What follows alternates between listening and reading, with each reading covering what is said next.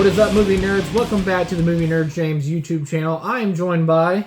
Jessica Eversole. Chloe Parks. David Mustaine. Holy shit, we got Dave Mustaine on here.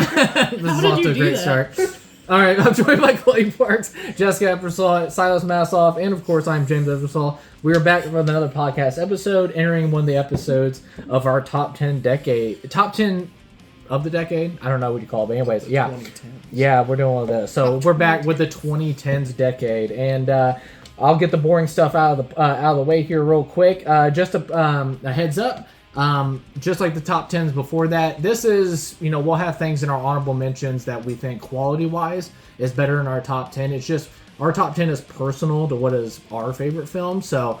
And that's what I want in the movie community, is I want everybody's top 10 list to be different, because that's what I love about movies. It's subjective. Everybody has their own corner and all that stuff, except my top 10 is the best, so that's all that matters. I bet I could guess it right now. Don't do it.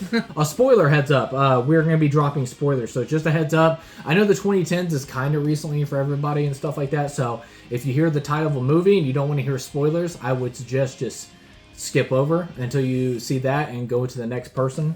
So just a heads up about that. And then got to our personal picks. So just a heads up with the layout of the show. So what we're going to do, we're going to start out with our honorable mentions, and then we're going to go into our top 10. But what we're going to do is we'll rapid fire our honorable mentions, each of us. And then when we get into the top 10, we'll tennis back and forth. So we'll go 10, 10, 10, 10, 9, 9, 9, all the way down to number 1. So with all that out of the way, once again, a spoiler warning. So we shall begin. Who wants to do their first honorable mentions? Who's got the least amount of honorable mentions? I think Dave should start. Okay. Jessica definitely has the least amount. I got 4.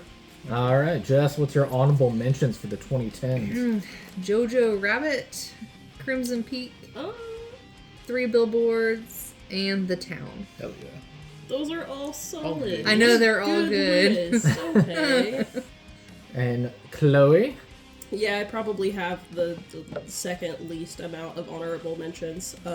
Also, in my honorable mentions and list in general, I specifically picked movies that I didn't think other people would pick, so I know people are going to have certain things 100%.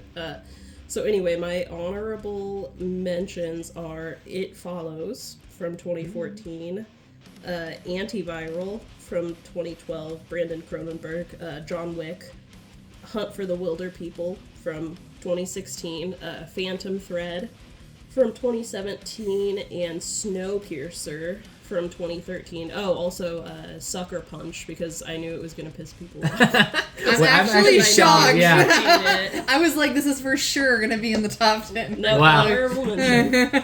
That's hilarious. Yeah, we were saying, we were like, definitely Sucker Punch is going to be in Chloe's top 10. Oh, it was going to be somewhere. Yeah. Shocker. Yeah. Alrighty. Silas? Okay, my top 10. Number 10 is Pool Party Massacre, which is like a 80s throwback style slasher, but it's modern. Chloe and I met the director at a horror con. I have a personalized copy, and it's fun stuff. It's super funny and goofy if you like that kind of thing. Very creative, over-the-top kills. This other one is a film by someone who is just going by Elias. Single name. It's called Gut, and it was a blind pick that I picked up at a horror con, and I really, really fell in love with it, especially for how shoestring the budget is, but how effective it is. The next one is Revenge, by Coralie Barrier, I think is how you pronounce her name. Cool new French extremity revival thing. Sorry to interrupt you. Yeah. Who most people know recently, who she just did the Substance. So it's the same director. Yes. So, Okay. yep. And she's French?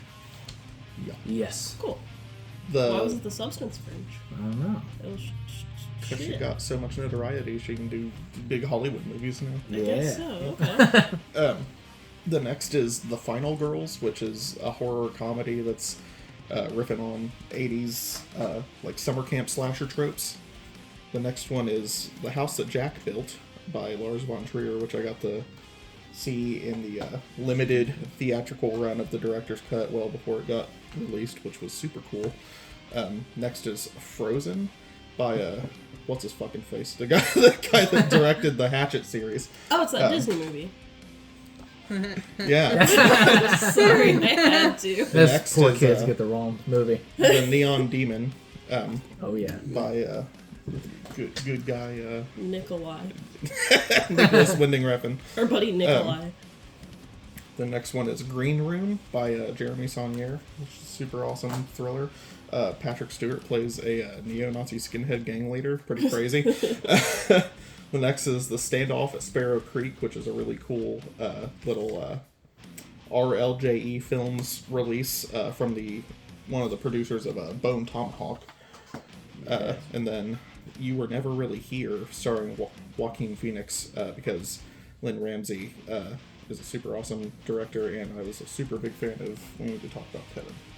Yeah, that movie's freaking rad too. You Were Never Really Here. It's like definitely like a modern day Taxi Driver. Almost felt like so good. Alrighty, so go to my gigantic list here. I feel real bad now, so not really, but here we go. So How to Train Your Dragon, Logan, Killing. That didn't make the list. Nope, not yet. Wow. And Okay. Killing of a Sacred Deer, The Hateful Eight, John Wick 1, 2, and 3, Interstellar, Robert Eggers' The Lighthouse, Denis Villeneuve's Prisoners, Train to Busan, Nightcrawler, Rango, David Fincher's The Girl with the Dragon Tattoo, David Fincher's The Social Network, Robert Eggers' The Witch, Grand Budapest Hotel, Drive, Girl That Walks Home Alone at Night, Jim Jarmusch's Only Lovers Left Alive, Denis Villeneuve's Arrival, and Incendie, Jordan Peele's Get Out, Mission Impossible Fallout, Birdman, and then these were the last 4 or 5 here. Almost were in my top 10. That was Edgar Wright's The World's End, Guillermo del Toro's The Shape of Water, Bong Joon-ho's Parasite, and of course Tim Miller's Deadpool, which was a dream come true kind of movie for me. So that's what I had for honorable mentions. Now I'm curious what your list looks like, because some of Yeah. those I was Good. positive were Like going when to be they in came your out, top you were 10. obsessed with Yeah, the Shape yeah. of What Water. in the world? Good. But All sometimes you right. need time to Also, sit on a movie. yeah, a few of those were ones that I would have put on my list, but I knew someone else was going to pick them at some point, like Parasite specifically. I was like, Yeah. somebody's going to have that. Yeah, I mean, that's what we were talking about too with like the honorable mentions. I think Parasite was very impactful. I'd say it's a perfect film. It is very impactful, stuff like that. It's just personally to me. Yeah, sure. It's just like that's why to us too. We just put what personally hit us and is what. Not even necessarily what hit me. Like, will I watch it every single time? I see Exactly. it? Rewatch value, all that stuff. A lot of stuff came into play for that. But all right, and then I guess I forgot to say at the beginning, we're there will be a lot of cussing, I'm sure, as the group we have right now. We have drinking going on That's because it's my birthday this weekend, so that's the reason why we're doing this. So I wanted to talk about movies and. Yeah. Fuck! So, all right, let's get into the top 10, wouldn't do guys. that. Who wants to go first? Not in this You should go Christian first. household. You should go first since Oh it's your man, birthday. I gotta go It's first. your show. Oh Unless you want me to take over. Which I'm not going to. This is going to be the Jessica Anderson show, and we are going to be talking about At some point, you Vampire will take over. I Diaries. know you are. All right, so I got a little He bullet hasn't point. let us be on this show since we took over the last one. That was like 7 That's years not ago. true. Not together. That is true. It wasn't That's very purposely true. done. So did you know before we so before we get started, speaking of The Shape of Water, did you know that it was being sued? What? Oh yeah, actually I did hear about that. That's been a while though. I don't think it happened. Good lord. don't All think it right, went so all right, here we go. Number 10. At number 10, I have Quentin Tarantino's Django Unchained. All right, so hopefully this is Hell good notes and all that stuff, and try to get through it all in a short time. But of course, you have Jamie Foxx, Christoph Waltz, Samuel L. Jackson, Leonardo DiCaprio, and then Walton Goggins. I love this movie because I think it's one of the greatest revenge love westerns ever made, and just one of the greatest westerns ever made in general. I know there's a lot of controversy of the use of the N-word in this. I know one time you guys said you were watching it one time, you were going to take a shot every time they said the N-word. It's like... Not a full shot, just a drink. I'm like, you're You going to would die. die. Die of alcohol poisoning. That's alcohol. That's blackout. We did that, and the last thing I remember was Don Johnson's Plantation. So it was the first 30 minutes. Of the Samuel movie. L. Jackson absolutely killed me in that movie. Yep. So I know there's a bunch of controversy about the N-word, but I always It's put... okay because Quentin Tarantino has the pass, so Yeah. Yeah, that's So what's he's in fine. the briefcase in Pulp in Fiction. Pulp Fiction, it says Yeah. N-word. The N-word pass. Yeah. But I always push back on it, talking about, you have monsters in this film, the actions, and then also I think that falls in play with the dialogue as well. And also, if you don't have monsters in this time period and stuff like that, I kind of think it's like a disservice to history, because that's how these monsters talk. And I had to push back about that use of the N-word. It's like, no, that's how these assholes talked. And I think it's even better when Django kills them all at the end, so it makes it even more better. To be fair, though, too, with the critics in mind, Leonardo really does just put his whole pussy into that role. Yeah, So, he really does. Man, you he might does want to watch to that every guy. role, Yeah. actually. Well, the thing He wanted that Oscar bad. the thing They're that like, you ain't getting it for this. yeah, well, So try again. it's like there was a bunch of controversy Bad about optics. it. There was like so much controversy into the film, but I've never met anybody that didn't say they didn't like Django Unchained. So it's just like, it's a very rare few. Well, Quentin So- Tarantino does that whole like it's horrific, but also then parts are so fucking funny. Yeah. Yep. Yeah, and I'll get to that in a minute. But yeah, I think the action is awesome. It's everything's like soaked in blood. He also went through like the old school tactics of using the squid packets that explode Yeah, and the man. blood going The everywhere. squids in that movie are so great. Yeah, I love it. I think the costume. In that movie. I think the costumes are fantastic. I think the color palettes, even when they're like the cotton field and you got Django in the blue suit, I think that shit just like really pops on screen. Cotton.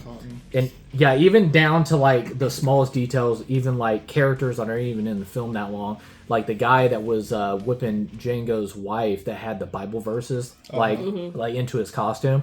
I just think little details like that is like the coolest shit ever. Of course, you had cinematographer Robert Richardson who did the cinematography. Who I go back and forth. I think this is Quentin Tarantino's most gorgeous film, and then I go back to Kill Bill, and then I go back to I'm Inglourious like, Basterds. I don't think you can It's like- definitively I don't say think that. that's. It's like, yeah, I can't decide. That's what I mean. It just like he has so many gorgeous looking films that Django is like one of my top favorites. I already got to Sharon Davis, who did the costume designer and the squid blood explosions. Can't see fucking shit. Yeah, and then I think it's a perfect screenplay to beginning to end. I think it has sharp humor, and then even you guys got to it a little bit already. It's a scene that shouldn't be funny, but it's so funny and so layered too. Is when the Ku Klux Klan are sitting there getting ready to do the raid, and he's like rips the hole, and he's like, I can't see shit out of this fucking thing, and then like God. it's so funny because at the same time. This shouldn't be funny, but it is. But also at the same time, it's like Quentin Tarantino making fun of how fucking stupid and dumb the fucking Ku Klux Klan are. So it's just a combination of everything, and I think it's sharply written. Of course, I think my big standout of the film first is Christoph Waltz. I think this is probably one of my favorite crafted Quentin Tarantino characters that he's ever done. Then Christoph Waltz ended up winning the Oscar, which deservedly so, but he's just so funny, and especially when he's talking to the sheriff in the town, and he was like, like you killed our sheriff, like a dog in the street. Is that what you're talking about? He's like, that's exactly what I'm talking about. And then he just comes walking out, and then ends up outsmarting everybody. So Dr. King Schultz or whatever, I just think he has one of the greatest introductions, and he's just an awesome character all the way through. And then, spoiler alert, all the way to his death too. All that stuff. It just like, he's like, I couldn't resist. So I just love that character so much. And then, of course, finally, the big standout of the film, which I thought he should have won an Oscar. I thought he was so good, was Leonardo DiCaprio. I think he is just phenomenal in this film. And, of course, the whole thing where how he busted his hand open and there's blood everywhere, but he still went on with the take and stuff. So I think he absolutely kills it. I know at the time Leonardo DiCaprio did not.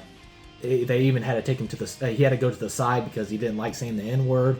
He didn't like playing this character and all that I stuff. think that was a lie. I think he was just And- saying that to try and like. Well, make it's people- until Samuel Jackson's the one that said it, and he's like, and then I had to take his ass to the side and be like, hey man, this is just a regular fucking Tuesday for us, so we get your shit together. And he's like, we're actors, this is what we do. So it was really cool. But yeah, he's a monster in this film, especially in the dinner scene where he sits there and talks about, and a credit to Quentin Tarantino how he writes these characters of being so unhuman, is how he talks about the 3 dimples on the back of the skull. Is Candy doesn't even see black people as human beings. He sees them as a totally different species, and that's just the most monstrous shit I've ever seen. But yeah, it's incredible. But anyways, at number 10, I had Quentin Tarantino's Django Unchained.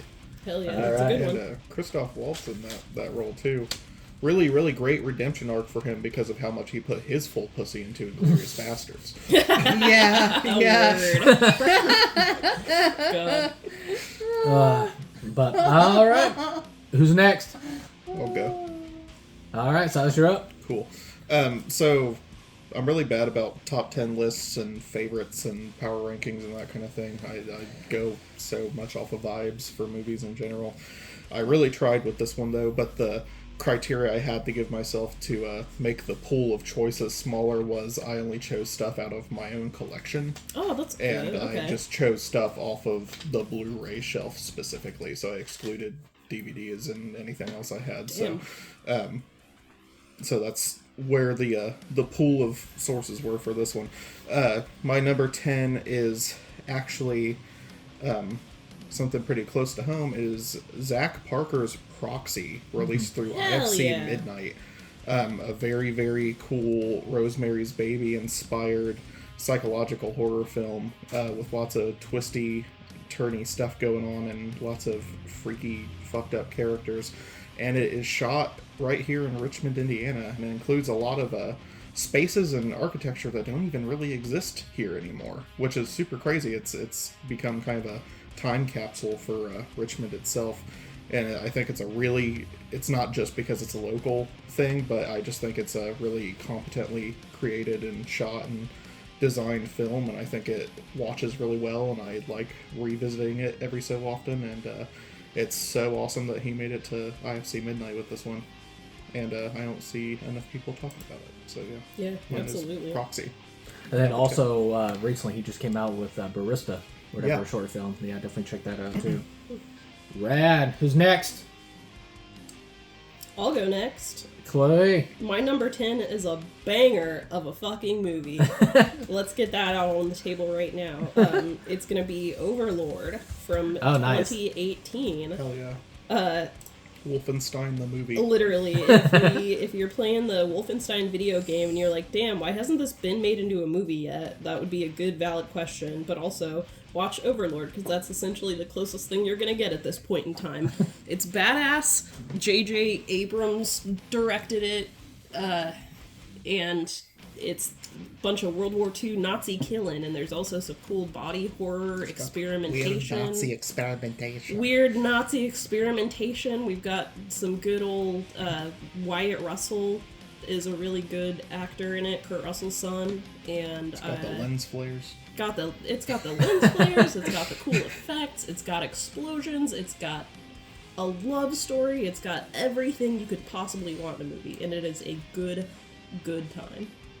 Nice. And that's my number 10. Yeah, we've seen that together, didn't we? Like the We IMAX did, theater. Yeah, yeah. it's Saw such it an in underrated IMAX. film of that year, especially Wonderful. decade too.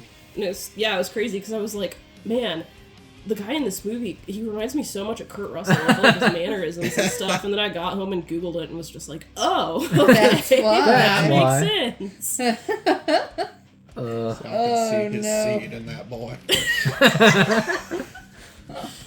All right, what's your number 10, Jess? All right. Well, before I get going on this, I just want to make it clear. I did not do a power ranking because I cannot choose. I don't think fair. anybody And did. you can't Mine's make kind of a and power you ranking, can't TBH. make me. Okay. Yeah, mine's like a half-hearted. Mine's kind of I'm like, they're all great, thank you.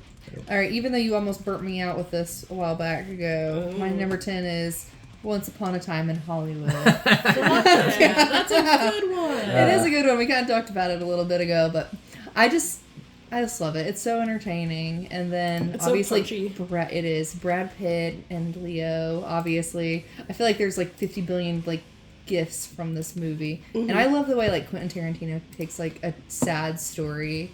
And he's like, nah, fuck that. Like, We're having a good time. we don't like that ending, and we're not doing it. Yeah. Kind of like I do with Inglourious Bastards. Yeah. Like, he's like, no. Yeah. I don't know, but I can just watch it over and over again just because it's so funny. And Goddamn fucking hippies. these the goddamn fucking hippies. 10 out of 10 acid-dipped joints. It's just a good time. I don't even know how else to It is. describe it. I don't even know what I would call it. Is it like a drama? Is it a comedy? I think it's like It's a like buddy. What It's like is a buddy this? hangout Like- film. Like, I don't know, Just a Hollywood buddy story. hangout film. I know, it's just a story. Like, it's not even Kind of like just like horror. shit happens. I know, it's like Hollywood. It's like paying, love homage letter, to like yeah, old yeah. Hollywood. Yeah. It's really good though. Oh yeah. Oh, the soundtrack is excellent. Margot Robbie, especially. Of course, Margot is really good. Robbie. We love her. We love Leo. I love that we got the obnoxious, like, in-your-face foot shots, because Quentin Tarantino, he just does not give a fuck. It's just so funny at this point. That's like I feel like that was like, purposely anytime done. Oh, it I had to see be. a Yeah. foot shot now, It's like a joke I'm at like, this point. Yeah, Quentin he's like, you think I Tarantino. love feet? Fine, I'm gonna put it everywhere. Yeah, it's just it's so like tongue-in-cheek at this point, where you can't just help but, like, respect to the man for it. You're Leonardo like, yeah, DiCaprio why is in not? like almost like half of my top 10 picks too. Yeah. That's Foreshadowing. valid. Completely valid. Yeah, What? Once Upon a Time in Hollywood is excellent. Yeah. And what's crazy too, because like at the time they were like no name. It's like, but what was it? Margaret Qualley was in that. Yeah. She was just in The Substance. You have Austin Butler, who just got an Oscar nomination off Elvis and Dune Part 2, and things like Yeah. that. Yeah. And Maya then Hawke. Mikey Madison just won her Oscar for Best Actor For or Nora. actress Honora. for Nora. And just like it's crazy, all the young actors and how they blow Oh up. yeah. Yeah, Quinn's got that eye, man. Yep. So, all right. You got it? that's it. I'm not gonna talk as long as you. I can't got that much to say. Yep. All right. All right, on to me. So, coming in at my number 9, I have Kim Ji-woon's I Saw the Devil. Yeah. The one of my without a doubt, one of my I personally think the greatest revenge film of all time. I just love this, and I think how this movie separates itself of other revenge films is What a movie. the damage of your humanity and the weight of revenge. I love everything that they craft in this, and then Pussy shit. yeah. I say, And I knew Jessica was gonna say something. I was like, and then on the journey to revenge, you become the very monster you seek to destroy, and you kill your humanity in the process. I just think that was just Yeah, tragically beautifully done in I'm this If film. pro- you had Rever- any left, I guess. I'm Yeah. pro revenge, especially in And- that kind of situation. Yeah, Jessica's Punisher, so she's like killing them. Yeah. So, but Which, yeah, Which one? Which Punisher? which Punisher? Thomas Jane, come on. I mean, I really like all of them. I That's don't have to fair. pick one. You don't have to pick one. But I no. like what he stands for. Thin blue line Okay. sticker. The Punisher skull with the thin blue line going. That makes On the me back mad. of a I don't Ford want to talk about F-150. it. Okay. That's the funny Someone is shit. illiterate. Not that. Wait. It circles back around to just like being kind of funny at this point. Yeah. Anyway, back on topic. But no, I just think this movie is like brutal, especially in like the opening first 10 minutes. It becomes really fucking real.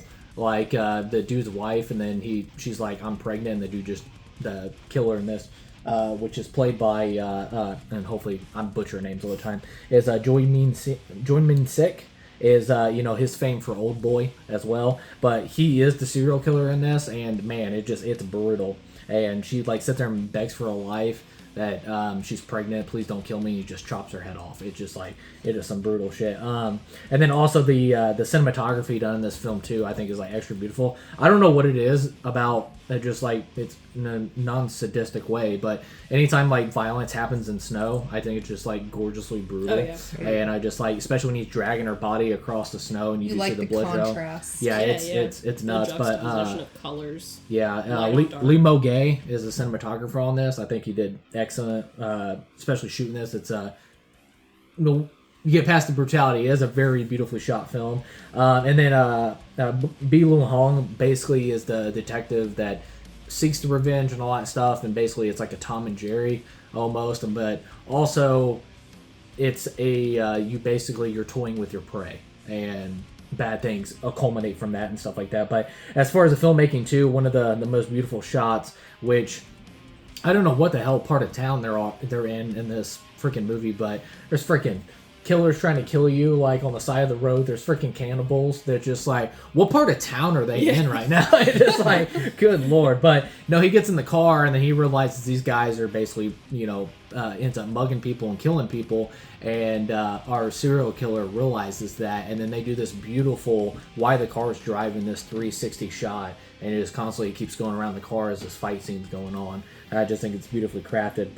And then we get to the final scene of the film, which is the final face-to-face between our two main characters, and the dialogue is so sharply written it really feels like you're looking in the face of the devil. I think it's just so well done. Choi Min-sik, I think he is so damn good in this film, and it's phenomenal. And then of course Jessica's going to disagree with this, but I think the final shot is so heartbreaking because you're like, the guy did it. He got his revenge. They were there and all that stuff, and the dude just starts breaking down in the middle of the road and stuff like that. It's just like it's like almost like a 7. Like, we didn't win in the end. It's just like we won, but we didn't win in the end. I mean, after you lost. After that happened to your wife, I don't feel like you win either way, but at least this guy definitely loses, okay? So he breaks down, and once again, getting back to what I said, it's like you're basically turning into the monster that you're hunting down. So it's just like, but such a good film, like very underrated. A lot of people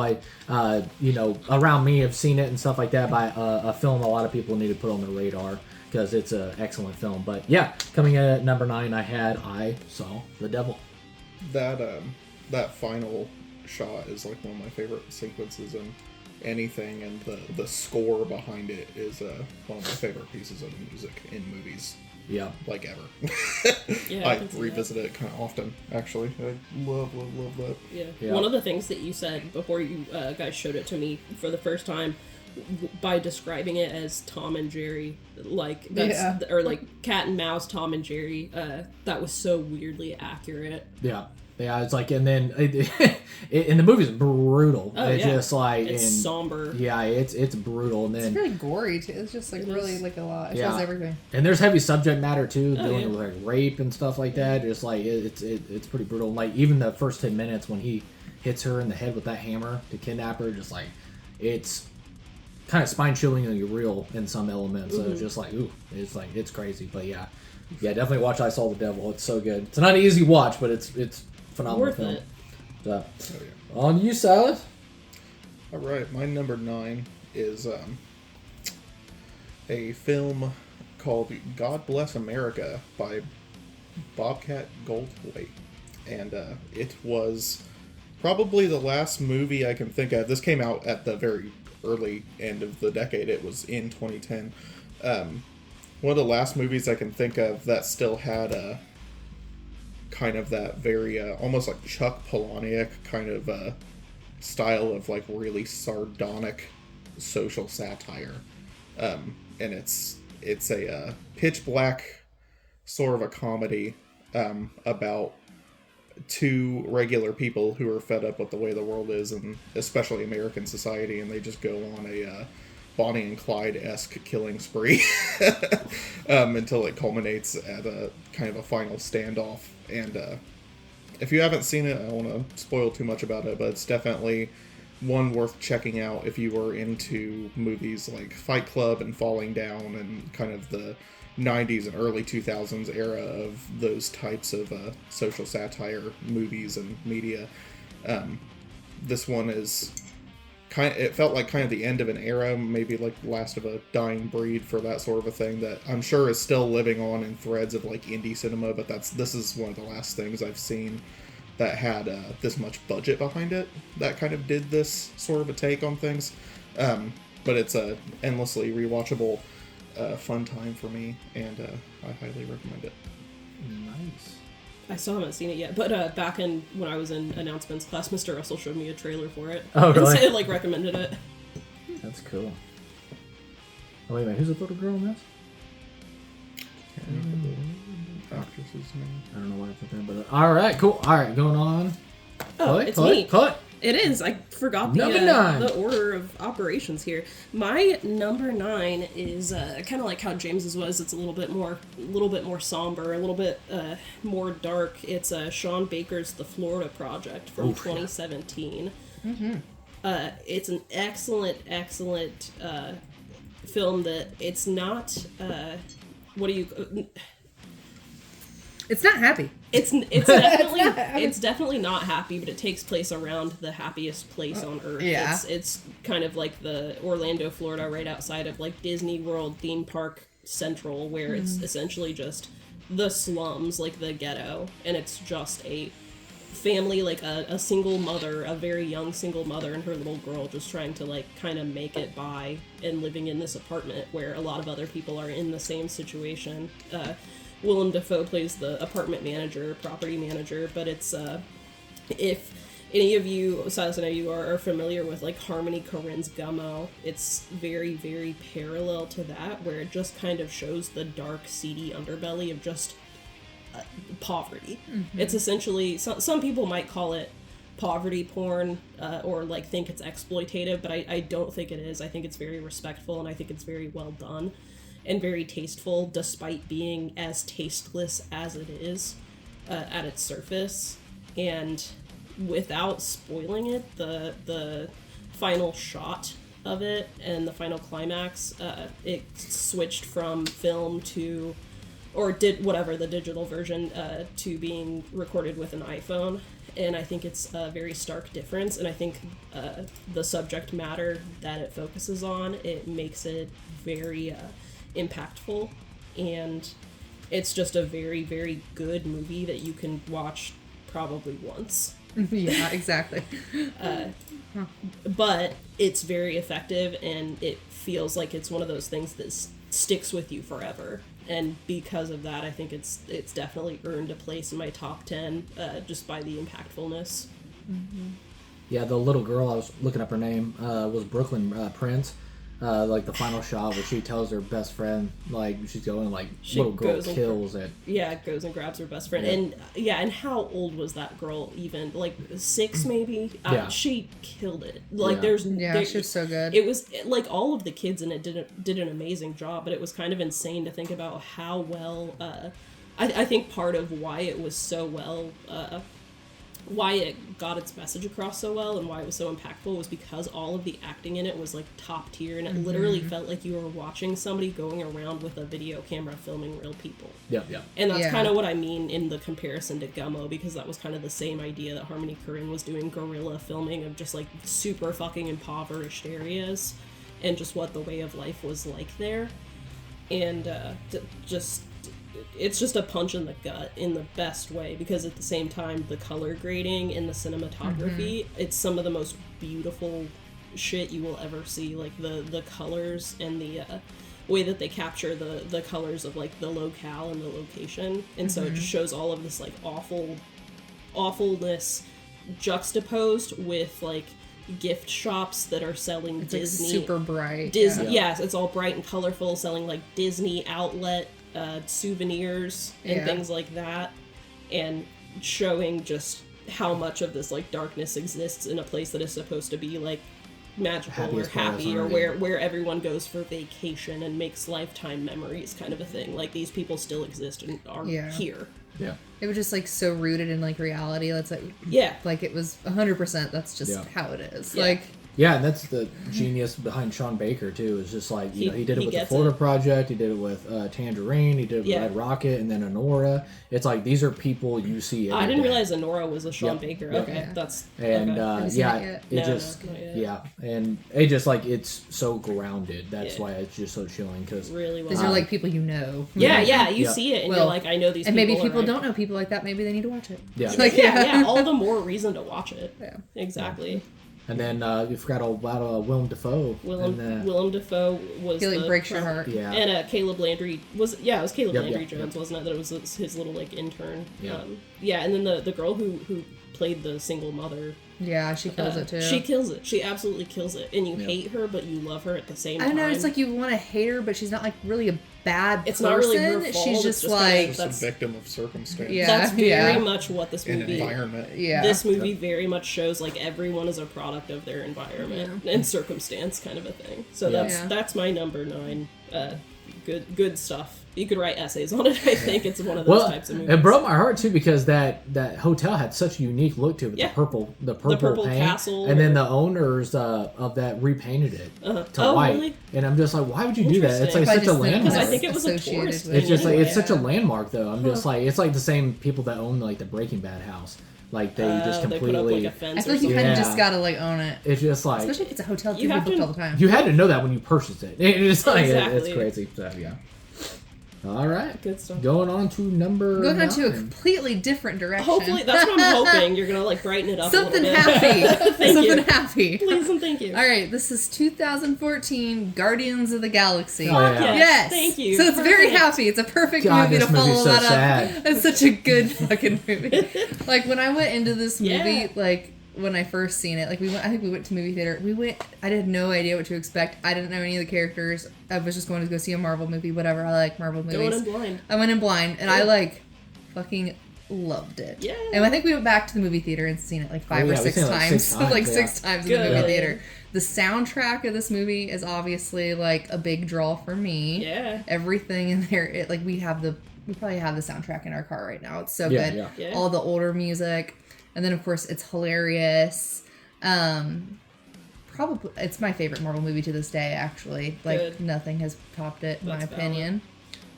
I don't really know what else to say about it, other than I could literally watch it over and over and over Yeah. again. Now you said that, now I'm like, I kind of wish I had put, because I really like it. Hot topic or whatever, or what's the word? Hot take. Thank you. Hot take. Hot take, but the second one was my favorite, and I'm just like, I should have added that in my You could have, yeah. mentions. No, that's a good choice. That's a very solid one. Oh yeah, and then well also too, it's like at that time I want to say like 12 films in or something like that to the Marvel Cinematic Universe, and then James Gunn comes in with this which we if you were like horror and everything else, you knew James Gunn from Slither and things like that. Or the and then Trauma movies. Yeah, and this guy comes in with Guardians of the Galaxy, and it's just so damn good because it literally Yeah. did not feel like a film that was in the MCU. It had its own visual look to it, all that It's stuff. very and, distinct. and also he kind of conquered a challenge that a lot of films struggle with, is when you're trying to introduce 6+ characters, Lots of characters, yeah. and he just aces it. And it's like you love all of them. by the end, it's like, oh yeah, this is a family, and you want to be with this family. Just like it's so good, and yeah, excellent film. I don't say it at all to be contentious. It's just how it is or whatever. I'm just like not a big like superhero movie person or like a Marvel person, but like Guardians of the Galaxy is by far my favorite that I've seen out of the ones I have seen, and it's such a fun movie. I really, really like Guardians, and I really liked the second one when Chloe showed it to me. I actually want to see the third. Yeah. Yeah, we based still on haven't that. seen the third one. Oof. We've heard good things. Yeah. It's excellent. good, but you're gonna That it's gut punchy. you're not gonna Animal I mean you're cruelty. gonna Yeah, like yeah, it, yeah. but That's it's okay. it's a heavy. rough Once you see Cannibal Holocaust, you can probably handle Yeah, it. you can handle it. Human Centipede, you're pretty good again. I was just thinking about that movie the other day. I feel like I'm good with a lot, but animal stuff and kids stuff really like So I'm when like When I thought that this podcast was supposed to be the top 2000s movies instead of the top 2010s movies, I had my list made out, and like for shits and giggles, I was putting a bunch of like meme movies in there just for shits and giggles. One of them was like The Blind Side, but another one was The Human Centipede. Oh, And God. I was Like, gonna like have that in there just just to gonna see what you stare guys at would you. do. Like I think it was art. I think it was moving. I think it was beautiful. We're just sitting there with our eyes wide open, like, oh my god. But, don't no one look that up, okay? no, one of the other things too that I liked Guardians of the Galaxy, and he actually ended up breaking the Guinness World Records, whatever the hell that book's called now, but the world record book for most practical effect makeup ever done on a movie set with Guardians of the Galaxy 3. Really? But obviously in 1 and 2, That's he awesome. continues that trend because all the different aliens and the practical effect makeup they use on it and stuff like that. You know, of course, Gamora Yeah. and that Nebula, it's just like they Taser look- face. Yeah, taser face, and then just like it looks excellent. I love that he does that stuff. I did not know. That's cool. But Good for him. all right, so yeah. Pushing what I the got. envelope. All right, going in at number 8, I have Takashi Miike's 13 Assassins. This is a movie that, you know, I hope I do enough justice in this explanation, but oh my god, it is like, I absolutely adore this. A lot of people know how much I love samurai movies. This is one of my favorite samurai films of all time. We follow, and once again, sorry if I butcher these names, but Lord Natsuki. He's gunning for high political power in the Shogun Council, but this guy is a straight fucking monster. Like, and you find out real quick how monstrous this guy is. Ends up like slaughtering a family with bow and arrows, shooting himself. But he's such a high Shogun Council, or gunning for such a high heir to this family that they can't really do anything about it. And so what the Shogun Council does, they end up recruiting who is a former samurai lord to basically behind the political back or whatever that this guy doesn't make it to the Shogun Council, is they send in Shinzamon Shimada, and basically they want him to take him out.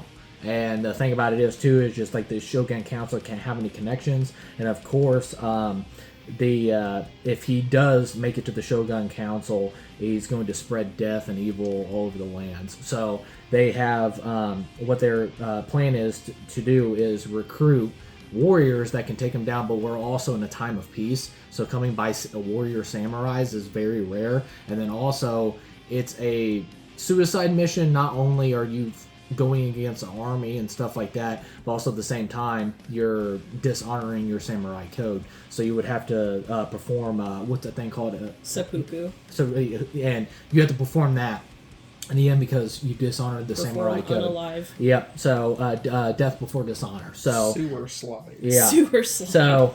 So basically, they try to stop him. So what they do, it's called the Akashi domain, and if Lord Natsuruku makes it to this domain, then it's over. He'll be untouchable. So they have in the plans to recruit warriors, and they ended up getting 13 samurais, but they get told misinformation of how paranoid and during the transfer and the traveling to this domain, that's where they're going to intercept them in basically a surprise attack.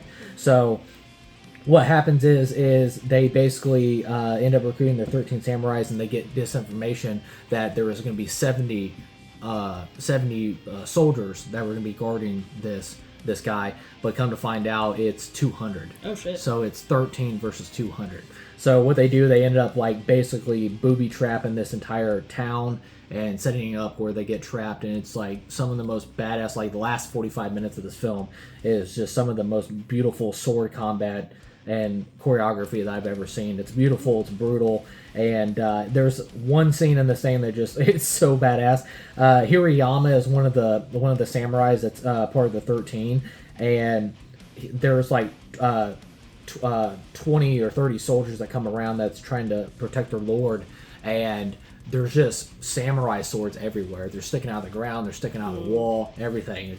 It's literally this guy just, as he's cutting down another samurai, he's pulling another samurai katana out of the wall, out of the ground, or something like that, and then taking out the next dude. It's like some of the most badass shit I've ever seen. The only minor flaw I have with this film is the CGI bulls in this. It's like they are very rough, but if you can get past that, it's just like Have you seen Ichi? Yeah, it's rough. That and then crazy rough. and then there's a character in this too that really breaks my heart. Is there's Shimada, and then there's a guy. Hopefully I don't butcher this. Hanabitsuki is basically they grew up together, but he's actually the lead samurai that's protecting the lord. And by samurai code, I have to protect my lord no matter what, even if I disagree with his political views and what he's doing, and he's a fucking monster.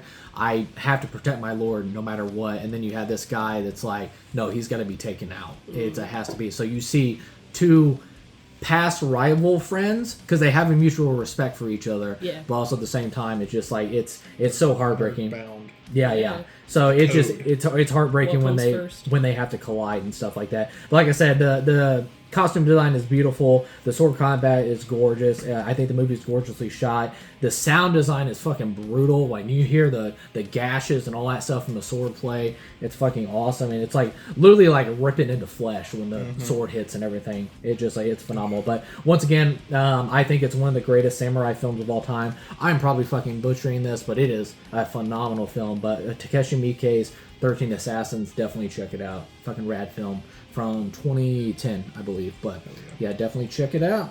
Is there anything Takashi Miike can't do? Dude, the dude's made like 100 films. Genre-wise? Just like, man. yeah, it's like he's made 100 films. What was Blade of the Immortal? That's another one that's a lot of fun. It's so good. But all right, on to you, Silas. All right. My number 8 is a really fun throwback style genre flick that's connoting like late 70s grindhouse cinema, starring the late great Rutger Hauer, Hobo with a Shotgun. This one was also, like God Bless America, released by Magnet Releasing. Its physical media distribution here in the States. This one was from a year later in 2011.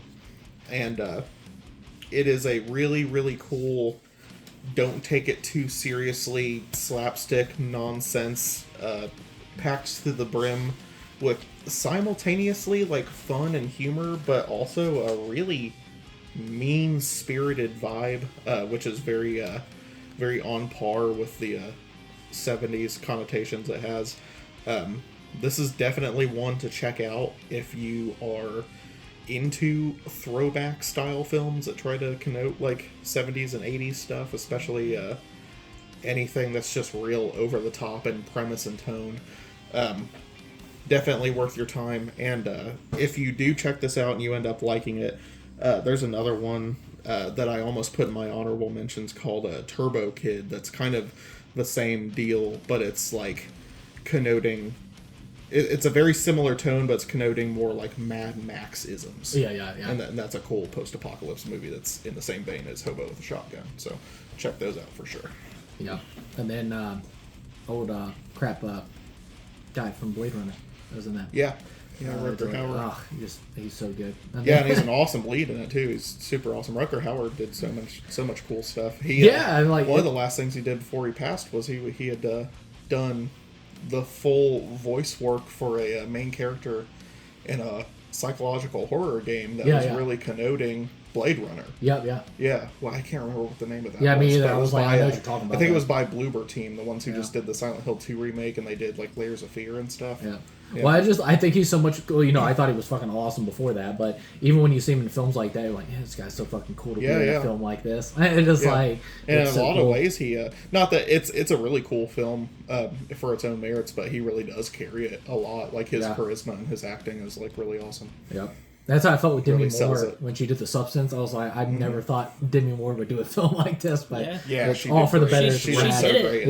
Yeah, she did it. Yep. All right, Chloe, on to you. My number 8 is probably of no surprise to anyone here because I was so obsessed with it for years after it came out. It's I, Tanya from 2017.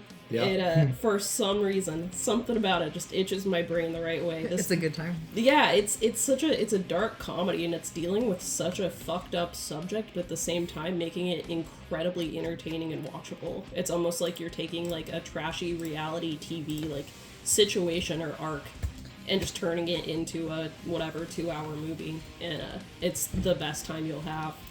I think the way that he portrayed all of the characters or the players in it, I guess they're not characters, they're real people. Yeah. I think it was done in a very respectful way where he acknowledged this may or may not be the truth or what actually happened, but this is what I've been told by them directly, and this is how we're gonna do it. Yeah. And it's just a roller coaster. The soundtrack is absolutely banger. Everyone in it, all of the actors and actresses did such a fire job. Absolutely fire. Allison Janney won an Oscar for her portrayal of Tanya Harding's mother. Margot Robbie was nominated, and I feel like she absolutely should have gotten it. I can't remember who got it instead, but either way, it was excellent. It's punchy, it's quirky. The runtime does not feel like the runtime, and it's just so funny. I still, to this day, I mean, I've seen it, I could probably quote the entire movie, but I still have little bits and pieces from it that just pop up in my head randomly, like lines from the movie. Specifically one where Jeff, her like abusive husband, was trying to like get into her room. She had locked herself in, and he was like, she was leaving him for good and getting a divorce, and he was like, what am I supposed to do without you, Tanya? And Margot Robbie, like through the door, she's like, I really think you should just kill yourself. I still say it in my head to this. It's so funny. Everyone's delivery is just it's so good. Everyone's comedic timing is so good. Yep. It's just, it's a good time. Dude, Allison Janney has a funny scene in that film too. Is when there is a chunk of that film. Like, it's focused on Margot Robbie and Tanya and all that stuff, and then it cuts back to her, and she's like, oh, did you guys fucking forget about me? Yeah. And it is like, it's so unique in how they did that. So. There's a part at the beginning where it's like little tiny Tanya, and the little girl who plays her, I can't remember her name, but she's excellent. Yeah. McKenna Grace, I think her name is. Anyway, she's doing like flips and stuff, and the girl's like, I think your daughter shouldn't curse on the rink, or was like, your daughter's trying to fight my daughter or something, and she was like, lick my ass, she can do a fucking triple. so funny. Yeah, because it was like, what was it, like that, almost like Martin Scorsese, like breaking the fourth wall, like the top at the crowd. So it cut back to the so characters, like, doing as if they were doing an interview and just talking directly to the camera. It's good stuff. I mean, Tanya Harding is like fascinating anyway. Yeah, it's just a fascinating story. It is.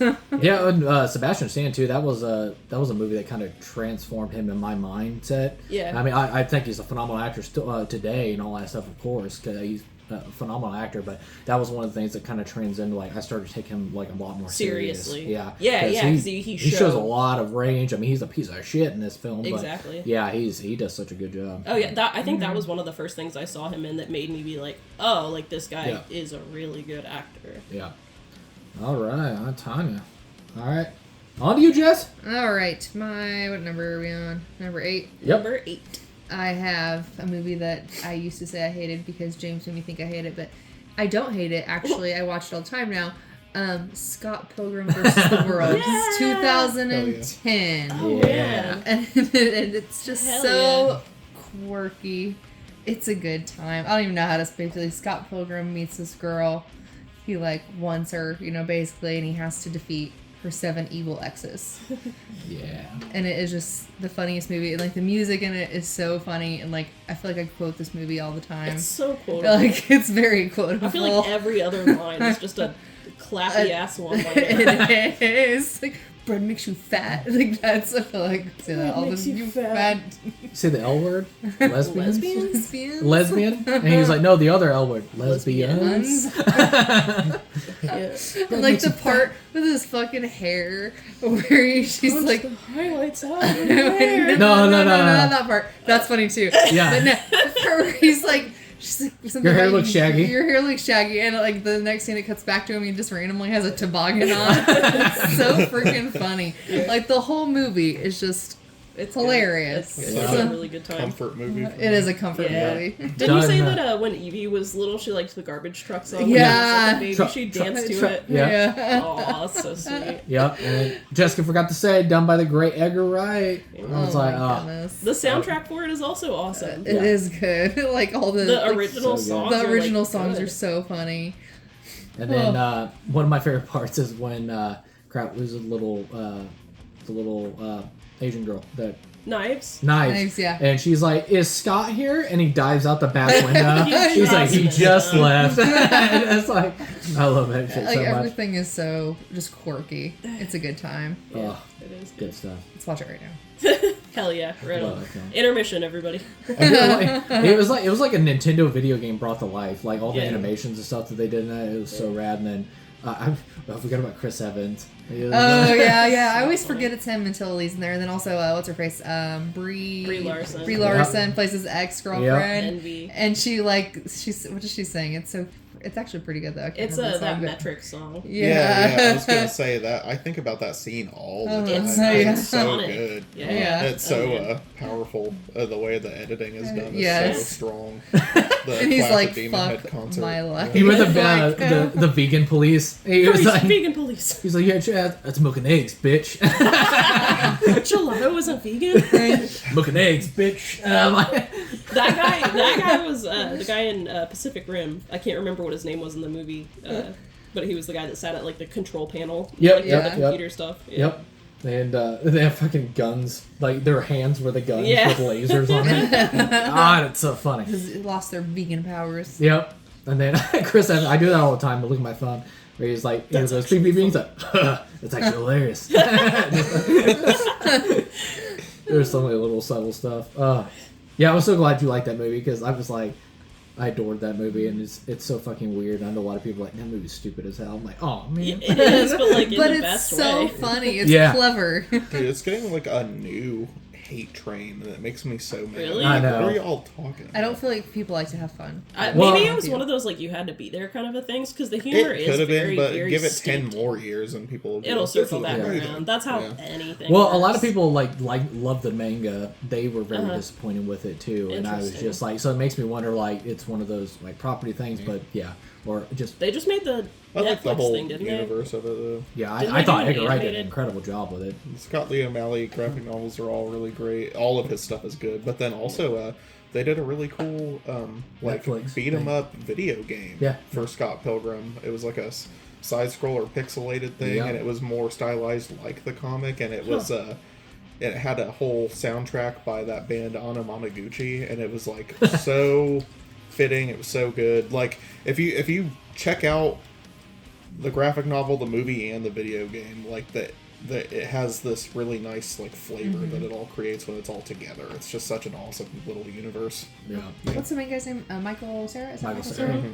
Yeah. Okay. I just feel like he is so funny in all the stuff he has because he's like understated funny. Yeah. Like I don't know how to He's put really that. funny. Like, but that's what he He is. has such a He used to be awkward. one of my favorite. Awkward actors. Yeah. funny. I hate that I don't see him as much now. Yeah. He's so good. He's so- Superbad's one of my favorite movies. Oh yeah, I think that's the best comedy of all time. I would agree with you. I mean, yeah. It's so It's like good. he's almost funny without meaning to be funny, but he needs to be funny. I don't know. You should watch. Have you watched Arrested Development? I have not. He's so awkward in it. It's so. He was funny. really good in that Molly's game too. That was more of a dramatic role, but Well, even like Social Network, like he's like. no, he's not. No, he's not. You're Jesse Eisenberg. I'm thinking of Jesse Eisenberg. Oh my god, I No. can see that. That's another They're awkward so white easy to guy. get- No, that is. It's so easy to get mixed What else up. is he in? It's funny. He's in a lot of stuff. It's like in my brain. This is the end. That's it. Yeah, He's The like, fucking he's Silicon yeah, Man. that's it. where he like slaps Rhea on his Yeah. ass. yeah. Yeah. Has Michael Cera and Aubrey Plaza, have they been in something together before? Yes. Yeah. Because Scott they. Well, Pilgrim. Scott Pilgrim, technically. Oh but yeah, she is in that, isn't Yeah, she? yeah. That's Yeah. crazy. She's a smaller. Yeah. I totally forgot about that. But I mean, She's like like, his sister. they would be really great as like leads in something They because of the probably like have- clashing between Yeah. the personality Yeah. types. I think that'd be Yeah. really funny. Yeah, Oh, they, yeah.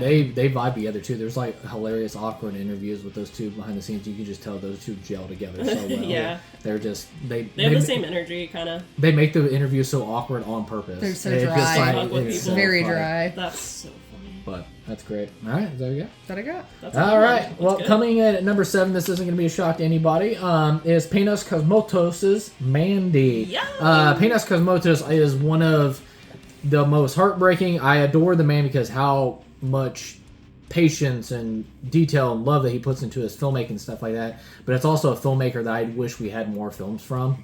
But yeah, he done Beyond the Black Rainbow. He did Mandy, and then also can't name how many times I've watched the viewing of Cabinet of Curiosities by Guillermo del Toro on Netflix. I just love him as a filmmaker. Like I said, he's only got 2 films, and I just any type of work, any snippets, anything little, I eat up everything this man does, and I love this movie so much. I think Mandy is the best description of the movie. It's a revenge love story drug trip laced with fire. It's basically the best way I can explain it. And then also it's just a very visually, it's like unique and just visceral in its style, and it's something that you've never seen before. And a drug trip is the best way I can explain it. I just love everything about it. I think this is a dream role for Nicolas Cage.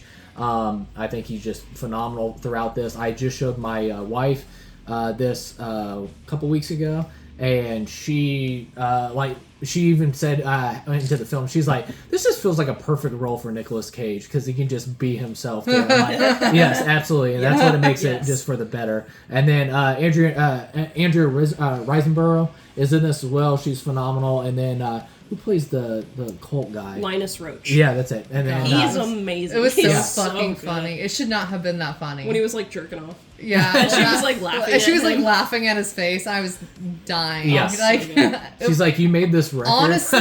honestly worth dying for, in my opinion, is to hurt the my fucking God. weirdo's feelings. Yeah. Okay. So It's so good. And then also, this was the swan song or the final album of Johan Johansson, who did the music score.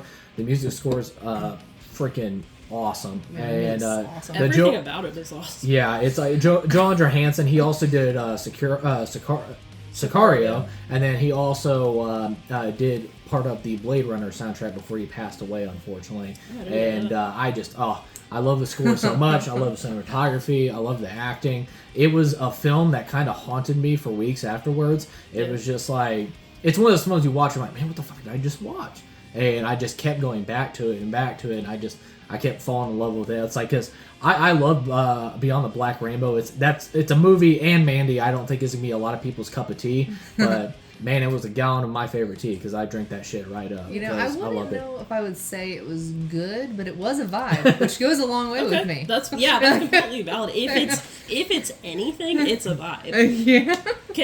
I wish so much that like our first viewing experience of it could have been in a theater. Yeah, yes, that's true. That would have made, like, it obviously already like was so good, but just like the experience, the sound and the visual, yeah. I definitely think that for like anniversary, like 25th anniversary or something like that, it will get a theatrical release at some point where like you'll get the opportunity to see it like that. Yeah. And that will be it would definitely be better like that. For sure. Yeah.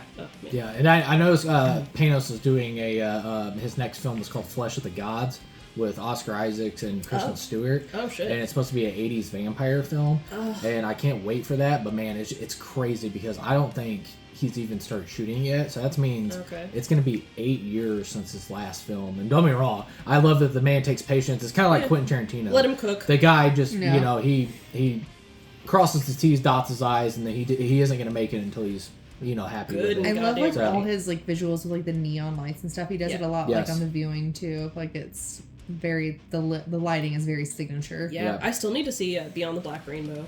Yeah, and it's like I still really want to see that. And his stuff is like very otherworldly. If that's the greatest. It's very cosmic. Honestly, I don't even think we were on Earth for Mandy. I really don't. Yeah. It just like we definitely weren't. It was just we were someone else. But you get transported it was weird. It was like different planets in the sky. It's an different alternate suns. It was weird. It was weird. It's like the Pacific Northwest on LSD. But they never really explained that, so it's just you're just going with it. It's just a vibe. You just gotta go. And it was like I don't know. It's hard to explain to Jess what it was. It's like it just felt like a fantasy metal album come to life. It was just like it was so fucking 70s cool. like stoner acid head album. Just it reminds me King of those, Crimson soundtrack. The fucking King Crimson. Yeah. Also, this is very specific to me because I'm so hyper focused on this kind of stuff of films with like the art and design stuff, but like those fucking title cards. Yeah. Oh yeah. I could stare at those forever. They're so cool. I just thought they were so cool. Well, speaking of the title cards, the freaking the Mandy doesn't even come into an hour in the film. It's just it's so rad. Yeah. I'd forgotten about that until we were showing Jess the other day, and it was like, damn, that was like a whole hour into it. Yeah. But that's the thing. It takes its time, and it knows exactly what it is. Yeah, and I didn't even get to like all small details, like just the weird. I shouldn't say weird. It's just fucking awesome. It's like of course we got to I didn't talk about Cheddar Goblin. There's like this Goblin. crazy Cheddar Goblin commercial just comes out of nowhere, but it's fucking perfect to me. And then he has this chrome fucking axe hunting these guys down. Yeah, it's so rad. It's just like, and then he goes and visits a guy in a trailer to get a crossbow, and he was like, oh yeah, if you're hunting demon dudes, take this with you. He was like, they're demons. That's cool. And then they got this like horn that calls the demons in. It's they got a knife. And it just like the weird like bottles of whatever LSD shit they had, where he like dipped his finger in it and was like, let me take a little taste, and went to another planet for a minute. Yeah, it's like you're pulled into a nightmare in the best way possible. It's so rad. But yeah, coming in at number 7, I had Penis Cosmotos's Mandy. So unique. So good. Yeah. On to you, South. All right. My number 7 is Nicholas Pesch's The Eyes of My Mother. Oh. Very cool black and white, pitch black Americana horror film. Pretty short and sweet one. 76 minutes from 2016. Nicholas Pesce does not have a lot of films. It's kind of similar to what you were talking about with Panos. I love everything that he has done, including the last project he got to be a part of that was a big deal was the last remake / reboot of The Grudge, which got super maligned in critical review, which is fine because it was a mess, but it's really unfortunate. He got put on to write and direct to that, I think, initially, and then as the movie went on, it kept getting delayed, and every time you heard about it again, there was a new producer attached. I was about to the say, point weren't there where like 15 different by the production end, groups? there were like 6 different main producers attached to the film. So many hands in the pot.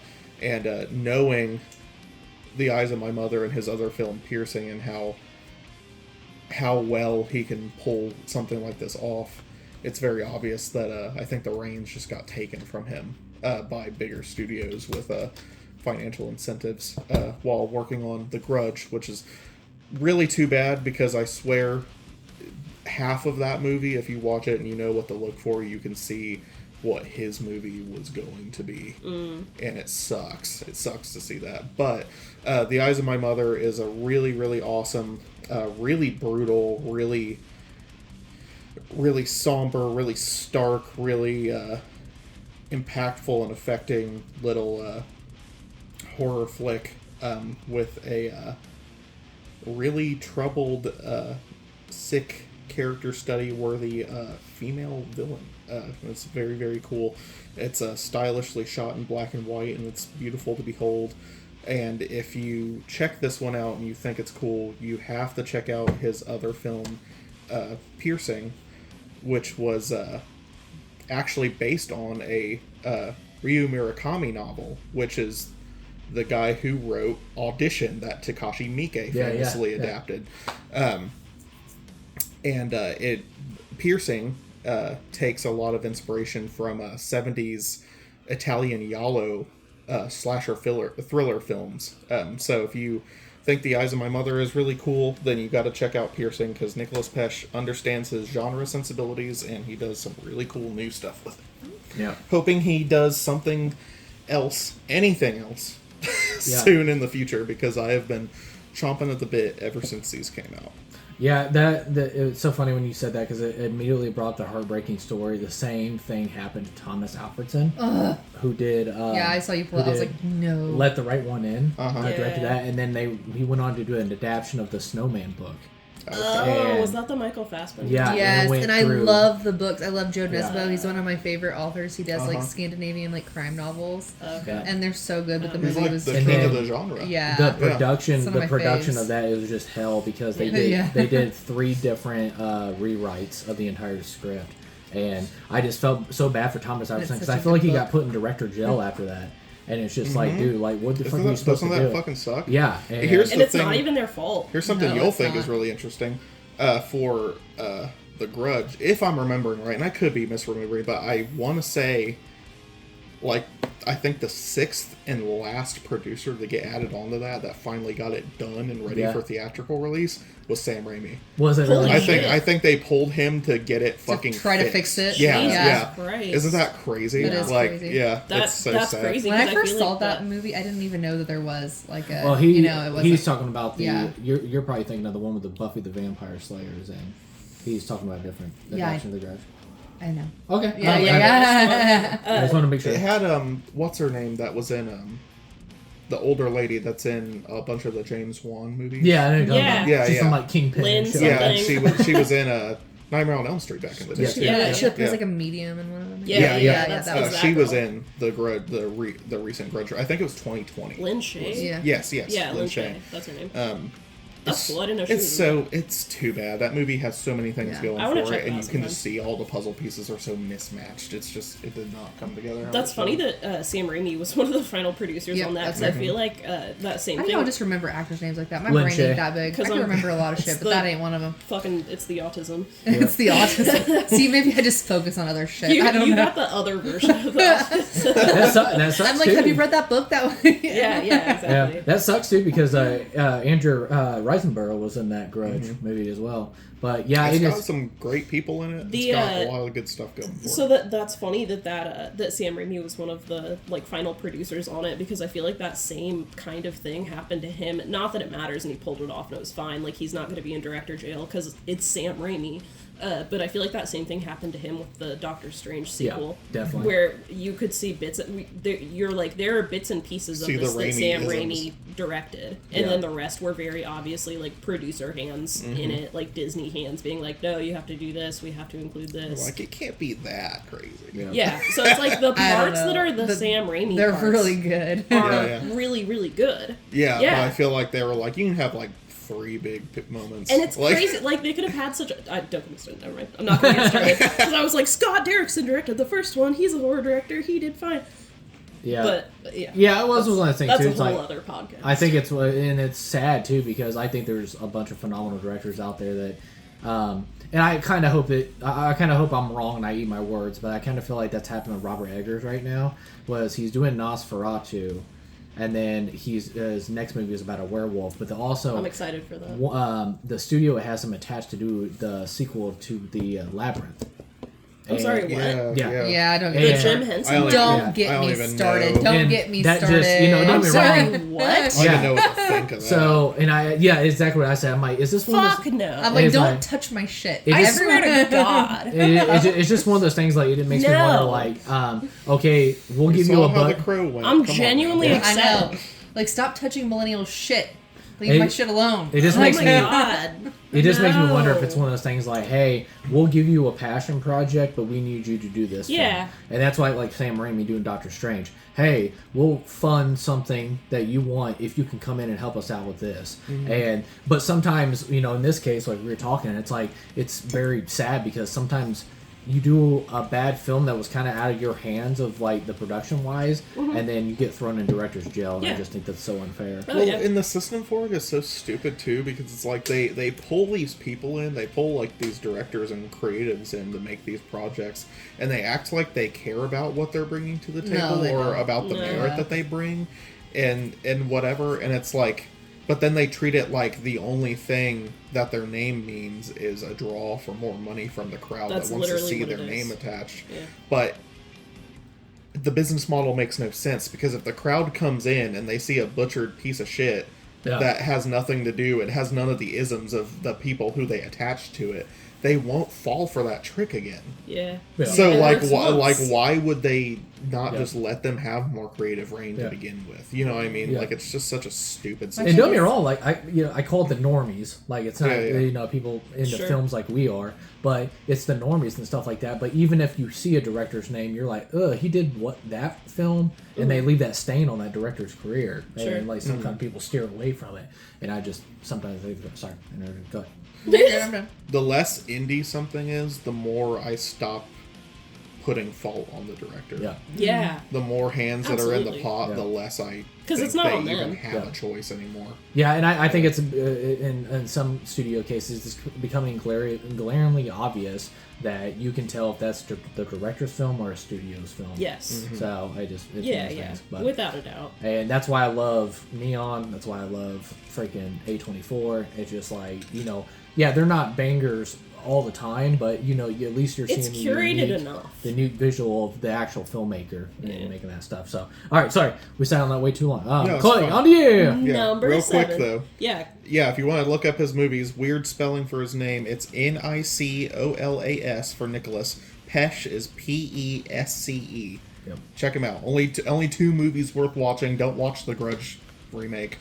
Watch his I other still 2. want to see it because I've seen the Japanese and the American, and Yeah. might as well Japanese, tie man. it all So together or good. whatever. They're all Yeah. fucking good. On to you, Chloe. No, you're good. And I can also vouch for Eyes of My Mother. It's really good. It's also like very fucked up, but in a good way. So my number 7 is also very fucked up in a good way. Oh my god, don't even get me started. There's like specific scenes where it's just like, oh my god. So my number 7 is Bone Tomahawk. Oh God. Oh, hell yeah. From 2015. I mean that in a good way. Yeah, exactly. It's real fucked up, but you're gonna love it. I promise. As someone who that movie helped convert me into liking westerns, because I used to hate westerns as default. Yeah. because my grandma would sit around and watch shitty spaghetti westerns, and that's all I like knew to associate with it. And then watching Bone Tomahawk, my mind is blown. What about Tombstone? And then you guys showed me Tombstone, and now I'm cool with now. Quick We're and the chill. Dead. There's all kinds of good stuff. Yeah, good it's stuff. fine. But no, Bone Tomahawk, the cast is stellar. The premise essentially is just a guy, his wife gets kidnapped by the Injuns, by the savages, and a little group of guys, They including specifically call them troglodytes. yeah, they actually do in the movie. And then he's like, does anybody know how to spell troglodyte? Oh my god, I fucking love this movie. So they a group of people, including like the town sheriff, his underling, a city Like boy. Kurt Russell. Yeah, Kurt Russell. Obviously, he steals the fucking show because it's Kurt Russell. Little fucking fun fact. Yeah, So who's this movie directed by? Craig Zoller. Uh-huh. Is that his name? And Craig Zoller wrote a really awesome, really brutal Western novella that Kurt Russell, being a huge Western and genre fan, picked up organically on his own. And he found out that Craig Zoller was getting into screenplays and trying to make movies. And when Bone Tomahawk started to get greenlit, Kurt Russell reached out to him and said, I want to play the lead in your Can you movie. imagine? Can you imagine Kurt That Russell doesn't reaching happen. out and wanting to be in your fucking movie as a lead because he likes your writing that much? Can you imagine? Like, That's Same thing happened to That's Eggers insane. with Defoe. Oh, Willem really? Dafoe, he's seen The Witch, and he was like, I gotta be in this guy's fucking That's next day. It was just wild. like, yeah, it's incredible when people reach out. But yeah, no, that's crazy to know. And anything else Craig Zoller is associated with is awesome, whether it's writing or whatever. But it's a Western. It's done really well. The characters are just written so well. You end up, even if you hate them, you still like them. Everything feels very natural. You're kind of on the edge of your seat the entire time. And then it gets to the graphicness, the gore, the way that this tribe is portrayed is very, very, like, just awful. Awful. It's terrible, but in the best way. And you're kind of rooting for everyone. The late, great Sid Haig is in it for a minute. Yeah. Rest in peace, Captain Spaulding. Your daddy is in there. My daddy was Patrick one. Wilson. Yeah, Patrick Wilson. Oh, I have to talk about him here in a minute, but yeah, it's my daddy. Okay, yeah, he's in it. He's the one whose wife goes missing, and he's limping around on one leg the whole time, and it's just, oh man, you're just rooting for everyone. And Kurt Russell in that, specifically Silver Fox Wood, 10 out of 10. And that's pretty much all I have to say about Bone Tomahawk.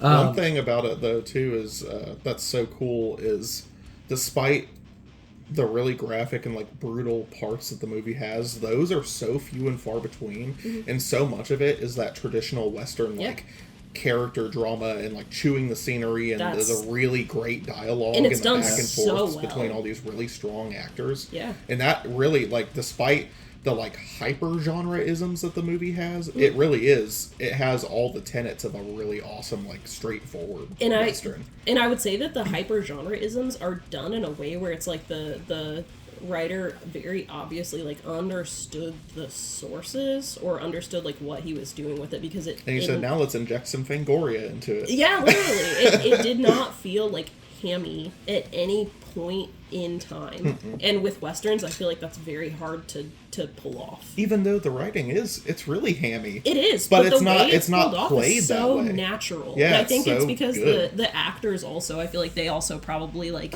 knew what they were coming from and what they were doing.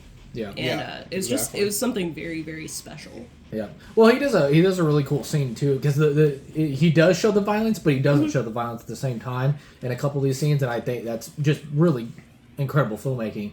Is of course I'll get to the split scene here in a minute. one but scene that it's known that's for. when he shows the visceralness and all that stuff, and then the one part where the guy's injured, and then the dude comes around the corner and then throws the axe, and it's like, and then it just cuts. You don't see it, Yeah. but you're like, yeah, that fucking the dude's sound dead. design Yeah, is on it's point. just like that dude's fucking Something dead. I love about the style of the actually shown gore Yeah. effects in that film are everything in the sound design too. Actually, everything looks and sounds dry. Yeah. In like a brutal way. Yes. It's very Yeah. like, it's not gushy, over the top splattery nonsense gore. Yeah. It's just like, it just feels really like punchy and like it like makes you cringe, but not in a way where it's like it's not necessarily the visuals most of the time, It's the except for like sound. the key scenes. Yeah. It's the sound design, and then the effects themselves aren't overtly and overly bloody. Like Yeah. they're very It's very much less is despite more. what you see. Yes, yeah, exactly. Aside from Yeah. the scene, Mm-hmm. it uses the context to like make up what it doesn't necessarily show on screen with effects, and I think sometimes that makes it even worse because Yeah. your mind fills in the blanks. Yeah, yeah. so we are dropping spoilers. So the scene I was getting to was the split scene. I hate Kurt Russell character so much because he's like, let's say Caleb was that dude's name. He's like, wake up, Caleb. Dude, I don't want to be awake for this. Yeah. Like, don't wake me up. Yeah. And, dude, and then, oh, man. And he was it's also so- yelling at him. He was like, "Backup's coming! I'm sending Yeah, in the like, cavalry, dude, and backup we're ain't coming in time for what it's about to gonna happen. give him hell." Dude, and then when they then scalped him. The other guy who was like kind of not challenged, but he wasn't 100% all the way there. He was like, "Did you really mean all that? The cavalry was coming," and I was What's just his like, name? "Oh Cricket? God!" Is that what they call I think him? they called him Cricket. Yeah, I Yeah, think yeah. that's right. The older guy who's kind Yeah. of an old. Yeah, because what they do, Yeah. they scalped him, they stuffed it in his mouth, Fuck and then they if I flipped know. him upside down. Chopped him right down the middle. Split his Chopped legs him. Pulled apart, him. pulled him right apart. Right and, between those nuts. And man. I'm like, oh my god. You see it and you just cringe. Yeah, and I was 24 when I watched this, and that scene happened. I'm like, like, dude, it's been a while since I've like turned It's- away. I'm like, It's bad whoa. for anyone, but I can't imagine watching it as a man. Though, 'cause I feel like it's awful. way Ugh. worse, and you're just like, yeah, like I don't even have testicles, but I'm just like, man, you can watch that scene and be like, oh, I'm never having kids anymore. Like after just Dude. seeing it. It's brutal. Another like little bit of a spoiler thing after that, and they only show it on screen for like a couple second. seconds. It's the breeders, Yeah. Yeah. the women of the tribe, Oh Yeah. man, that was so and they're fucked. like they've blinded. been blinded. I think their mouths are like Sewn wired shut. shut or something. They're And they have quadriplegics. yeah, they have all their limbs taken off, and they're literally just baby incubators. Yeah. And that's how they treat the women in the tribe. It's so fucking crazy. Like in a Mad Max, they Yeah, also, yeah. that's another thing. Like they're just mothers. And like you said, you talk about the uniqueness of this. You rarely see a horror western. Yeah. It's just like Yeah, what a it's cool. thing. And then And it's all in broad daylight. yeah, Yeah. yeah, and that's All the another stuff thing. is in broad It's daylight. just like Yeah. and was it Craig Zoller that directed and stuff like that? And I really applaud the guy because it's Brawl and Cell Brock 99, Yes. Dragged Across Concrete, and Cold then in July. Was that associated somehow? Oh, okay, and then never Bone mind. Tomahawk. It's just like he kind of seems like a director doesn't take shit. Like, I'm gonna make the film I want to make. Oh, Don't fuck with me. he's a great drama. And if director. people are into his stuff, or you watch this and you're into it and you want more of his stuff, there's a lesser known thing that he's associated with because he wrote the screenplay, and it was an IFC midnight release called Asylum Blackout. Yep. And that is a really cool, really stylish movie. He did not direct it, but it was really competently handled, and his isms really shine through in it. You should definitely check that one out too. Wasn't it released under another name also though, or didn't it have like a working think it name did at have some some point? other Because title. I was going through my letterbox to find movies for The this U.S. list, release is Asylum Blackout. and the cover had a Yeah, it's different called The name on it. Incident. The Incident. Yes, That's yes. it. Okay. So So my number 7 was Bone Tomahawk, and I'm very glad that it was on the list. I think it was a solidly yeah, that's a deserved great spot. pick. Thank you. All right, coming in at number 7, Jess. Got 2017 Jordan Peele's director debut. Ooh, Get Out. Yes, that's Nice. a good one. Oh, is a a- fucking movie. That is a really good one. It is so uncomfortable to watch it. And I feel like the first part of the movie, you're like, am I just uncomfortable because it's uncomfortable? Is there something fucked up going on? Uh-huh. And then you're like, oh no, there's something There's really something. fucked up going on. That's why it's so good. It's just so uncomfortable, the whole thing. And like the part like where he's like falling like through his like I guess like own like The sunken consciousness. place. Yeah, the Sunken sunken place. place. It's so Oh. scary. It gives me the creeps. Yeah. And the But they're sound just, like, design is yes. good. Yeah. For that part specifically teacup. with the teacup, the Yeah. scraping of the spoon. It That's sends you there. so- Even when he sinks in the chair, it's like, roll. And I'm like, I know. oh, fuck. I know, and then like in the spoilers, you find out at the end like the girlfriend, you know, Everyone's in it. and on it obviously, and you're just like, you don't like. She's like, no, leave her ass. Like the fuck. Hey, you know what I mean? She had me going though. 'Cause, I don't like, know. I don't know. She was Yeah. searching around the purse. She's like, I'm- I can't find the keys. I'm, I'm like, oh trust shit. no one. And You she's don't like- trust these people. I think she had me too at first until Yeah, she's like digging around. She's got like tears like, in her "Find the eyes. keys, I'm like, find the find the keys." fucking keys. And then she's like, they're right here. I'm like, oh no. That movie wasn't the very first time I saw him, but that movie was when I started to like really pay attention to Caleb Landry Jones. Oh, Yeah. yeah. And he became such one of a my favorite gem. actors, like after seeing Get Out, because he was so cool in that. Yeah. He's good in fucking everything he's Yeah. in. And then of course Daniel Kaluuya. Like, Yeah, he yeah. is so fucking good. Oh, at also, it. I don't know if you know, Jess, but Jordan Peele is good friends with Zach Parker. Oh, cool. Oh, Yeah. really? Oh, I Yeah. see that. Yeah. That's neat. Good for him. Interesting. No, that I was love his a movies, but yeah, that was a really good movie, and it was one of those. It was like so iconic. Like everyone had seen it. yeah. Yeah. I feel like it's kind of It it was did one of its those- own things. It was one of those things where it was so popular. It was like your coworkers were talking about it, Yeah. who normally didn't watch like horror or anything adjacent. Yeah. And it was like Yes. everyone has seen Get Out. And, then, Yeah. and For that's good what reason. and that's what I mean too. Just like James was so happy when this movie came out because everybody was talking about it. It had a box office It was so good. success. Yeah. Jeez, I can't talk.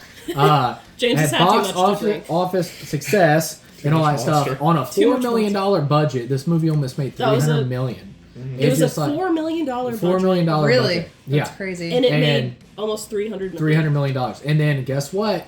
It's an original film. Yeah. It's just like when an Oh my original gosh. film is successful like Wow. that, my smile was so big. So And it was Blumhouse, right? Blumhouse. Or Blumhouse. That was Yeah. like one of the ones that I just love it. that was one of the movies that kind of put them on the map, Yeah. right? Just Yeah, like, kind Insidious. of Yeah, they had been around Insidious. forever. They had been but around for a that made while, them, but like, that- they like blew like, well, up. I And feel like then they- especially at the time it was like so culturally relevant. It was like It that, like was. the passively racist Yeah, and like it was. people. Like it was like Do you Jesus do you have the Christ. year that came out? Was it 2018. 2018. I was gonna say it was around the time that Black Panther came out too, Same wasn't year. it? It was the same year. Same year, yeah. What a fucking powerhouse of like Yeah. for Black And, culture. Yeah. and then like we just got done saying, everybody. I can't think of anybody that hasn't seen this And movie. Daniel Kaluuya was in And- both. Yeah, that's I got it right. And then, but no, he. It just a lot of people call it overrated, and I'm like, if you Wow. go back and look at all like the sprinkles and the No. details that Jordan Peele did with this, it's There's no way. phenomenal. Yeah. Even Regardless of if you agree with the subject matter, Yeah, that's yeah, a it's- dope ass movie. Yeah, it's yeah. just Yeah. really well made, Yeah. and Yeah. all, like for the people that are like reactionary about it, they're just like being concept shitty is cool, or whatever. the- But also the humor in it is really Yeah. good. Like all the all the humorous moments like really land. And I remember that fucking fake out at the end when he thinks the cops are showing up, and you think, It's oh Yeah. fuck, God, he's yeah. gonna get framed, It's and it's his yeah, NSA. his friend. Yeah. He Yeah. said, he That said, shit was NS so motherfucking good. A. Yeah, Oh the my TSA God. is a TSA Or agent. TSA. Did Yeah, you, he's like uh, a airport TSA. cop. Yeah, the TSA guy. Yeah. God. did you? Because I feel like. And that was a great ending to go with. Did you ever see the alternate ending? No. No. It was that. Oh my Oh, god. The guy shows Okay. up and it's a cop. Yeah, it's a cop. And then the final scene of the film is he's in jail and his friend from the airport security or whatever, he comes and sees him. He was like, you know, I'm working to get you out and all that stuff. He's like, just forget about it, man. I got him and all that How stuff. did the you guy, see? How did you it's see on that? the Is it Blu-ray. on? Is it? Yeah, It's on it's on the okay. Blu-ray. Oh And man, yeah, I that wanna would have see been. that now. It was crazy. Wow. But no, one of the things I noticed, and it took me because I love rewatching this film because you pick up more newer details every time you watch it. It's I one of would have those voted type of for films. Obama a third time. Yeah. That guy, holy shit. People who I'm like, oh my god. So funny. The one that I I was like, holy fuck, that is racist as can be. Is I never got it until like the third or fourth time I watched it. Is towards the end when the jig is up and you find out that the daughter was in on it and all that stuff, and this family's taking the thing. Anyway, she's eating Fruit Loops, but it's Fruit Loops Without in a milk. bowl and a milk in a glass, Uh-huh. and then she puts the Fruit Loops in her mouth and then she And sips takes the it. milk. It's separating the colors from the whites, and I was like, what the fuck? And I'm Yeah, like, okay, I never like thought of it that way, but that makes a lot Yeah, of sense. so But Jordan at the same Peele, like- time, I yeah. wanted to bring that scene up specifically because it was like it was one of those scenes that was like kind of humorous because of how weird it was, but at the same time it was very like, oh yeah, there's something wrong with There's this subject person. matter there. It was It's like- very like, oh, she's out of her fucking mind. Like, you can tell she's a psycho just because of that. And like the thing too is And like she's doing it at the same time. The way she's eating it, her facial expression, she's being really creepy about Robotic it. and She's yeah. on her laptop Googling, like, this year's college basketball players Yeah, that are she's like, black. yeah, and, like, looking for pulling a new at, looking target. at, looking That's for funny. a new target. It's so, that scene specifically is so fucked. Yeah. And I don't know if anybody's like commentary wise or whatever likes to listen to commentary in the movies and stuff, but this is the one I listen to commentary and when Jordan Peele is talking to the commentary and he's like, yeah, we're separating the colors from the whites. And I was like, That the makes fuck? so much Like, sense. it's crazy. So That's crazy. I never like But- put that together, got Yeah. that from it. But that's it a makes phenomenal sense. pick. Yeah, love what it. a good pick, man. Alrighty. Alright, we're going on Number to number 6. 6. Is that what you got? Yep. Okay. Alright, going on to number 6. This is actually going to come as a shock because I think there's other films in there that I think quality-wise is over better, but this is a film I kept revisiting of his and I just loved from the 2010s, and that is Denis Villeneuve's Sicario. Yeah. Oh yeah. Sicario is just a film I just think it's perfect. I really love think how it it's is. structured all the way through. Denis Villeneuve, I think he Gut was punch. in master form in the 2010s. He had Ensemble, he had Arrival, Blade Runner of 2049, He did Arrival? Prisoners, yep. I didn't know And then, of course, Sicario. It's just like 5 fucking bangers. I'm I like... also love Prisoners. Prisoners especially. Man. Yeah, and I think, of course, too, with the Dune films, and I know he's doing Rendezvous or Rama, Cleopatra film and all that stuff. Oh. I just think he's one of the greatest filmmakers working today, and he was on a tear in the 2010s and continues today as well. But Josh Brolin in this is awesome as always because Josh Brolin's fucking awesome. Emily Blunt, in my opinion, I think this is her best performance of her career. I have A Quiet Place, and there's just so many other phenomenal films in her filmography that she's phenomenal in. But I think this is her best performance. She's so good. And then Daniel Kaluuya is in this film as well. He plays her buddy. But also the main standout of the film is Benicio del Toro. I think this is my personal favorite performance from him. I love this. I think he just performs this role so great with limited dialogue. I just love throughout this that you get sprinkles of the character, but it's not coming out of the main character's mouth. It's actually coming out of the supporting cast around you. It's like, what happened to this guy? And then why is he just so scary? But it's also like, there's such a mystery around the guy. And then I love it. It's like I said, little dialogue himself, but when he comes off and then towards the end of the film, he's absolutely terrifying when he's unleashed. See, this is a good revenge story. Yeah. Okay, stop trying to hit me with all that like psychological bullshit. Okay, no. And then no. Roger Deakins is my favorite cinematographer of all time. And he does the cinematography in this. He also did Prisoners and then Blade Runner 2049. And I love the way he shot this film. It's gorgeous. Roger Deakins is a legend. I love the border scene and how they shot that. I think it's just masterful tension and intense to the whole thing. There's not even action happening, but I'm just like, my knuckles are turning white. I'm like, the fuck is about to happen? Sicario really channels. He's got a lot of like. Almost makes me think of like Catherine Bigelow. Like, Yes, it's very yes. very like Zero Dark Hurt 30, Locker and Zero Hurt Locker kind Yep. of stuff. Yeah, he channels that kind of tension, that sort of like geopolitical thriller tension, like so well. Yep. Cat- And then Kathleen there's some, Bigelow gets- especially with the script, it was written by Tyler Sheridan, or is it Taylor Sheridan? Sorry, Taylor Sheridan, which is known for his fame now for he did White River, and then he also did the Yellowstone series that's going on right now, a lot of success. And then he's a phenomenal writer, but I just love the details. Like you see later in the film that a bracelet falls out of the bag of the dealers that they're trying to get from the bank, and then that comes into play with John Berthol's character that's wearing that same bracelet. It's just like there's so many cool details about that. And the movie is just brutal. It opens up with this house that you find these bodies have been where they're put in into like the wall. the walls. Yeah, Yes. that's creepy. And Oh, it man, just I forgot it's about shot It was and- so fucked up. and of course, going back to the late Johan Johansson, who did the music score to this, also did Mandy. Okay. He did the score to Sicario, and it's just it runs like a horror movie. Yeah. And it's so well done. And then, of course, one of my favorite shots, once again, Roger Deakins is the master. In filmmaking term, it's called the golden hour. It's basically the hour that you have between the sunset going into nighttime. So they have this sunset, but they have this beautiful shot where they follow the soldiers when they get ready to mine that cave, and towards the end of the film, and you just see them disappear into the shadows. So it's a tracking one shot that goes down, they just disappear into the darkness, and it's such a beautiful shot. But I just love that. And then, of course, finally, Benicio del Toro, the culmination of one of the greatest twists. It's like we're following Emily Blunt, and you feel at the same time, you're just like, this is our main character, which she is to a point. But you're also like, she's a guinea pig. Like, they're not telling her all the information. They're using her, all that stuff. And then you come to find out, oh, this is a revenge tale this whole time. Yeah. You find out that Benicio del Toro really is the main guy. Yeah. And you're just like, holy shit. And then you find out that his wife, they beheaded her and then shoved his daughter into an acid barrel.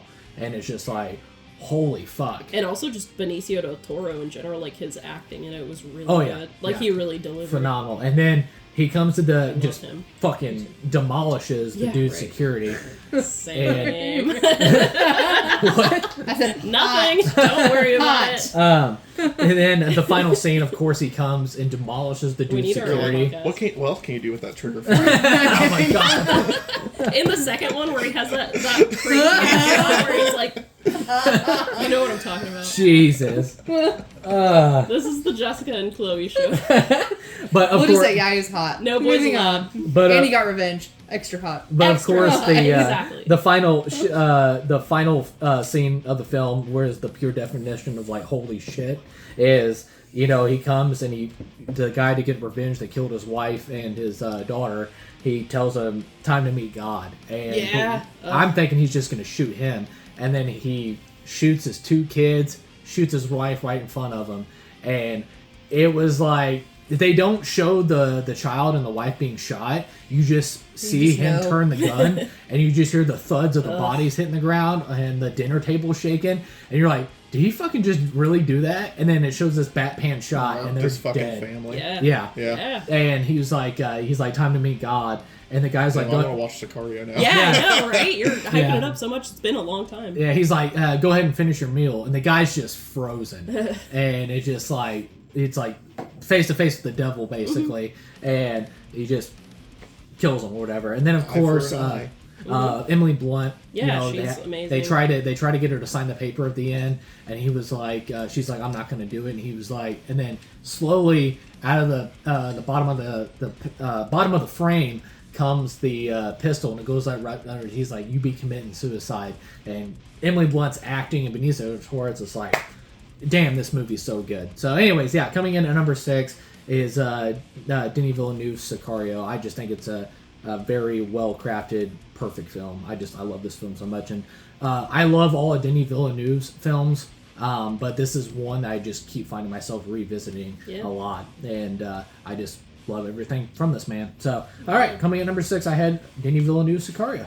That's very valid. Good movie, good choice. On you, Silus. Also, hot take, but I think I really liked the second one.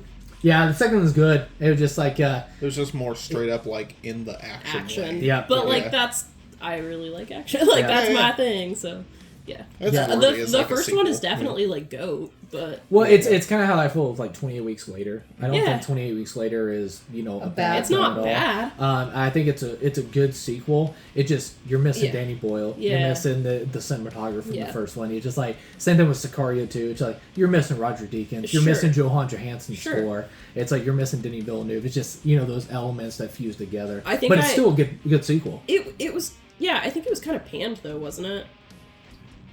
Nobody saw it. That was the it was a one. So I was gonna say I think I had liked it more than like I was hearing about it, because anything I did hear about it was people saying like, oh, this was awful. Yeah, it was pretty well received, like critically wise, I think. But that's good. I just box office wise, it just didn't make money. Didn't do what it That makes sense. Day of Soldado. Is that what it's Yeah, called? Dave Soldado. Yeah, it's got a 62% on Rotten Tomatoes, but it's still a positive score. That's not bad. Not So- great, but not awful. Okay, that's Not pretty bad, good. not bad for a follow-up to Sicario. Yeah, right. And then 7.1 on IMDb. That's not bad. So Yeah, it's Yeah. critical and fan wise, it was well receptive. Okay, well that's good. So alrighty, Good all right, choice. on to you, Silas. All right, my number 6 is a movie that I don't. There are some movies that like I'll go back and watch from like the 2000s and 2010s, and they age very quickly. But this one is one I just never fucking get tired of. Every single time I watch it, I have just as much fun with it, and that is 2013's You're Next. Oh, Really, Yeah. really awesome blend of home invasion thriller and slasher film with its own really unique blend and sense of humor thrown into the mix as well. Probably the penultimate kind of accumulation of everything I love about those genres independently in horror. Like those subgenres like kind of clashing together into this really awesome hodgepodge of aesthetics and tropes that all work really, really well together. And it has a very, very fucking awesome front woman who turns out, unbeknownst to anybody there, because nobody's expecting it to be a I was raised on a militant compound, psycho, paranoid dad kind of shit, and she is she's a super duper survivalist and is like really fucking good at killing people. So she becomes the equalizer to the people that are attacking the family, and it's just an awesome cat and mouse game from then on once the tables start to turn. But it is definitely worth your time. It has a crazy hyper stylized ending to it as well. It has fucking guy that directed the X trilogy. Oh, Ty West. Ty West is in it as a side character. Oh, really? I did not know and that. also so is what's his fucking name? What was he in? Or The what guy did he who do? was Nicholas in Juicy? Proxy. The main guy? AJ Bowen. No, hold on just a second. Joe Swanberg. Swanberg. Joe Swanberg's in it as a side character as well. Huh. Yeah, it's awesome. Actually, Joe Swanberg was just in a super underground movie that some people I know put out, which is super crazy that they pulled him for that. But he's also good friends with Zach Parker. So, kind of crazy. Yeah, Your Next is definitely, if you're in any way interested in, like, home invasion thriller movies and, like, slasher films and that sort of a thing, that is such a good one. It is You really really good. got to check it out. Yeah, it's cool too. It says it was made for $1 million. Had 20. Yeah. I can see that. $26 million I think I at might the have box seen office. that. That's rad. It's good. Yeah. Someone has a crossbow. It's kind of crazy. I don't know why that popped in my mind. If you, I need to show you as well. Have you guys seen Hush? Mike Yes. Flanagan? Yeah. Oh, I've seen it I multiple love times. it. Oh, yeah. I It's love like, that oh. movie. It's that, one I closely associate with that. Oh, really? In terms Okay, of, like, yeah, the yeah. vibe I get. That's Yeah. what I was getting from it. I was Yeah. just like, man, Hush is so good. That one almost made my honorable mentions. Oh, really? Yeah, because it's just so creative. Yep. It's so good. That's how like put Mike Flanagan on the map too. I was just like, and then is that how he met his wife, or are they together before that? I don't know.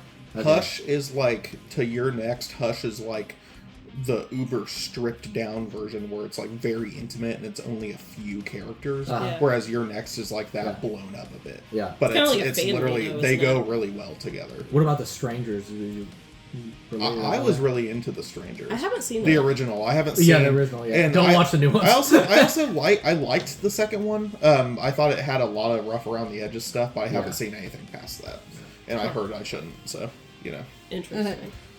No, I also liked Your Next. I thought it was very like entertaining. It yeah, for that like genre of horror, I think it was really well done and very And the lead girl, I think she's from New Zealand, but she gives Zoe Bell vibes a lot. Oh, okay. That's cool. She really reminds me of Zoe Bell from Hell yeah. Quentin Tarantino movies. And yeah. She was also in Once Upon a Time in Hollywood.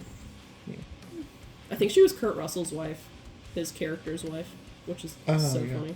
Yeah, cause she, yeah. Is that the Australian girl? Yeah. She's the Oh, stunt okay. double that's like in The all fuck did you do to my car? Oh my god! And then they start like fighting, like Get your Brad- shit and get fucked. Brad Pitt gets in the fight with like Bruce Lee in the lot, and my she comes out and starts God. freaking out. She's like, "What the fuck are you doing? God. Get So your good. wife killing ass out of here. Oh my god, Damn it. He's so funny in that movie. he Oh my really God. is. I think Not. everyone is so good in that. Ugh. Anyway, it's number 6, right? Yes. Yes. And it's my turn. On to Chloe. Yeah. Okay, so my number 6 is so on my honorable mentions I had John Wick, and I figured that everyone was going to have some iteration of John Wick in their lists. Yep. But my number 6 is my personal John Wick, Atomic Blonde. Oh, right. Hell yeah. Atomic Blonde from 2017 with Charlize Theron. It is literally, I think that the most popular description of this movie is that it is the female atomic, or the female John Wick. Yep. And I think that that's absolutely It's fair. David Leitch too, right? Yeah, Yep. same Yep. director, same team. Super nice guy, All too. that We met him stunt in real and life. combat. Yeah, stuff. and Like that's the Deadpool awesome. The music. Yeah. And The- the Yeah. shoes. The shoes! Oh my god!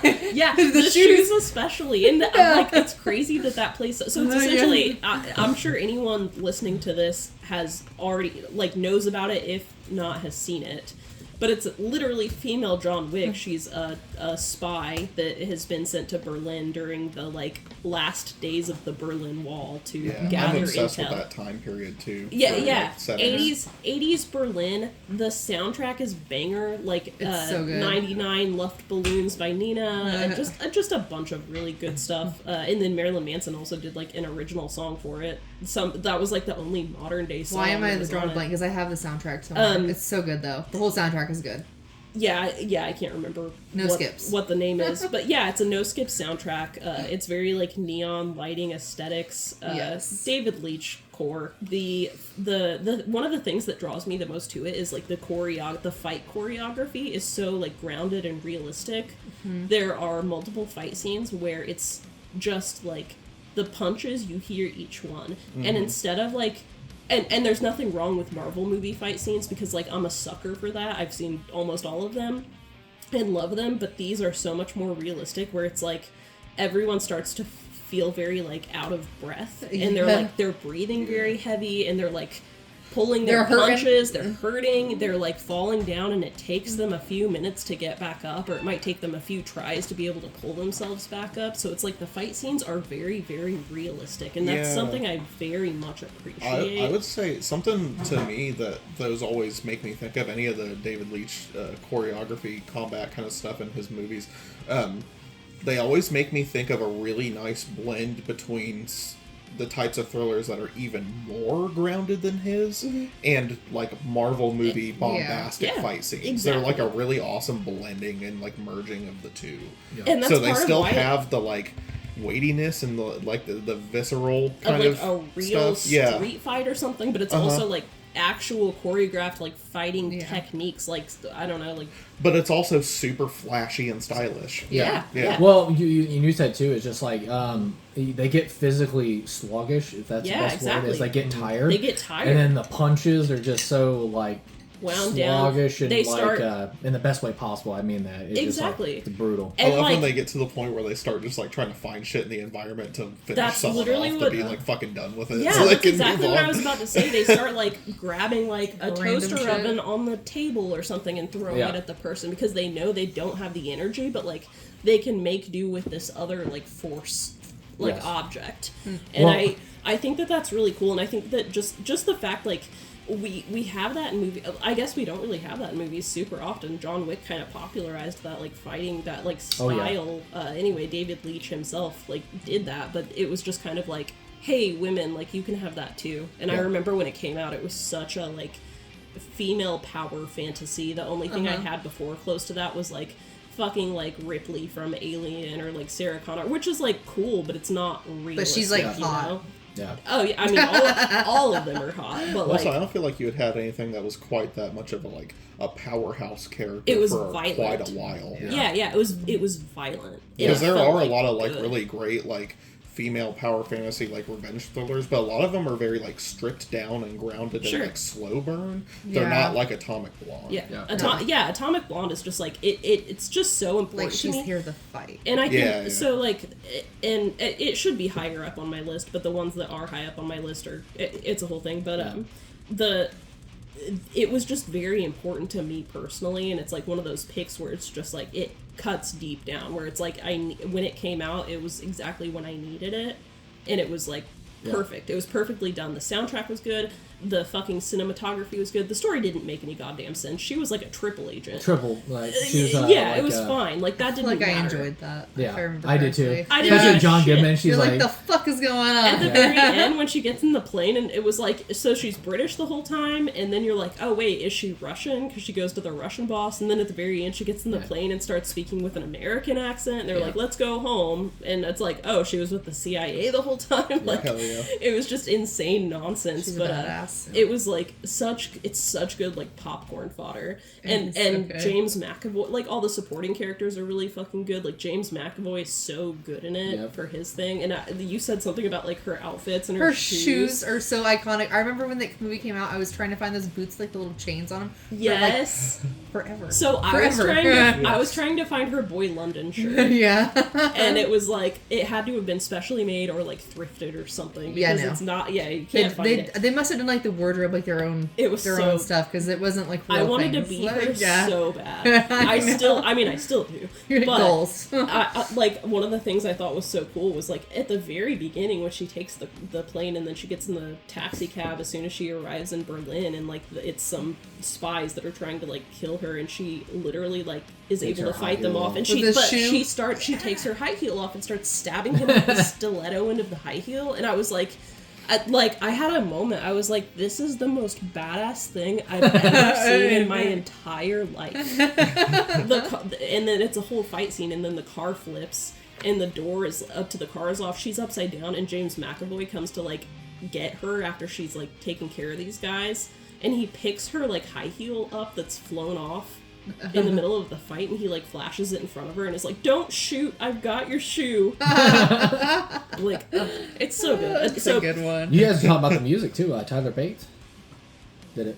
Did he? Yep. Oh, like compiled the soundtrack of all the like 80s songs and stuff. Yeah, because him and Marilyn Manson did an original song. I was telling when you were in the restroom, I was telling Justin. Yeah, we were talking about the Marilyn Manson song earlier too. I was like, Stigmata. That's that what was it. That's what the name of it is, and it's good. I'm like, because that's the only like modern song that isn't an 80s song in it. I kind of wonder what his where the like industry connection is there, because I remember them licensing Killing Strangers in the first John Wick, and that being a repeat track, I think, a couple times. I totally forgot about that. And I was like, oh, so he must know somebody, or I wonder if that Maybe was he's the friends. in. And they used to be connected, like back in the day. David Leitch and Manson are just like friends or something. Yeah. It's like just Tyler Bates, I think and Marilyn Manson, and then Trent Reznor probably is the connection between the two. Yeah. Yeah, there's. It was. I don't know why it makes you cringe every time. And then it's just dangling when it happens. Is when she stabs those keys in that dude's cheek. It makes me cringe every time. And then he's fighting, and you can see like jingling and shit. I hate that so much. But it's so good though. And while we're on here spurging about Atomic Blonde, my number one scene I think is one of the like big fight scenes. It's like one of those one shot stairwell fight scenes where she works her way up and then down and then back up again. And it's one where like the final guy that she's fighting off is German, and he like curses her out in German, is like, "You stupid bitch," or whatever. And then she like, it's one of those, they're both worn out, they're both like half dead and can barely even stand, but she picks up a wine cork remover, like the screw things, and like stabs it in his cheek, and or in his throat, and is like, "Am I your bitch now?" And I'm just like, oh my god, I wanted to cry. I was like, this is what I needed. It was like watching that movie is like therapy for me. I can just dissociate and imagine violence. In Charlize Theron, it's like, and you probably already got to it. She's so like, good in it. She was talking about all the alcohol drinks she had to buy all the stunt guys afterwards, because like, you watch the behind the scenes. Even Charlize Theron herself is man, they beat the shit out of each other, man. They go all out. And you talking about like a female and the brutality and all that stuff, and that's one of the things, and I hope it happens, even though the drama I've heard behind the scenes about that movie.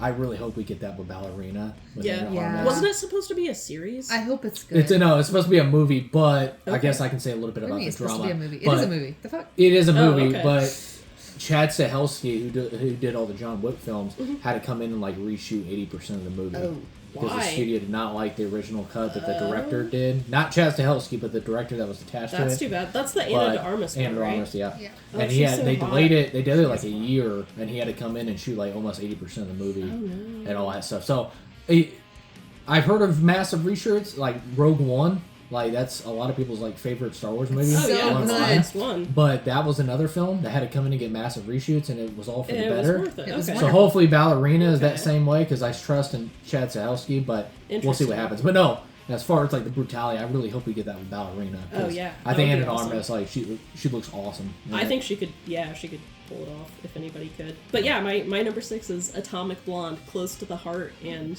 it's awesome. So good. I love that movie. All right, Jess, coming in number 6. Alright, speaking of another movie I love, number 6, I have The Conjuring. Oh, James Wan, 2013. It's one of my favorite movies. Is it your favorite James Wan movie? Yeah. Okay, Yeah. okay. I like Insidious as well, but like, What about Saw? Man, Conjuring's number one. Insidious, Insidious is my is number one. mine. Yeah, Yeah. Insidious. What Well, about that's Saw, man. But that's all style. My only It's Saw like guy the over here? colors like and- The Conjuring is like So one of fun. those movies I saw it in the theater and it like genuinely scared me, and I Okay. don't feel like I Uh-huh. get scared very often, but like That's it creeped valid. me out, which is kind of weird because it's essentially a haunted house movie. Uh-huh. But like the scares, I think at the time that I saw it were pretty unique. Like the Yeah. clap scene in particular Ugh, got yeah. me fucked up. I still remember that. yeah. Especially like when she like when the hands like come out of the dark like right by her ear, scared the absolute like it scared the shit out of me. And especially like the setup to that point, it was like they were playing that game like throughout the movie. And then like there's things like scary ass things that happen during the daytime that really just like fucked me up. Yeah. Like where you look up and she's like on top of that armoire. That one That- specifically. That's the scene I remember That's from fucking that. terrifying. Now was that Like- was that the one where like it's like a sheet is over and it splits and you see a different face in there, or am I thinking of another? Conjuring? There's a part where like the don't Conjuring, like where there's like there's like a clothesline and there's a sheet, and like when Yeah. the sheet moves and you see like the figure up in the person. window outside, and that also scared the fucking shit out of me. But that whole movie is terrifying and Yeah. so good. But also I like a horror movie with like a backstory. Like I need to know why all the creepy shit is happening. Like Yeah, and this was loosely based off. yeah, It was a True true story. story. true quote unquote. story, quote unquote. Yeah. Yeah, yeah. But of it was course, real people. then we have our- the couple, the Patrick Wilson and his Yes, wife. which was gonna that's No, our I meant daddy. like Our the- daddy is, and that's like where it introduced me to Daddy Patrick Wilson. Yeah. Like Also he can great protect me, Insidious. protect me any day. I really like how much of a presence that fucking tree. Yeah, the Yeah, trees is yeah. creepy. The- the Yeah, And it's in like from- the key art for like it the is. poster and Yeah. the DVD and it's shit. on there. Yeah, they make it a big deal. Yeah. It's Yeah, the whole- really fucking scary. Even when there isn't scary stuff happening at the tree, it's still scary. The whole Yeah. movie's menacing, and then of course I think like anything with like a lot of like kids present is Sure. like fucking terrifying. Yeah. Like Yeah, yeah. I remember one time we were watching it and I was watching it with my mom. Oh, you asshole! Yeah, I remember that. I was like- I worked on night shift. And like I was Yeah. watching it with my mom in the front room, and James comes like sprinting down the 'Cause the stairs girl's, because he like, hears like screaming. And I thought there was something wrong. Oh And my it was, gosh. I came down ready to fight. I thought like somebody was attacking Jess. Well, good Yeah. for you though for being ready to. At least you didn't like hide. I was in the awake closet. after that. That's for sure. Hell yeah. You're like, well, I guess I'm sitting down. Yeah. That movie got me. It was embarrassing too, 'cause Fucked up. I sleep in my underwear. So I come down, like her mom's sitting there, and she's like, "Oh, you thought you were in trouble." I'm like, "I'm gonna go back upstairs now." As I'm in SpongeBob underwear. Hell yeah. Was it actually SpongeBob underwear? I No. wish. That's. I wish would I was be that cool. So cool. That would make it even better. No, it was a thong. No, but that's a good one. It was. I could watch that one. That's a yeah. Any- That's a good anytime. one. I'm kind Anytime. of surprised. No, I guess I'm not surprised it wasn't Insidious. I know the people.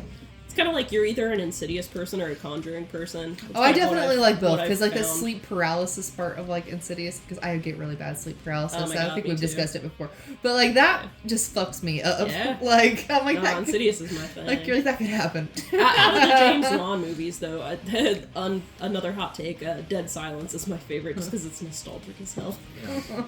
I can see how Saw is. It's got an well, Aiden no. music video. Saw It is was also literally good. I bought the movie because Aiden did a music video for it. I did not give a shit. Honestly, about that's the movie. fair, to be honest. I watched it so many times just because I wanted that fucking music video. Well, I'm such a sucker for like those detective Wasn't it film. fucking like Marky Mark? And Or was it Donnie Wahlberg? I don't know. I think it was Donnie Wahlberg. Yeah. Yeah. But no, it was like it had that Seven vibe to it. The Saw. Yeah. Yeah. I just Oh, I yeah. loved it. Yeah, So. yeah. But anyway, that's a whole other thing.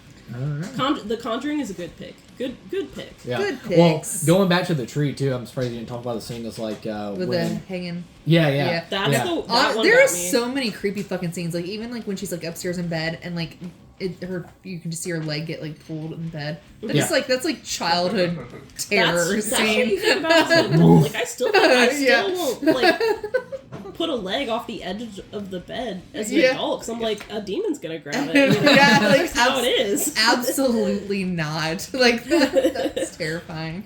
That's funny. So All right.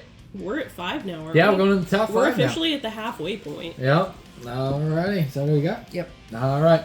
We're coming in at number 5. Another not surprise because how much I adore and talk about this movie all the time. Coming in at number 5, I have Ari Aster's Hereditary. Don't even get me started. Fuck you. This you. is probably this is I'm leaving. the I'm in my own house and I'm leaving. this is probably the closest I've ever been felt to totally disturbed by a film since The Exorcist of William Friedkin's Exorcist film. And man, I just think the story is fantastic and does a disturbing and genius way of just patiently peeling back what is going on with this family and just what events is taking place right now and you're in the middle of. And I love that so much. The one thing too I love that Astra does with this as well, and also with the acting in the film as well, which I'll get to some key performances, but it really sits on the scenes and allows the actors to not only flex their emotional range, but just really sits on the scene. It just like you really feel it, like you're sitting there with it, and I love that so much. One of my first performance standouts is really Alex Wolff. Yeah. He's fantastic in this, and then obviously with Charlie and the pole in the car. I'm about to say, like, this is a lot of words to you know, just describe the pole scene. But yeah, okay. yeah. So it's one of the most famous It's a scene scenes. of many words. Yeah, and the way after the events that happen with Charlie is he doesn't look back. Yeah, he's he doesn't frozen see it at all because he knows and what you happens. and you just see tears starting to go down his cheek, and then he's like, "You're okay, Charlie. You're okay." And then it's just like, and it's also like kind of nightmarish because you're just like, did that really just fucking It happen? feels like a fever dream the way that it like happens. And he just goes home and goes to bed. Goes home and lays in bed and doesn't go to sleep. Literally lays there in the darkness all the way till morning. I mean, but honestly, what are you gonna do? Yeah, exactly. Yeah, And you're just- in shock. come But on. I can't. So like you have this movie on your list, and I feel like that's a party foul, James. Because we're doing a pod. Like we're as far as I know, we're still doing a podcast on it here, like in a few weeks. And I'm just like, we can't get it all out right now, right? Like, Yeah. right here, right now. And you Wait, got what? me queued up and ready. Bro, I cannot with that movie. Yeah, I don't and, know. So I'm just gonna have to contain myself because otherwise I'm not gonna have anything Am I to the talk only one about that next time. doesn't really like? It's not that I don't like it. I just like. It's one of those movies you either like get it or you don't, or I not. mean, not I like get that, it. but I it's just like I it was either- unsatisfied. I get I don't know that. how to put that. I like, think it either like deeply fucking traumatizes you to your core, or it doesn't. I'm just like I just really wish. I don't know the ending. I'm like.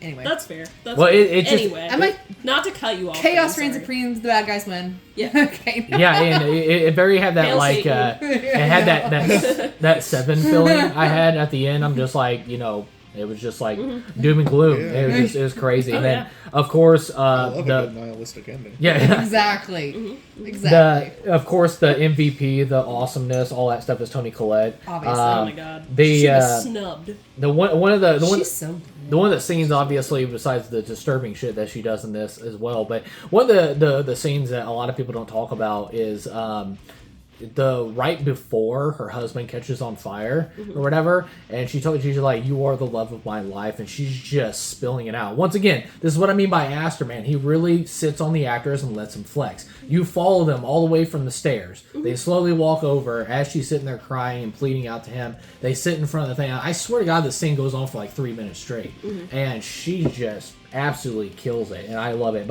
And then of course, once again, we're going back. I know when this movie came out, a lot of people said it's overrated and blah, blah, blah. I really wish people would just go back and see just, like, the genius and just sprinkle of details throughout of how genius the writing is and how Aster crafted this together, and showing that and giving you sprinkles, and you go back and watch it, that the cult was there the whole time. Oh yeah, they're like in the background. You had the breath outside, like Alex Wolff is trying to sneak like a joint. Oh, the bong. He's hitting the bong upstairs and blowing out the window, and then you see breath like coming out of the woods, like the cult members are standing out there. And then nighttime, when the cult it goes from daytime, and then it goes to nighttime, or it goes from nighttime to daytime. But if you look down, and you won't notice this the first time you watch it, why would you? But if you look down, you can see the naked cult members standing outside. That the first time. So it's the crazy. Only time I've seen it. Yeah. And then the girl student in the classroom, towards the end of the film, she's up in the treehouse. So the girl that said she had a crush on Alex Wolff at the party, she's part of the cult. You have freaking the guys that were smoking under the bleachers with Alex Wolff, and then also I'm gonna imagine they probably had that herb that Toni Collette ended up drinking in the tea as well. I'm gonna imagine that's probably in the weed as well. And so they're at the end of the film, so it's just the sprinkles throughout that the cult was there the entire time, from the kids to adults, and just like fucking Toni Collette going to the store, and in the background what's like, oh hey, how you doing, all that shit. I knew your mom. Yeah, and then big credit too, I love is another awesome detail, Aster and Colin Stetson, who did the music score. If you read about the lore of the Payman Demon, his coming is led by horns, so there's a lot of horns in the music score. So it just like, it's genius how they little sprinkle that stuff in. That's crazy. Toni Collette is perfect. The last 10 to 15 minutes of this film is straight fucking nightmare fuel. Yeah. It's just fucking crazy. Yep. And then, but yeah, and then like I said at the end, I think a lot. I've had a lot of people actually say this movie is overrated, but really, if you break it down as how much detail and how much careful crafted love was put into this film by Aster, it just like I love this film so much. So definitely how much of an impact it had on me, but also at the same time, it's a phenomenal fucking film. So that's why it was in my top 10. So yeah, I think the chemistry of how the film does or doesn't work for people is just very divisive because it's very hyper specific. I wish more general audiences would kind of come around to that, because it does have a lot of love and care put into it, even if you don't like it. But something I really love about it that I'll just talk about like real short and then talk way more on when we do our episode or whatever, and I've rewatched it freshly again, but I love the miniature house motif and the way that they use it for transitions. I think it is the coolest shit ever. I love that stuff. Oh, one thing you're gonna love, and this is a completely fucking other side of the coin kind of movie, but in Paddington 3, they have this, I knew you would not be able to get through a fucking podcast without bringing up Paddington. He made me go see it. They have this awesome shot of, it's just it's the house. 2010s movies, by the way. Paddington. And they have the house, and then on each floor, it's the family doing different shit. The newest one. There are 3 of them. Yeah. Did you know that? It's such an awesome shot. I do know that. How many times have you seen them? I love that though, because it like kind of for the audience to see it. It's kind of like a dollhouse or a storybook thing, because you see that a lot in like storybooks. Honestly, as well. the visuals like were the very pretty in bisections. Paddington 3. I will give you that. Like the art piece, that was very cool. Man, you know what's an amazingly pretty kids movie? Paddington. If you say Hundreds of Beavers, I swear to God. No. What was the fucking man? I'm drawing a blank now. Describe it. I'll get it. Yeah. The one that was based on the old like comic strip, and it was like a globe-trotting kid. Tintin? Yes, The Adventures of Adventures Tintin. of That Tintin. movie was so fucking pretty. Oh. Did Mark There Scorsese were parts where I didn't see it. this is a complete side tangent, but like when they show like locale shots in that movie, when it's not showing the like CG kind of cartoony characters or whatever, they look like they're fucking real. They look like live action shots, like backdrops of places. It's crazy. Huh. It's crazy how pretty that movie was. I've been trying to get. And I only went to see Secret that Life because of I went Pets. with somebody I love because that I think we were fucking taking love it. their kid or something. Yeah. And I went with them to see that in the theater, and I was like, "Damn, this is like actually eye candy. This is an awesome movie. Like it's."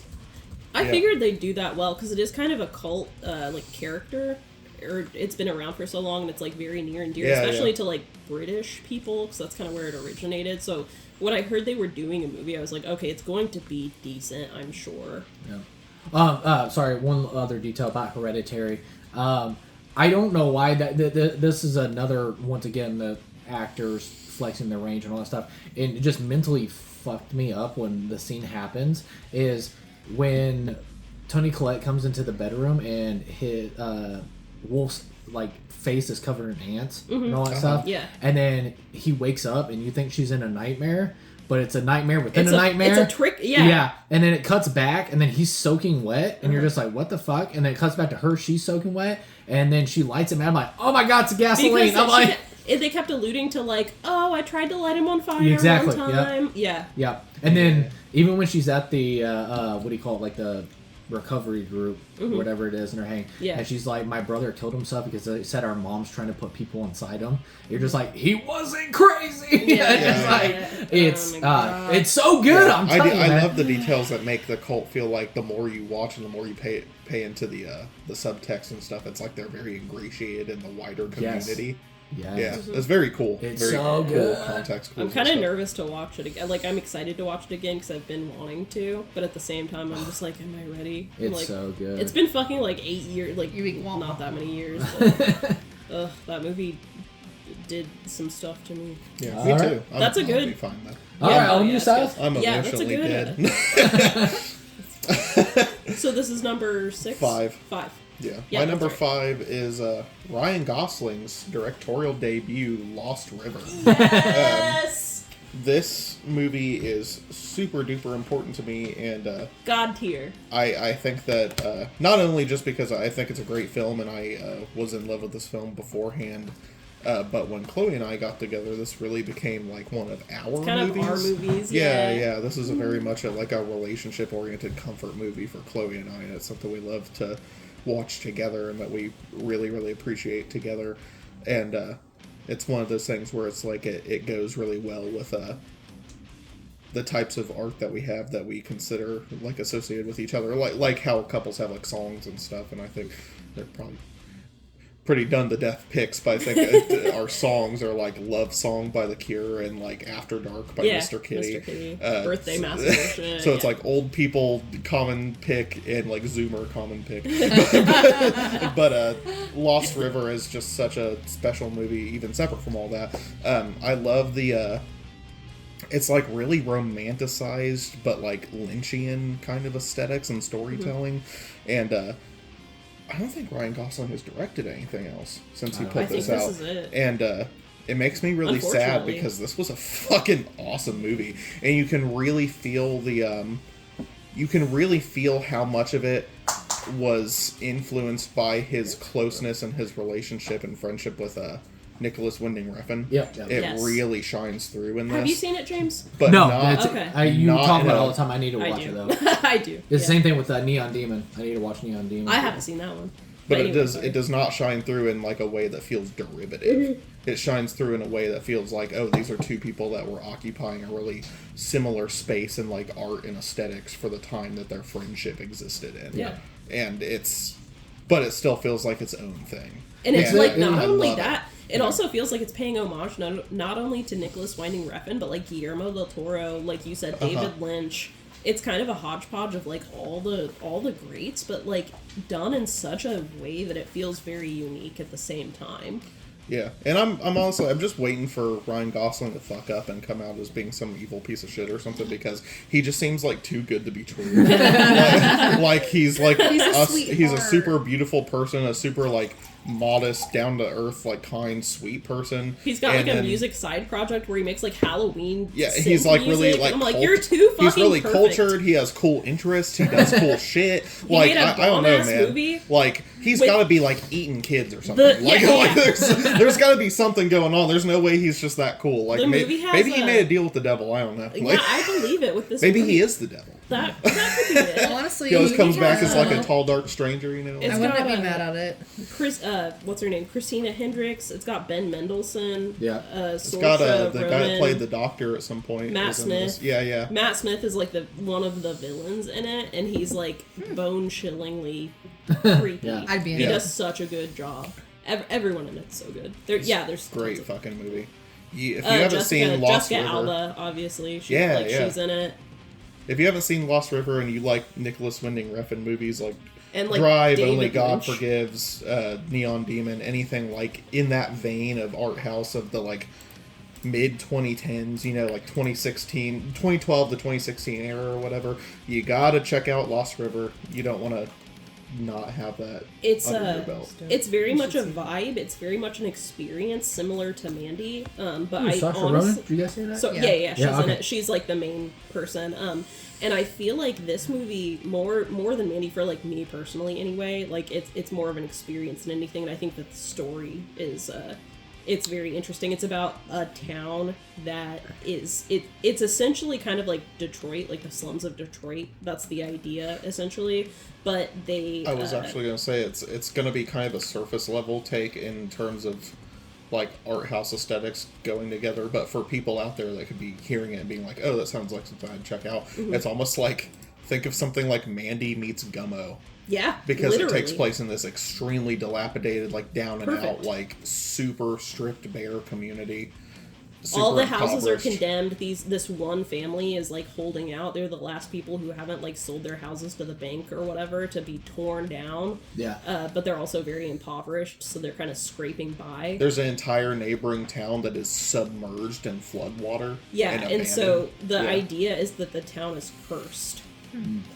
There's a curse on the town, and the only way to break the curse is to go into like the neighboring town that was flooded and take a piece of it and like bring it to the surface. And so that's what the main character like tries to go do. But like the events building up to it and leading up to it are just kind of like a series of unfortunate events that are also just very much like rooted in reality at the same time. Yeah, the poster looks very, like you talk about Guillermo del Toro vibes. Uh-huh. Like the poster looks very Guillermo del Toro. And part of the like Lynchian aesthetic of it, I think, is the part of the story where it's like the mother, out of desperation, goes to this like club on the outskirts of town where It it's seems essentially like- a burlesque freak show. Yeah, almost and like everyone- a cabaret. It's kind of like a cabaret. Everybody has an act, and Ben Mendelsohn is like the ringleader of that show and like recruits her for pay. But And there's something a shady, scuzzy, skeezy going there's a on. shady, seedy underbelly seed like element to it, and you see it. And he has a very iconic scene where he's like dancing and just being evil, and it's so good. It's so well done. We could talk for hours about this. It's so good. Yeah. Yeah, I was gonna say too. It's like Eva Mendes when you guys were talking about her. It's Oh, just Eva like, Mendes. I said Jessica. I get them mixed up It was because I'm racist. It was funny too. It was crazy because I didn't know Ryan Gosling and her were married and all that stuff. So I thought that was crazy. And then She's really good in it too. Yeah. Like her little side character is awesome. and then you talking about how great Ryan Gosling is. It was like Ryan Gosling talked about the story that when he did Barbie, The Fall Guy, and something like that. Eva Mendes was told him to take those roles because he didn't want to because Eva Mendes' dad was dying of cancer and they have 3 kids as well. And he's like, I want you to be there for your dad. I'll just turn down these roles. And she said, no, you're going to fucking do those roles because I said so. I didn't know And that. then she was just a fucking trooper. And Yeah, I'd say. was helping her Damn. dad through cancer, raising 3 kids while Ryan Gosling gosh. did his fame and stuff. So, That's crazy. you know, once again, it's like, damn, why can't they keep getting That's cooler and cooler? Yeah, that's That one man of those. is beautiful. That's one of those things where I'm like, when it comes to like actors or actresses or people like in the Hollywood sphere or whatever, like I don't give a shit about like meeting anybody or anything. But if there was ever a Comic-Con that like Ryan Gosling was at, that would be one of those things Yeah. where I'd be like, I'll pay any amount of I'll money. wait I in want line. him. I want to Yeah. tell him how much I love Lost River and how much it means to me personally, because it's like it was critically panned. I think if you look at the Rotten Tomatoes score, I'm pretty sure it's sitting at like a 30%. Yeah. And I'm like, the people just don't understand. Yeah, it's one of those You things. just don't too. get it. Well, it's like 13 Ghosts. Like 13 Ghosts. I Was that love one panned? 13. Yeah, it's like it's got like real bad. 11%. That's a great fucking It's movie. fucking awesome. Yeah, Yeah, just but don't get it. it's a product of its time. I just don't think It is, it's but one in a thing. good way. Same thing when we talk about the time to sell. Yeah, the I think Cell's the Cell awesome. would have came out today. That would have Oh been my a fucking God. crazy trippy thing. It but feels like a it's just Nine Inch Nails music video, It was like just a made in a Marilyn long Manson time. music video. Yeah, People are so fucking full of shit. I love it. Right. You The can't. Cell Yeah, is awesome.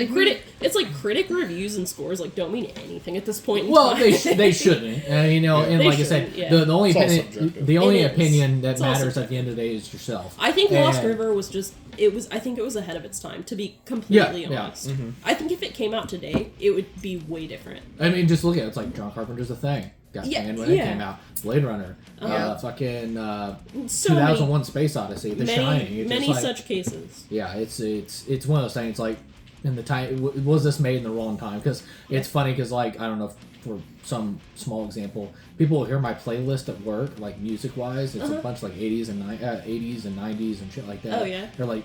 You were born in the wrong time, James, and I was like, why? Yeah. And they're like, your fucking music is like so Hell old yeah. school, and I was like, okay, cool. 'Cause So it's good. just like, Yeah. so it's one of the things. But all right, is that what you got, man? Yeah. All right, That's Well, you good quit. shit. Okay.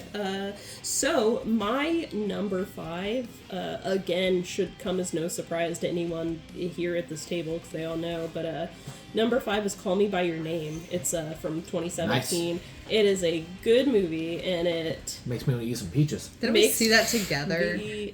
No, No, it was me. We didn't? because Okay, no, I- you had something to do or something. I Yeah, we had to see something. it. Yeah, we were good. I was gonna go with you guys, but I had something to do. I actually watched it. I watched like a Yeah, and you text me to any feds that are listening, to my government appointed fed that's listening to this. This is all satire, and it happened in Minecraft. But I torrented it and watched it on my laptop, and that's how I saw it for the first time. But I was sitting there like bawling my eyes out.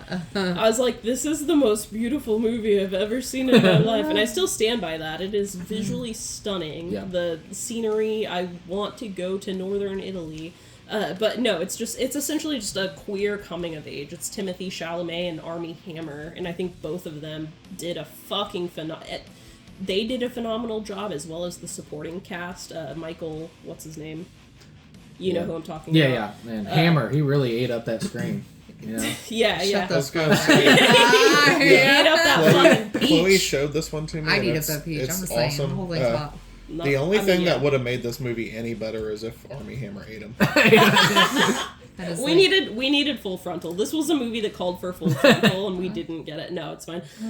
It's Michael, are you talking about Stolberg? Stolberg. Yeah, I always Is it and the, that's the 2017 dad? specifically. The dad, yeah. He was kind of in it like that year. He was in like 3 or 4 different movies Shape that were of like Water. Shape of Water, Yeah, a couple Call of Me by Your different Name. things. Yeah. But anyway, he played Timothy Chalamet's dad in that movie. It's essentially, it takes place in northern Italy. It's just like a kid and a man who fall in love. It's very problematic, and a lot of the Zoomers like to write it off because of its problematic elements. But secretly be watching it though. they do be watching it. But but it's kind of the point that it was like, it's a love story, but it was very, not unrequited, but it was kind of a summer fling, and it was never supposed to be anything serious, but it was still love. Yeah. And it was very much like as a teenager or a young teen, like your first love. Yeah. And it just very much rings true with that. And I think it's an experience that, like, even if you're not a guy who is gay or whatever, you can still get a lot Yeah. out of it. Of just Yeah. like, I know what this feels like. I know what it's like to have my heart broken. Yeah. It's just something that everyone has to go through at some point.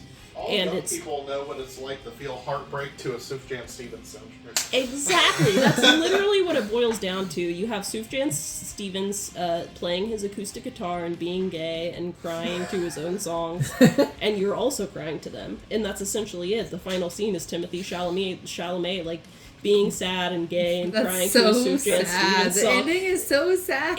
But it's so good, and you're just like, oh, I know. So like the thing is, you watch it and you're like, I remember that. I know exactly. Yeah, you're like, I remember that, or you're like, I know exactly what you're feeling, and it takes you right back there. And I think that is like one of the most beautiful things that an artist can do is do something that's like that universally with the crying. recognizable. Yeah. I think that the final scene, it's just with that he said I'm so gay. Not to spoil anything, but it's just Timothy Chalamet like just crying, like it's the winter. The entire credits. Thinking back to his summer fling that like didn't work out, the unrequited love essentially, and it's a Sufjan Stevens. He made a couple original songs for it, and they're all fucking perfect. Yeah. And he's just looking into a fireplace and crying to it. And it's so powerful, and it takes you back. Like, you feel like you are that age again. You feel like you are, like... Your world is over. Yeah, your world is over. And I think it's one of the most beautiful films I've ever seen in my life. Beautiful scenery, beautiful love story. The parents are amazing. There's a speech specifically by Michael Stahlberg where he's essentially telling Timothy Chalamet, he's like, I know what's going on, but I'm not going to be direct about it, but I just want you to know I'm here for you, and I support you, and I know what you're going through, and it's beautiful. And one of the things he says specifically that's always stuck to me is, like, our hearts and our bodies are given to us only once. And, you know, what a shame it would be to, like, not feel that sorrow in its fullness. Like, don't shut down, don't try to push it away, like, feel it and enjoy it, because that's what you get, and that's what life is about, is feeling all of your emotions to the fullest. And I could go on for hours about this movie, but it's just made a place in my heart, and that's my number 5. Yeah, the song you're talking about is Mystery of Love. Mystery of Love. Damn. Yeah. So that was the song that was, like, the main feature song in the trailers. The one that Timothy Chalamet cries to at the very end is it's a different song. It starts with the line, "I have loved you for the last time." Yeah. I can't think of the name of it off the top of my head, but it's another song that he made for it. And I remember specifically reading an article about it where Sufjan Stevens was sitting next to Luca Guadagnino, I don't know how to pronounce the director's name, at like the screening for it.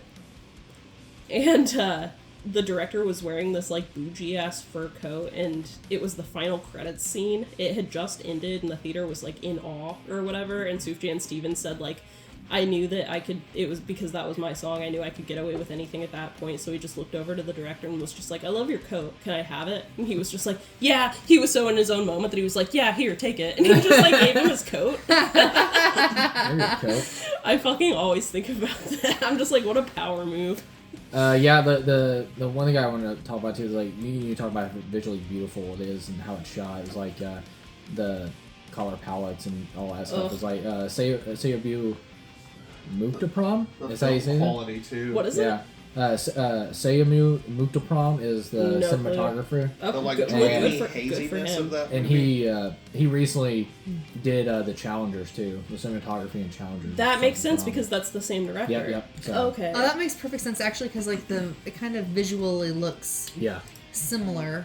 It's so good. And he did the remake of Suspiria. So, because the director, and I haven't seen that yet. I haven't seen the original Suspiria. And I mean the cinematographer as well. He did Suspiria. Okay, so he generally works with the same people. Mm-hmm. So the Sufjan Stevens song that is the end credit song for that movie is called Visions of Gideon. No. That's what that's called. Oh, that movie is so called. sad. He also made one called Feudal Devices, which is a good one also. It's like another like sad one. It's just good movie, good visuals, beautiful. 9 out of 10. 9 out of 10? Severe lack of cannibalism. I mean... There was no carving any names anywhere either. It's kind of a bummer. That's fair. I know Armie Hammer... I don't give a shit. Whatever you want to do, let your freak fry. What I'm more far upset... be it for me, okay? The thing that I'm more upset about is that Luca Guadagnino made a movie about, like, love and cannibalism and didn't have Armie Hammer in that one. Come on. In You what know, world does I that feel make like sense? cannibalism is kind of romantic. I Oh, think I'm it's just romantic. saying, I like, think you Armie Hammer want to was be within canceled. me. He was Yeah. I'm canceled just for saying. no reason. Bring him back. I think he's selling like timeshares in Jamaica right That's now. so sad. Fucking bring him back. He was excellent. please. And I coming love- at number 5, Jessica's Cannibal Holocaust. I already Yeah. told you Silence It's of from the the Lambs is my 80s. favorite 90s movie. I'm just From the saying. 80s, but let's go for it. People are misunderstood. Anyway, Alrighty.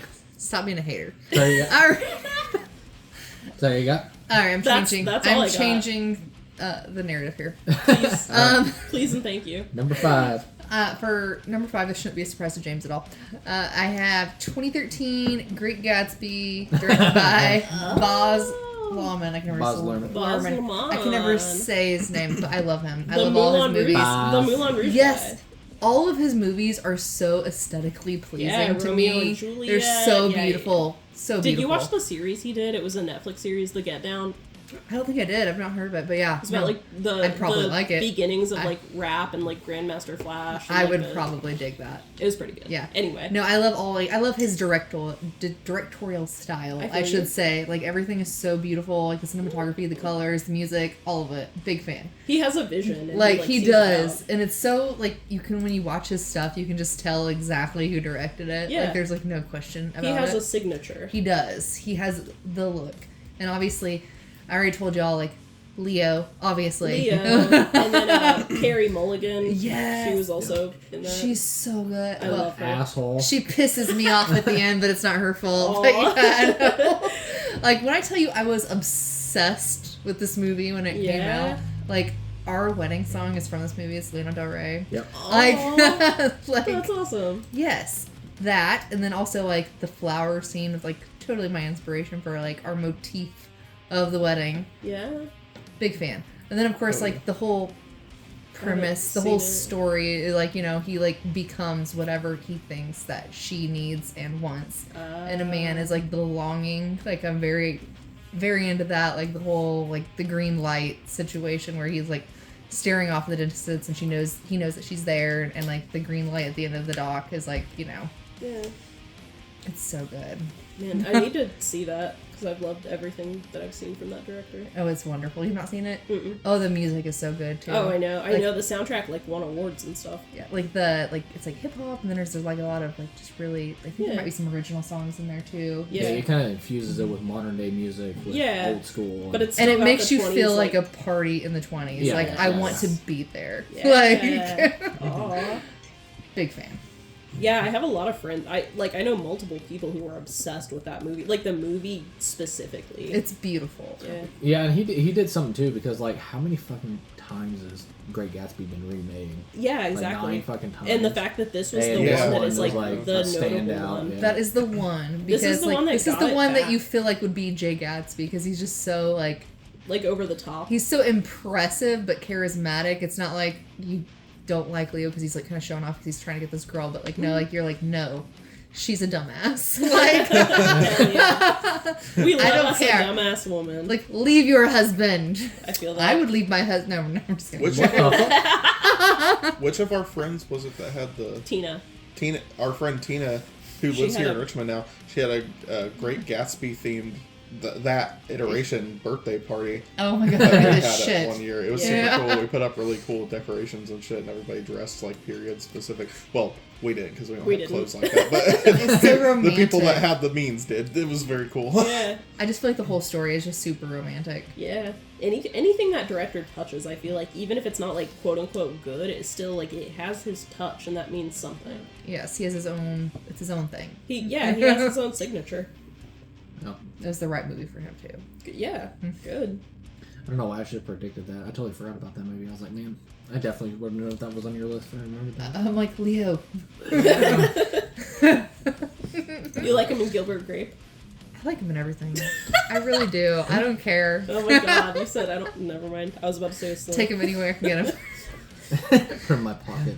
Yeah. All right. Yeah. Would even if I would kind of feel like a predator afterwards.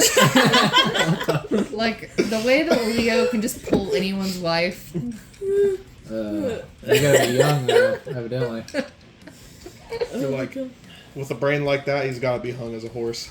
Oh my god. Alright, then I got That's all I got. All right, going in, continuing our top 5. Taking a little shift. Coming in at number 4, and I realize I didn't put hardly any notes down at all, so hopefully I don't butcher my love for this film. Coming in at number 4, I have back again is Denis Villeneuve's Blade Runner 2049. When we did the top 10 80s podcast, yeah, That's it. when we did our top 10 80s podcast, Sad Ryan Gosling meme. yeah, we Hot. I talked about how much I adore and love the Blade Runner original film by Ridley Scott, and then when I heard that they were going to do a sequel of Blade Runner, I'm like, no. I'm just like, it's one of those things like you're just very hesitant about. Sure. And then, of course, Ridley Scott, he ended up turning down to direct it to do Alien Covenant and Prometheus. So I was just like, okay. And then I'm like, so they found a director in Denis Villeneuve. And, of course, at this time, I've seen Sicario, Ensemble, Prisoners, and all that stuff, and then Arrival going into this. And I'm just like, okay, this could be something. And, of course, you had Hampton... Fancher and Michael Green came back, who wrote the original Blade Runner as well, which the book was based off Do Androids Dream of Electric Sheep? And then Denis Villeneuve being attached to this, and then also the great Roger Deakins once again coming in to do the cinematography. I'm like, all right, boys, we're cooking. All right, we got something here. And then We're grooving. Yeah, just like, and then the movie was everything I wanted to be and more. And not only Denis Villeneuve did a phenomenal job of just not making it feel like it's a sequel to the Blade Runner and being in that Blade Runner world so gorgeously done, of course, by Roger Deakins and then Denis Villeneuve, all the details, what they captured and all that stuff. But also it felt like something originally its own at the same time. And that was very geniusly crafted by Denis Villeneuve. And it's a different Blade Runner type of film, like dealing with loneliness as we follow Ryan Gosling's Kay, and then also the change up that we have a replicant is actually a Blade Runner. I'm just like, wow, that's really fucking interesting, and how it started. And then I don't want spoilers for this because I haven't seen either It's of so them. good. well, you find out in the first 5 minutes. Yeah, Okay, that's not okay. a secret. It's It's not fine, a secret. it's fine. Yeah. So, oh man, well, I am going to drop spoilers. I feel bad. No, go for it. I'll forget them. Are you It's okay? fine. All right, I'll if forget you're them. sure. You haven't seen the I really will. You haven't Silence seen the this. original anyway, No, so it's no. not going to make sense. Anyway. Okay, so and then in the film too, you follow Kay. He's our main character, of course. And then I loved it because in the original Blade Runner, they were supposed to open the film, but they thought that would be too brutal of an introduction to Harrison's Ford character, that he would take down another replicant, like just murder them in the home. So they actually put it in Blade Runner 2049. So it opens up with Kay taking out another replicant. So a replicant killing his own kind. So it's just so grabs you right off the bat. And then you come to find out that they end up finding this dead tree, and they find bone remains. And they kind of find out this lady had a emergency C-section and ended up passing away. And kind of find out it was, oh fuck, why am I drawing a blank? Rebecca from the first film. It actually has her, what do you call it, like production code. Okay, Like her process production code of like her serial she's number or whatever? yeah her serial number, and Was it's that actually Sean Young's character? yes. In the first one?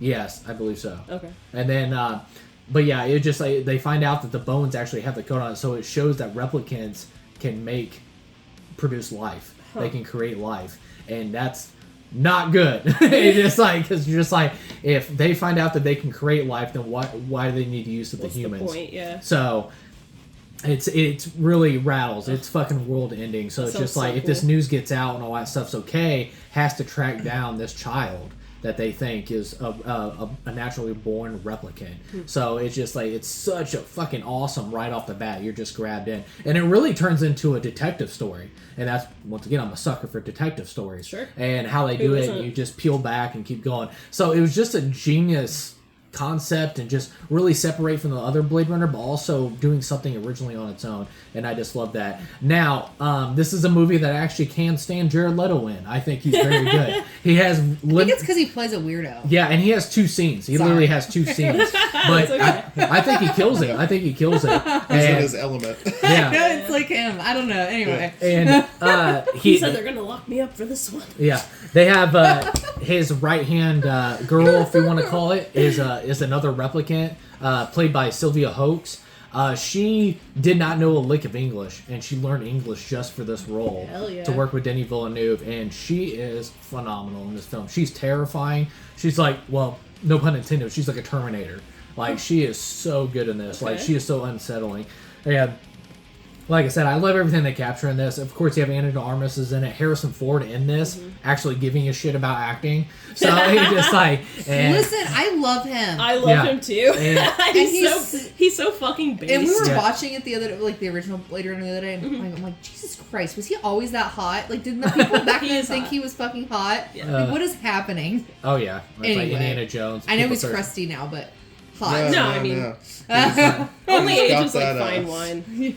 And plus, he don't give a fuck, which is that also. That's hot. Yeah, that's so hot. He's like, Kind of got that Clint Eastwood thing going on, except a lot less cringy. Yeah, exactly. Yeah, He's like, yeah. no, I don't want to be here, thank you. Anyway, that's continue. good shit. And then, sorry, Chloe, here comes some spoilers or stuff like that. Fuck you. But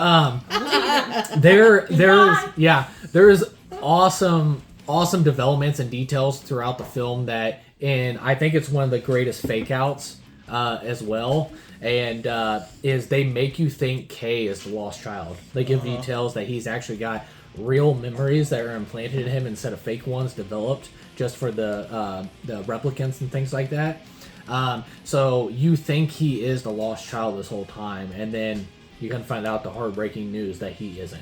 He's just another replicant that was put with the memories just to throw off the scent of where the real child is. I thought that was so phenomenally done, so heartbreaking, because even when we get to the point is Ana de Armas plays a what do you want to say, like a mentally hologram, but it's like your She's like everyday. an app. Yeah, almost. she's Yeah. like an AI partner. Yeah. Yeah. And It's just like she's like a product you can buy, and it's Yes. like a very dystopian concept, and you see it all in Honestly, some the places incels already. need to get that. That's Yeah, what yeah. they need. They already got it. They already got it in Japan. I'm All, just all saying. the like, That's what they what do need. they call them? The like shut-in guys and stuff Yeah. in Japan and stuff. It's like Hikikomori. they already have that stuff. yeah. That's what they need. People are like They don't like real marrying women. This is Hatsune what they Miku need. robots. Like that's what Blade Runner's lore is like. Well, it not only fakes you out, but also just like it makes you like glimmer onto hope for love for Kay, because you feel for this character, because he's kind of like going against his own programming as a replicant. But you think that with Ana de Armas as a programming as well. Is she starting to override her programming, and she actually does have feelings for Kay? And then later in the film, once she ends up digitally getting killed off or whatever, and she's lost or whatever, you see Kay, who's all busted up in the famous shot of where he looks up at the big giant pink hologram, and she's like, you look like a good Joe. And I'm just like, that's what she called him in the program. And you realize he is truly alone. It's like, it was just programming to make him feel better. It wasn't real love and all that stuff. And then he's not the child, he's not the lost child and stuff like that. So he's truly just alone. And then the famous quote of talking about dying for the right cause is the most human thing you can do. And he goes and saves Harrison Ford's character and stuff like that. But damn, this movie's so good. And you've already got it too before, Silas. Once again, just one of the most top three easily. One of the most gorgeous films of all time. I think Akira Kurosawa's Ron is the most gorgeous film I've ever seen in my life. But man, Blade Runner 2049 is easily top three and one of the most gorgeous films I've ever seen.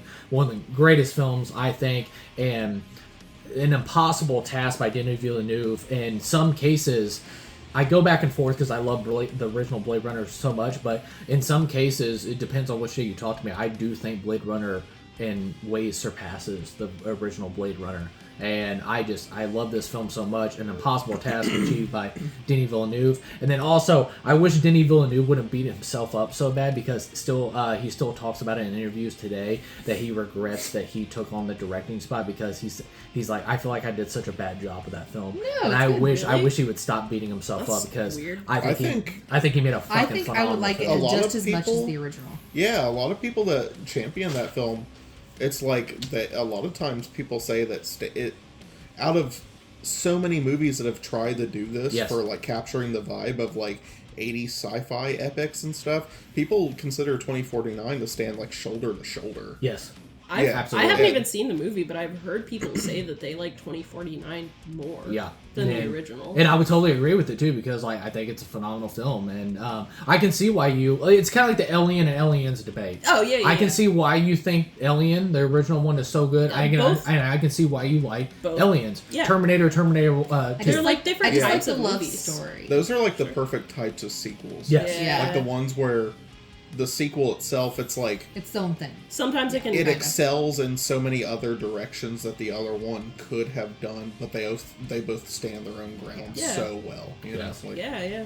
Yeah, and it's so fucking good. And like I said, going back to details on film, if you like, just a small detail that always pops in my mind is like wood is a very valuable thing on the planet and stuff like that. Even Kay has this little wooden horse that he finds, and like, dude, you can get a ticket off planet, like, or you can buy a real horse, Yeah. which is like super because valuable. it's so rare. So now. rare. But That's when you so go to crazy Jared to think Leto, about. Yeah, because what it's is like it? pure dystopia. Like, yeah. it's There's a no trees, yeah. corporate man. conglomerate. Like everything's artificial. But the- or like concrete.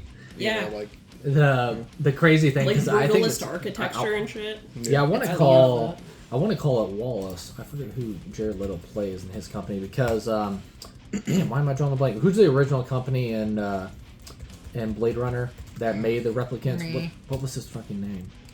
Oh, it's driving me nuts. Not I think good. it starts with a T. Tyrell. Yeah, that's The it. Tyrell Yes. Corporation. Holy Wallace. shit. So Jared Leto is the Wallace that overtook after Tyrell and stuff like that. But if you go into his empire or mansion or whatever you want to call it, facility and stuff like that, there's the wood paneling on the wall. Everything's Yeah. wood. 'Cause he's like So it shows the it's riches. It's elite. Yeah, exactly. status, So it yeah. just shows the riches. Like little shit like that. It's phenomenal. That's wild because in a We shouldn't be tearing out those wood paneling basements. oh yeah, hell yeah, that's so You gotta crazy. keep 'em. That's so funny that the Tyrell Wallace is the name of a character in that Mr. Robot TV show, and so they Oh, had really? to have gotten Interesting. it from that because it's kind of like sci-fi-y in a way, like it's very dystopian.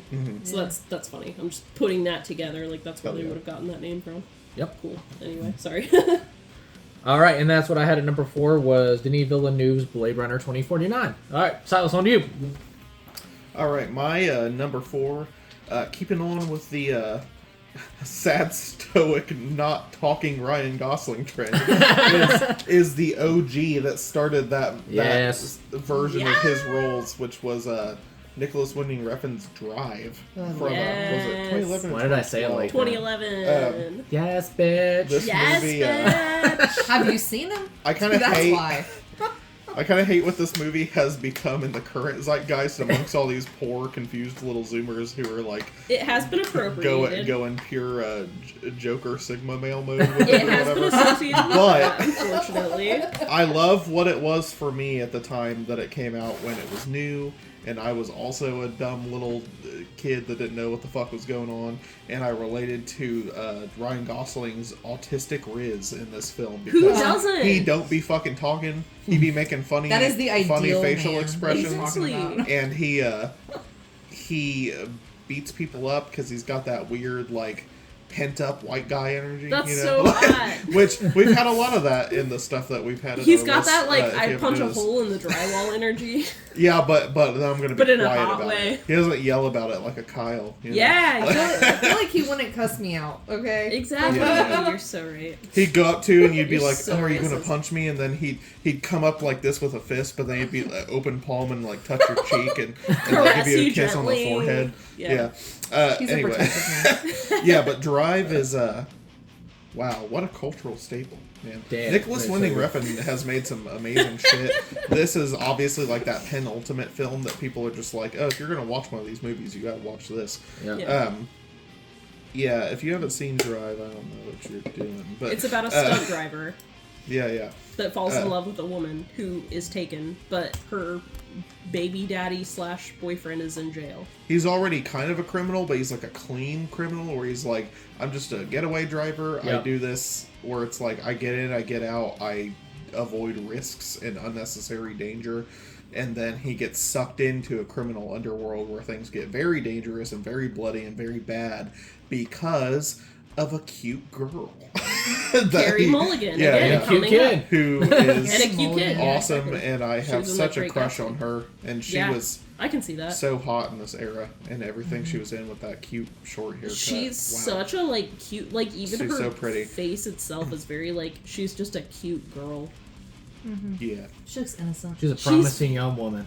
She is a promising. Yeah, she does. She has a very innocent look to her, and I think Yeah. that's very cute. Yeah. But Yeah. for people who are into, if you watch Drive, which I'm sure a lot of people have seen Drive, and if you liked Drive, you really owe it to yourself to check out some other adjacent stuff that is less sung. You should really go back before Drive and check out more Nicholas Winding Refn stuff before the like quote unquote like the neon era. Yep. Yeah. I would say Valhalla with like Rising. yeah, check Pusher. out Pusher. Trilogy. The Bronson. trilogy. So good. Bronson. all that is That's a good awesome. time. Oh, they're all that is fucking awesome. good. And also, if you're into Ryan Gosling and you didn't look at some of the other stuff that was adjacent to this stuff around the time, I can't remember the director's name off the top of my head, but he was in 2 films by the same director. He was in this one that I absolutely love. That's like it's almost like a romantic drama, but it's like a falling out of love movie called Blue Valentine. Yeah. And Yeah, it is yeah. an amazing fucking flick. It's so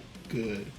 And he was in another one by the same director that I think was a adaptation of a novel that was called The Place Beyond the Pines. Yeah. And he's in that as well, and they're both awesome roles. He does so awesome in them. If you're a Yeah. Ryan Gosling fan, you really need to check both of those out. Derek Kienfrance. Yeah. Okay.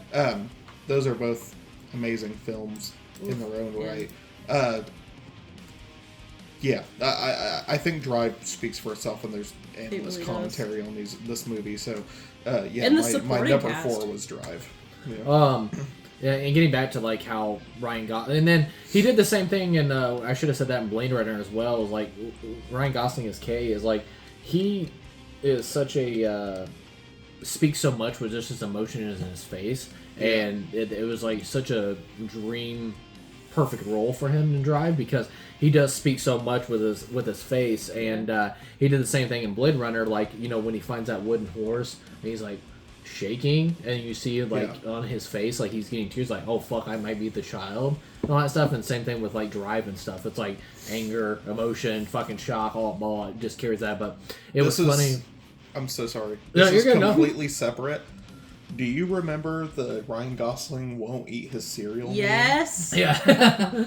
Oh Yeah. my god, the And guy how that the guy that made those videos, he He passed passed away away. from cancer. Oh, And, really? like Ryan Gosling made a tribute video where it was him just like stoically sitting down and eating cereal. He's such a good vibe. Yeah. He was like in on the meme, and he did that in honor of the guy who like originally made the meme. That's so cool. Yeah. And it was like those videos are so fucking funny. Though. They It's really like, are. The They're guy so watching it on a perfectly screen, timed. and he like holds the spoon of cereal up, and it's like him and Drive and stuff, and he like subtly moves his head away so his mouth isn't. it's so good. You gotta check those out. God.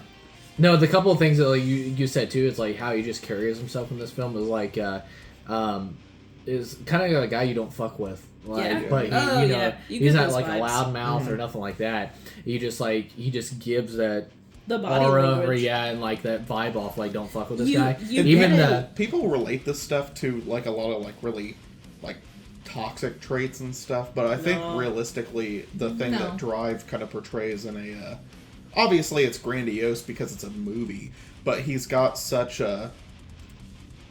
that like really calm and collected like protector energy. Yeah. That's Yeah, like yeah. hot. Positive masculinity. Yeah. Yeah. Well- I mean, in the It real is. world, that's like something that very isn't protector necessarily coded. bad. You yeah. know? No, Well, it's a and- great thing. I think it's beautiful. And like you said, he's all about being a professional, and he says in the film too, he's talking about like you got a minute and a half, I'm gone. He was like, I don't even know your plan, I don't know anything. He's like, I'm a driver, all I do is drive. And Yeah. even giving off with minimal dialogue, like he don't fuck with this guy because he really means it. It's the guy that comes up in the fucking diner. Uh-huh. He's like, hey man, he's like, you know, me and my brother used to. We did a he's job like, together. Yeah, he's like, you shut your mouth or I'll kick your teeth down your throat and I'll shut it for you. And it's just like, that's such an and iconic line. the guy gets it like not like you fucking talking shit, man. No, it's like, oh fuck. Yeah, and I think that the first time you actually see that coming through is, I could be wrong, there's, like, that where he makes the, like, verbal threat, but then, when he's in the elevator with Carey Mulligan, and the other guy is, like, he has the gun out, and he spots him, he, like, checks him, because he's about to, like, fuck with him or something, and so he just takes the first move and just knocks caves his fucking head in. Yeah, he essentially just curb stomps him in an elevator, and it's just like, oh, he took control of that situation. Yeah, and that was the other thing, the elevator scene. There were so many memes made for that. It's like, you know, God, sorry guys, I'm about to drop another one. No, it's like, cool. dude, Paddington sucks, and it's like me. Fuck off! Fuck you! That's really funny though. I'm gonna be honest, I wasn't expecting a Paddington reference Not right there. The soundtrack to that movie changed my fucking life, though. It changed. Yeah. If it didn't change your life, I don't think you're a person. Like, I feel like that the soundtrack for that movie is like you and I falling in love for the first time. Like, that's literally that TBH. No, it's yeah. And some of the artists that got their like big mainstay from that are still going. Yeah. I see updates from Desire all the time. Yeah, and she is still going strong. Kavinsky. And it's in the same vein. Like she's doing the same kind of shit. Oh yeah, and it's all awesome. Good too. Yeah. No, that I don't know if this is gonna be funny to like some people might get it or whatever, but romanticism is so good. Oh yeah, it's good. So there was a 4chan post. Someone posted an image of the Blade Runner 2049 jacket, and the text was like, anybody here bought the Blade Runner coat from Amazon? Is it good? And then someone replied, and they were like, yeah, I wear it over my drive jacket. It's like, fuck you. That's hilarious. And then what was it, like, the famous quote in Drive where they talk about the scorpion? Yeah, the frog. He was like telling the story of the frog and the scorpion. And then Josh Miner, it's a guy down at the comic shop, and I know he broke my heart because he was bashing on himself, but he was like, he did a cosplay of the Drive, and he's like, no, I know, yeah, he had the jacket and stuff. And he was like, I shared the quote about the thing, and he just cracked me up because he was like, and he was being so mean to himself. I'm like, stop it. I'm like. He's like, yeah, this is me in my Drive cosplay. He's like, but I ate the scorpion and the frog or whatever. I'm just like, beat yourself up. He's so funny. Get the fuck out of here. Yeah, but no, the jacket is so iconic. Yeah, I thought it was fucking cool. Do you know that jacket wasn't custom made? Really? Really? Yeah. What the fuck? He just got it? There are. This is gonna set. What? It's not racist. It's just what it is. Do you know how like?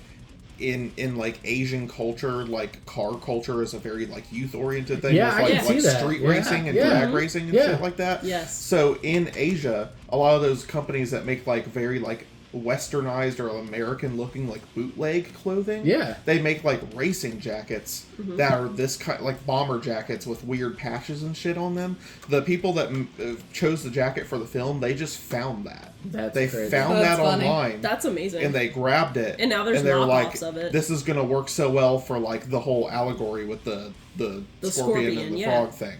And so they got that, but it was just like a stupid Chinese knockoff like racing jacket. That's cool. Yeah, like a streetwear thing. One of the one of the movies that was going to be one of my honorable mentions, but I was like, nah, that's too autistic. But I've had enough drinks in me now where I'm like, yeah, let's talk about it. It was a Resident Evil Vendetta. It was one of the CGI movies for the Resident Evil franchise. The behind the scenes, there's like a special behind the scenes making a featurette, and one of the like art directors or whatever is like this Japanese guy, and he's into the like Japanese racing culture or whatever, and he's wearing one of those like bomber jackets that has racing patches and stuff on it. That's and he looks like a NASCAR driver or something. That's a sign of Japanese masculinity. Yeah, it's so cool. And it's weird because it's really common in game developers. Yeah. A lot of those dudes, like the big shots, like Hideo Kojima, Shinji Mikami from Resident Evil and all that, they're really into wearing like racing shirt. Racing like shirts, leather racing jackets. It's so cool. Like that's like their thing. It's so funny. I love that.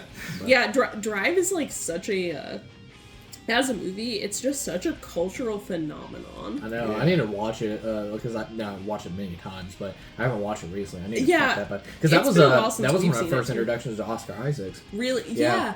I Also- think mine was Sucker Punch. Yeah, And then that's what Drive. got Oscar Isaacs on my radar was Sucker Punch and this, And then and I Drive. really like him a lot too. Yeah. But He fox, man. The, Inside Llewyn Davis almost made my list for Dude. this. the jacket or the cover art for the standard Blu-ray of this Yeah. movie fucking sucks ass. If No, you like actually yeah. look at it, it's like photoshopped real Ryan Gosling head on like an obviously like hodgepodge like pseudo illustration like body, and It's the scorpion fine. thing is stuck on the front, which is not. Did you ever? like because they just wanted the scorpion to be there in some way? Yeah. Yeah. And all of the like cool boutique releases for this were like awesome steel books with like neon Yeah, I got pink one. Yeah, and like the all one that you shit. have is really cool. I have to get a better release of this movie. I owe it to myself to do it. I just haven't Yeah. pulled the trigger yet for Yeah. some reason. But every single time I pull this down to watch it, I'm just like, God, this is an ugly Yeah. fucking cover. I'm like, this does not connote what this You movie remember is Riders at all. of Justice when we watched that? Uh-huh. The cover on that is so awful. I don't even Yeah. care. I It's love such a that badass so movie, much. but I fucking the cover drives me nuts. We need to get Yeah. a copy of that.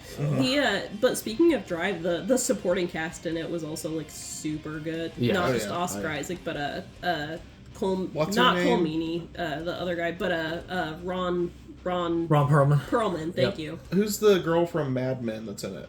Something. Christina Bland? Hendricks. Oh, okay. Yeah. Christina Hendricks, because she was also in Lost River. Lost River, yeah. Uh-huh. And I think that's Yeah. how Ryan Gosling and her like connected. If I had to guess, like was Yeah. through Nicholas Winding Refn and through like making that film. But And yeah, the dude, she was when really he's good like in it. introducing her to Ryan's the driver, he's like, "Look at her, she's beautiful," and she gives him like a stupid look or something, and he's like, "What the fuck you looking at, you fucking?" or whatever. And he's like, "Go get her a fucking Coke," or like whatever the hell. He said, like, "Go get a it's- fucking Coke." Yeah, that's just so funny. He said she called me a fucking kike to my face. "Oh my god, It's so I love fucked up. Ron Perlman so much." It's so good. It's such a good movie. Ugh. Yeah, oh, Bryan Cranston too's in there. Bryan Cranston. Yeah, I was gonna Isn't it? say Yeah. Bryan Cranston is awesome. in Yeah, that. he's a little garage guy. Gets him And he hooked hooks with him all up his with jobs. like Yep. drugs and shit His too. death is so sad. Yeah. Yeah. I hate Oh it. man. But- Yeah. All right. What do you got? Good Number stuff, 4, okay. Chloe. Yeah, my number 4 is one that Silas has seen because I forced him to watch it, and I think he vibed with it. It's actually a documentary, and it is about Edward Snowden. If you were around at the time during his big NSA leaks, he leaked a bunch of classified government documents talking about the NSA and how they were spying on Americans. Yep. And it's called Citizen 4. It's from 2014. I can't remember the director's name off the top of my head, but she's done a few other things, and it won the Academy Award for Best Documentary that year that it came out. But it's essentially the director got an encrypted email message from a person who turned out to be the Edward Snowden, saying, "Hey, I have some information."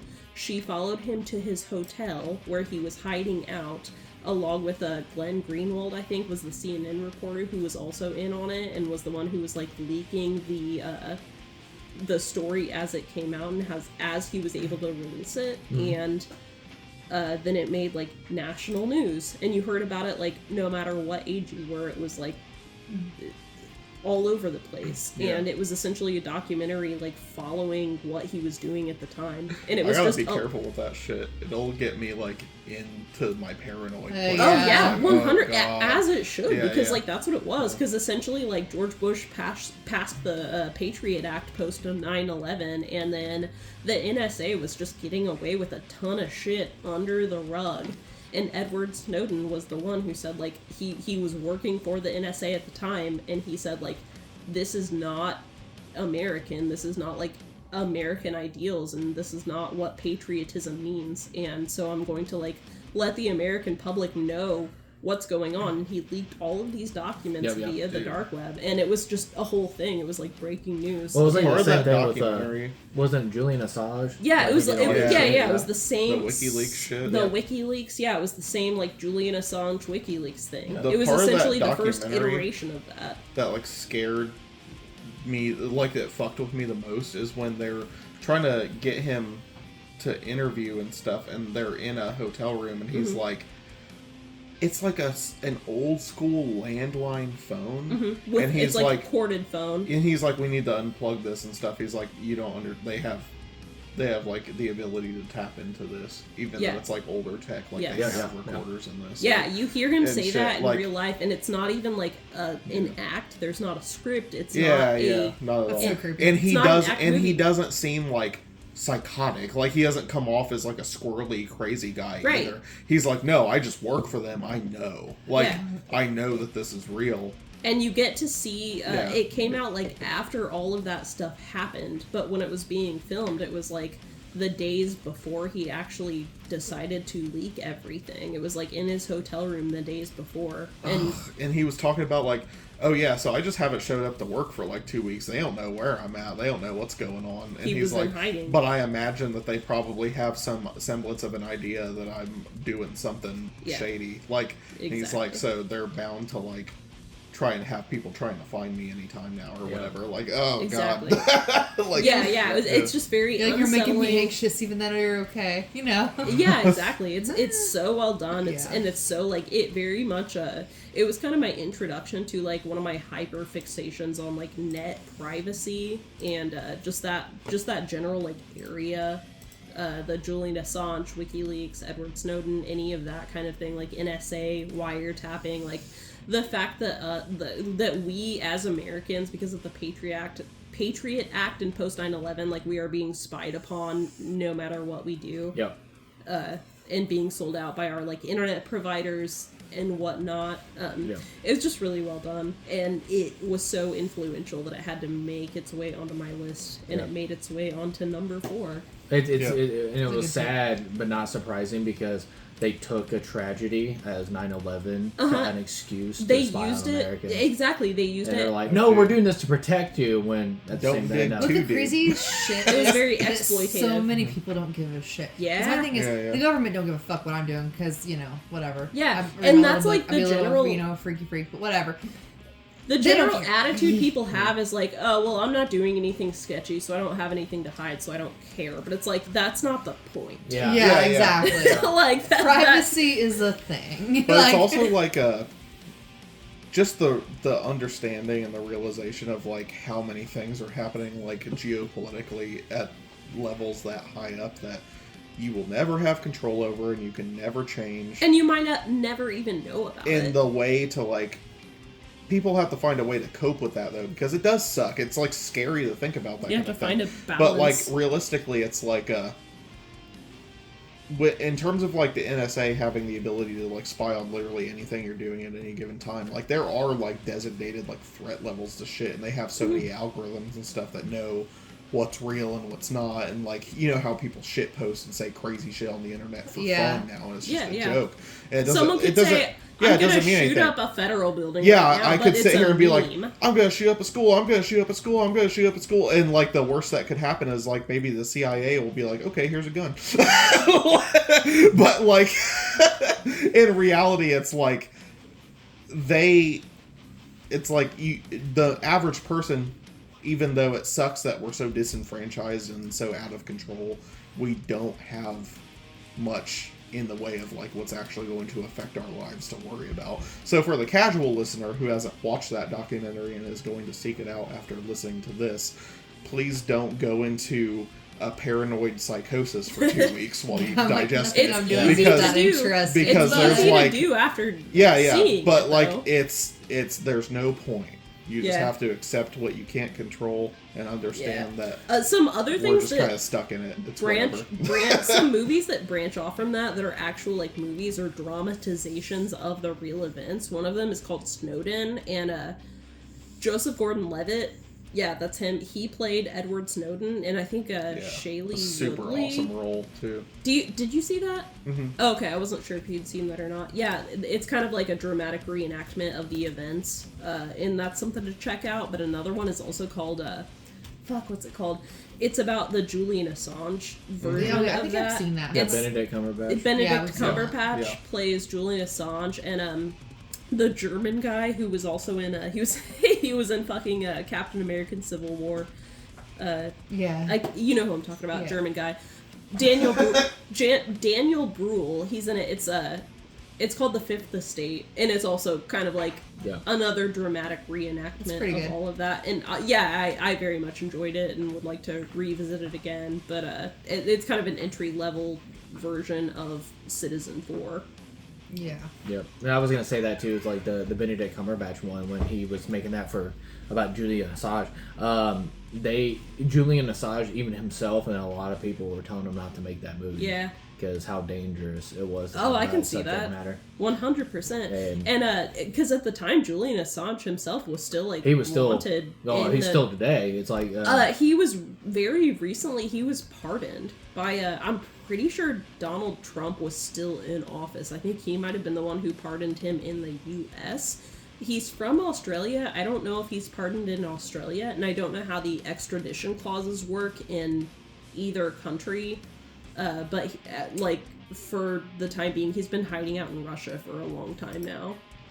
Because like that's the only place that doesn't have an extradition clause with the United States, where you can like Yeah, you go can get live sent there. back. Yeah, where you can get sent back, and that's I know that Snowden like he lives there right now because he's still wanted. And he is a U.S. criminal. Like if he steps foot in the U.S., he's going to go to federal prison. That for is so the crazy rest, to me. if not executed, like unofficially, you know, by Yeah. Well, that's like Julian awful Well, I Assange. mean, kind of honestly, they thing. could be there too, but you know, that's It could be there isn't that too, So but it would be- scary. Isn't it that would- so scary? It really is. It's so What? like, but I think they know that like it would be so sus if it Like, we happened. would know. Yeah. Like everyone would know, like Yeah. kind of like an Epstein thing, where Yeah. it's like, he didn't fucking kill himself. He was out. That's a whole thing. Not to get all like schizo posting on or whatever.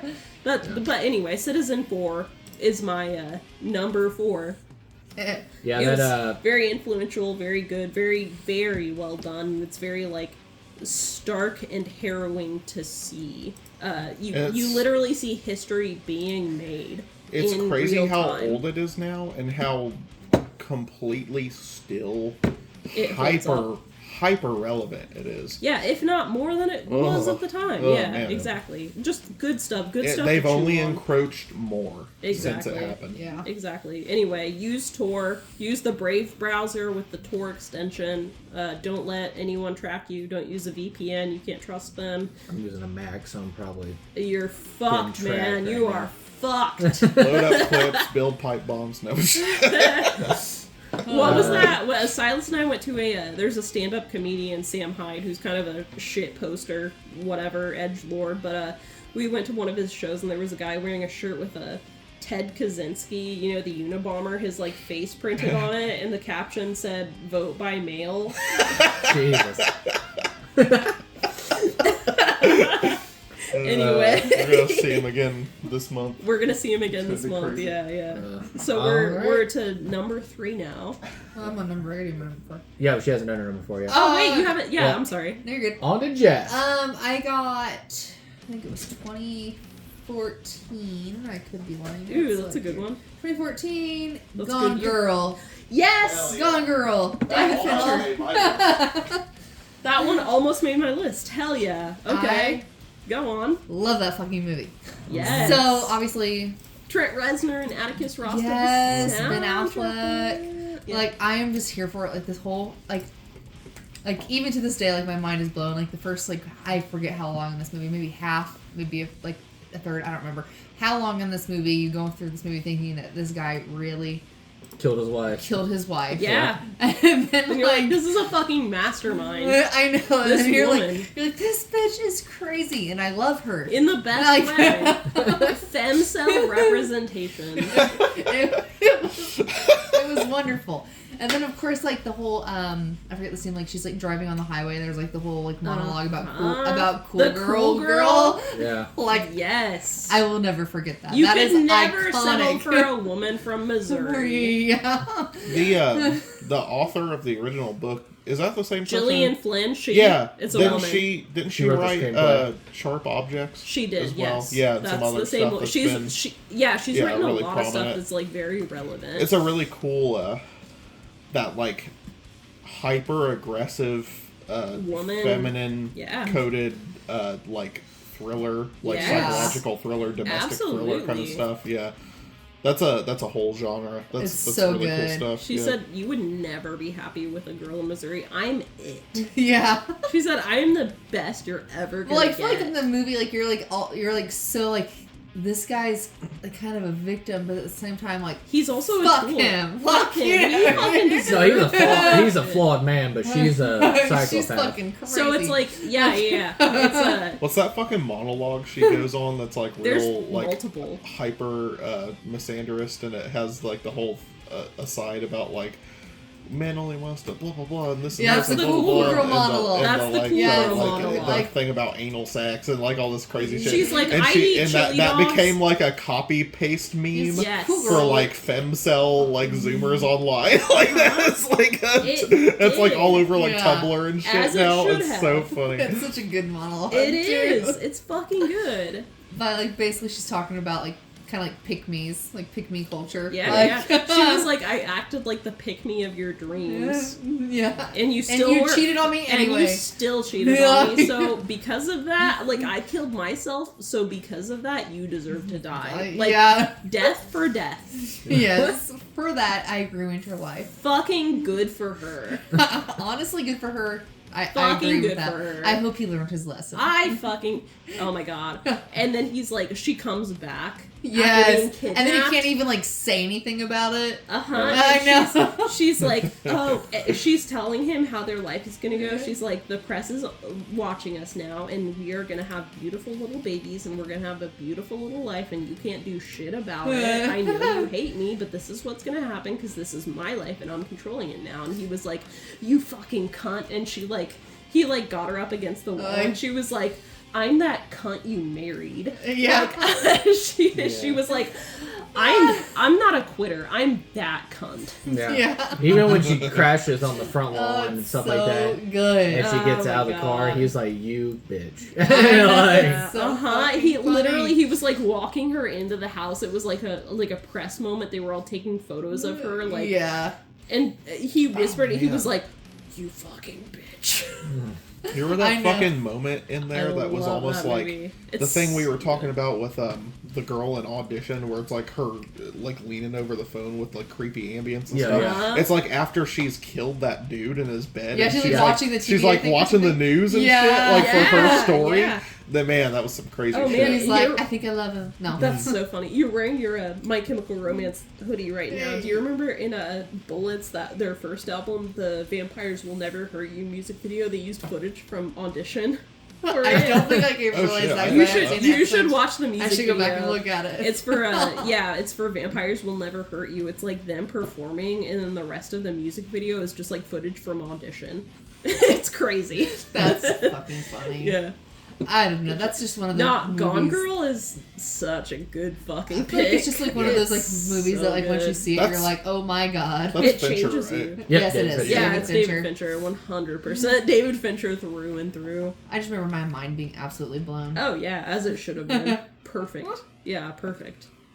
Yep. And then I man, love she ragey women. I she just sets do. him up so Yeah, bad yeah. too, because like she buys all that shit and With puts the it in the credit shed. cards, and it's in the Oh Yeah. my god. It's good And shit. then she like slowly draining her blood, so there's like blood everywhere. It's just so Yep, genius. It's good. And I don't know, like So- Fincher, he does like that's the reason why I shouldn't doubt the man. He puts people in this film. You're just like, I don't know about this cat. It's like Justin Timberlake was in Social Network, yeah, but he was that's very right. fucking good. So I'm was just Armie like- Hammer too. and- He played the twins. Yeah, That was and same thing with Neil Patrick Harris. He put him in this. Yeah, he And was I'm in just Gone like, Girl, wasn't he? Because yeah. there was full You played that frontal. other dude, Yeah, yeah. and he was really. You fucking saw his Yeah, that fucking was dong. Yeah, crazy. and I'm not saying that Neil Patrick Harris is a bad actor. I'm talking about like Oh, I'll say that. more comedic, and, like he's like more comedic and I'm sorry. upbeat. I'm just like, I hate Neil. I don't know what it is. He's fine as an actor. What are you talking There's about? just something about Neil Patrick Harris. Like, I hate Don't him. talk about NPH like What? that. Yeah, don't talk about NPH There's like something that. about him, like, his face is just very punchable. Does that make sense? Like, NPH would never do that. Yeah. no, like, he's a great actor, and I love him in, like, fucking, like, Gone Girl and, like, Dr. Horribles.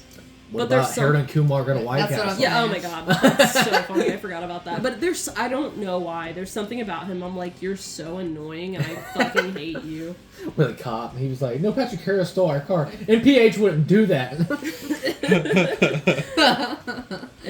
But anyway, and obviously Ben Affleck. Yeah, like, yeah. He just, So good. I feel like he's like underrated, kind of. I don't know. Have you seen any The Town? That was one Oh, of yeah. your That was on my honorable mentions, That's yeah. right. Yeah, I showed I that to love Silas that recently. shit. I really liked that movie. I like it a lot. Yeah, Jeremy Renner. I've seen that quite a few times now. Yeah, it's very like Boston core. It is. It's so good. Okay, but listen, I thought that Blake Lively, that she was really good Happy in it late too. St. I Patrick's don't even feel Day, like I by the way. realized she was in it. She was the girlfriend who was all like drugged out and shit. Okay. Yeah, that was a good fucking movie. I really like that. But, Have you seen Boondock Saints? Yes. When did that come out? No, You're like, never well, mind. you're like, never yeah, mind. It was like 1999. You're like, it's too late. Okay. It's I was too like, late. that's number one. I like keep thinking of things because I was like Shutter Island should have been under honorable mentions. I keep adding movies where I'm just like, this should have been an honorable mention. It's too fucking late. Anyway, James, go ahead because I was never gonna Three. get done. We're at Oh, okay. number 3. All right, going to the top 3. All right, coming in at number 3. Drum roll, please. No surprise, is George Miller's Mad Max Fury Road. Fuck you. Hell yeah. That's It's on my list. so yeah, just I'll try to make this quick and everything else because Make it quick because I'm gonna talk about it yeah, still. okay. So Because like, I was don't gonna say steal I my was like thunder. but yeah, it's a phenomenal. I think it's one of the great. It's the greatest action film ever made. To me personally, I think it's the greatest action film ever made. Hell yeah! Perfect summary. Next movie. Yeah. I think it's as This far is as my like, movie, James. yeah. I think it's like as far as stunts and everything else, it's a technical marvel, real death-defying action that is something that you will never see again. The only thing I think it can come close, but I really don't think it touches it, even though I adore these movies, is Tom Cruise and what he's done with the Mission Impossible movies. But still, man, Mad Max Fury Road, that's a god level like type stuff. Yeah. Tom Hardy's awesome as always, even though minus the drama behind the scenes between him and Charlize Theron, like.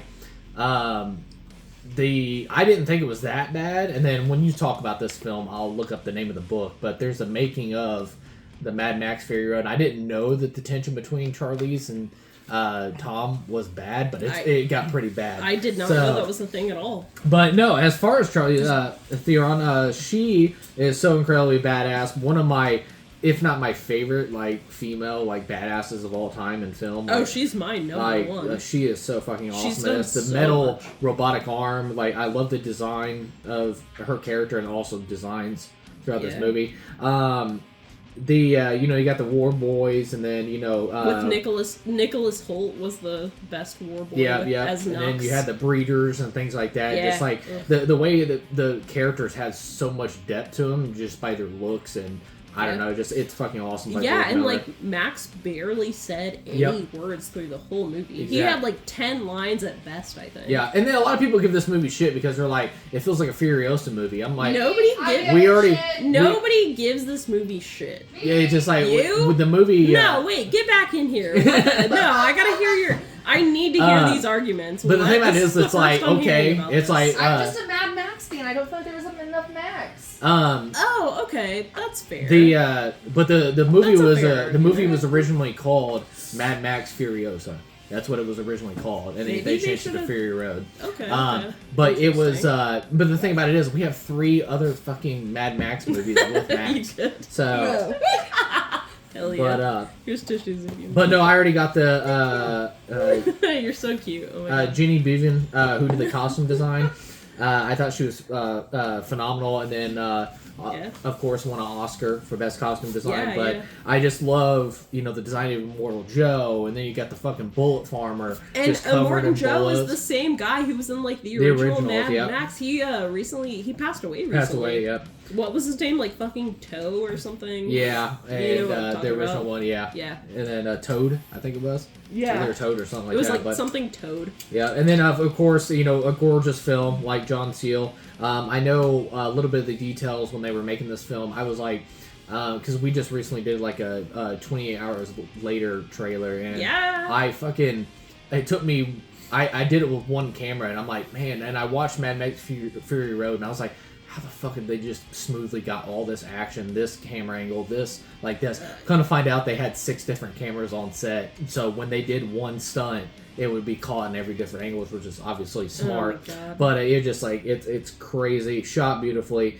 The music score by Junkie XL, it's like thunderous, and it just like fucking hits you in the chest. The score and stuff, it's awesome. Yeah. And then of course the costume design, cinematography, music score, it's all infused together with perfection. And then this is probably my favorite edited film of all time by Margaret Sixel. I heard like it took her 4 hours just to, or not 4, 40 hours I think it was, to watch all the footage that they shot of this film. Isn't it George Miller's wife? Yep. Okay, And then okay. that's That's Miller's what I wife. thought. Yeah. I think it's the best editing you'll ever see. And Did she? Sorry to cut you off. Do you know if she also did the editing for Furiosa? Yes. Yeah. Cool. And then she did the editing, and even George Miller. I'm gonna lose my voice. George Miller talked about like have a smoke at all. he said it would be he didn't want a man to edit this because he thought it would just be like too macho-y Oh my God. and all that stuff, and it's focused on different points, so he had his wife edit it. So good. it was badass. It's one of the greatest edited films I've ever seen, and exactly. the action, how it smooths together, and just like when Max is having his fucking mind trips and stuff, it's like it's phenomenally done, and just crazy that this is like her first time editing a film. So it was her first time? I think it was the first time. Don't quote me. did I'll not look it know up that. on the next side. But That's sound crazy. design, I think it's intensely crafted. You feel the hits. I think it's phenomenal. And everyone, even around the time too, everyone thought I was crazy when I said, from a technical standpoint, this thing's gonna fucking clean up at the Oscars. And people are like, "You're fucking crazy." Yeah, I'm no like, shit. Yeah, it was just like, anyone who thought otherwise is dumb as well, hell. no, I had Oscar who wouldn't nerds, think all that? that stuff. They were like, "There ain't no way," and all that stuff. And it came in and It was won. an action movie, so people weren't expecting it to win anything. Okay. Yeah, okay, so I guess but that makes sense. it was just a technical juggernaut. Didn't it win like fucking 14 Oscars? 6. Like some dumb 6. amount. Like Okay. 6 in a row too. 6. It was so funny because it was won 6 in a row, Like costumes, and then cinematography. even the inside joke from that point on the Oscars, after it just swept 6 fucking awards in a row, it was they were like, and the best actress goes to Mad Max Fury Road. It just making fucking jokes because it just. But anyways, I gotta wrap it up. Mad Max Fury Road. It's a flawless film. I'm sorry because I'm gonna bring it. I think it's like a technical marvel. I love this film so much. I even, after we got done watching Furiosa, which I really enjoyed Furiosa. Yeah. But Need to watch Mad it. Max, man, that's a one of a kind, and I don't think you'll ever see anything like it. And Word. and really, what they let George Miller get away with, and the stunts that they did in this, how someone didn't die, I'll never know. But it's phenomenally done. And I know a lot of people see it just like, oh, big explosions, blah blah blah. Because it's mostly just practical too. Fuck it, yeah. Am I right in saying that the only like CGI thing was the color grading? Yes, and the 90 That's what I thought. 90% of the film is practical. Yeah. All the stunts are practical. How the hell? It's just How? like now there's little stuff like that other 10%, like a body flying into a fucking tornado. Sure, Obviously sure. that's CGI. Yeah. And then you have like a body fucking flying and smacking the ground at 80 miles an hour. That's CGI. It's just like, but Would have been a lot cooler. if yeah, it yeah, was yeah. real. Yeah, but it's just like it's fucking crazy. Nobody all the stuff they died for did. this film. Bullshit. But no, when Chloe gets to it, I'll get to the book that they made. Okay, yeah, because save I can't Save do it that justice and all that stuff. But yeah, it's Don't steal my thunder. Mad Max Fury Road. It's a masterpiece. It is one of my top 10 favorite films of all time. Like Yes. it's one of my. Yes. I love this film so much. I love So, hearing that. But. And also watch the Chrome version where it's black and white. You didn't think that movie I'm gonna would be get completely gorgeous, honest. but- I haven't watched it in black and white yet. Yeah, it's rad. It's fucking one of my rad. it's probably my favorite movie of all time. Yep, and then also I bring haven't back done that. I guess bring we know back where it's gonna place. Yeah. And Shut up! also bring back You're a the slut. where they turn the contrast the contrast down and do nighttime in blue. Yeah. I love the blue. Oh in man, this, in so. the stars, like the Yeah. stars peek out so much. Yeah, and they So good. and final note, 20 years every single shot, scene, everything you see, George Miller had been storyboarding for 20 years. So he literally had every single scene Jesus. storyboarded, and it took him 20 years to make it because he couldn't find the budget. And then also when the 9/11 happened, Australia's economy tanked, so they couldn't afford to make the film and stuff like that. It's And they just, made it in Africa, didn't yeah, they? and They I'm filmed telling in you, Africa. I'll look the name of the book when Chloe starts talking about the film, but Yeah. read the making of this book. It's fucking crazy. Yeah. It's awesome. So, Please do. anyways. I didn't know that was a thing. I need to pick Yeah. that up. That's so But cool. yeah, coming in at number 3, I had George Miller's fucking masterpiece. That was from, Mad Max Fury Road. 2014, 15. right? 15? Yep. So this year is going to be the 10th anniversary. And, 10 and I'm 10 hoping year they do a anniversary. fucking IMAX re-release. Do you know what, when it was released? The month? Or I'll look that up. Okay, if you don't mind, yeah. No pressure, though. But all right, Silas, on to you. Yeah, what's So your, number 3. Oh, yeah. Number 3. My number 3 is Brandon Cronenberg's Possessor. Hell yeah. Yes! Damn, I forgot about. Oh, man, what a the- good pick. Brandon Cronenberg has a lot of amazing flicks. Fucking The only yes. reason this is the particular one I grabbed is this is the only one I have on Blu-ray. If you had all of them on Blu-ray, would you pick another one? They would have been at least been honorable mentions. Okay. But Possessor is technically a sci-fi horror, psychological thriller type of movie. I want to say that the sci-fi is much more in the vein of dystopian rather than being strictly woo-woo sci-fi, you know what Yeah. I mean? It's not super overblown. The entire premise in the film feels very grounded, and it's a very near future scenario, so you're not going to see anything that's super crazy over the top besides some of the secret society level tech that is utilized in the film's premise. But Possessor is probably, out of everything that Brandon has made so far, the most hyper-violent and visceral entry in his filmography thus far, between Antiviral, this, and what's the one? Infinity Pool? Infinity Pool. Yeah. If you like Brandon Cronenberg and you like what he set out to do and start, I would say, for better or for worse, Brandon Cronenberg is significantly more psychotic in the ideology behind his filmmaking than his father was. It leans 100%. way less into just strictly the body horror and way more into the deep recesses of human psyche and human nature kind of stuff, Which is that good. his dad touched on.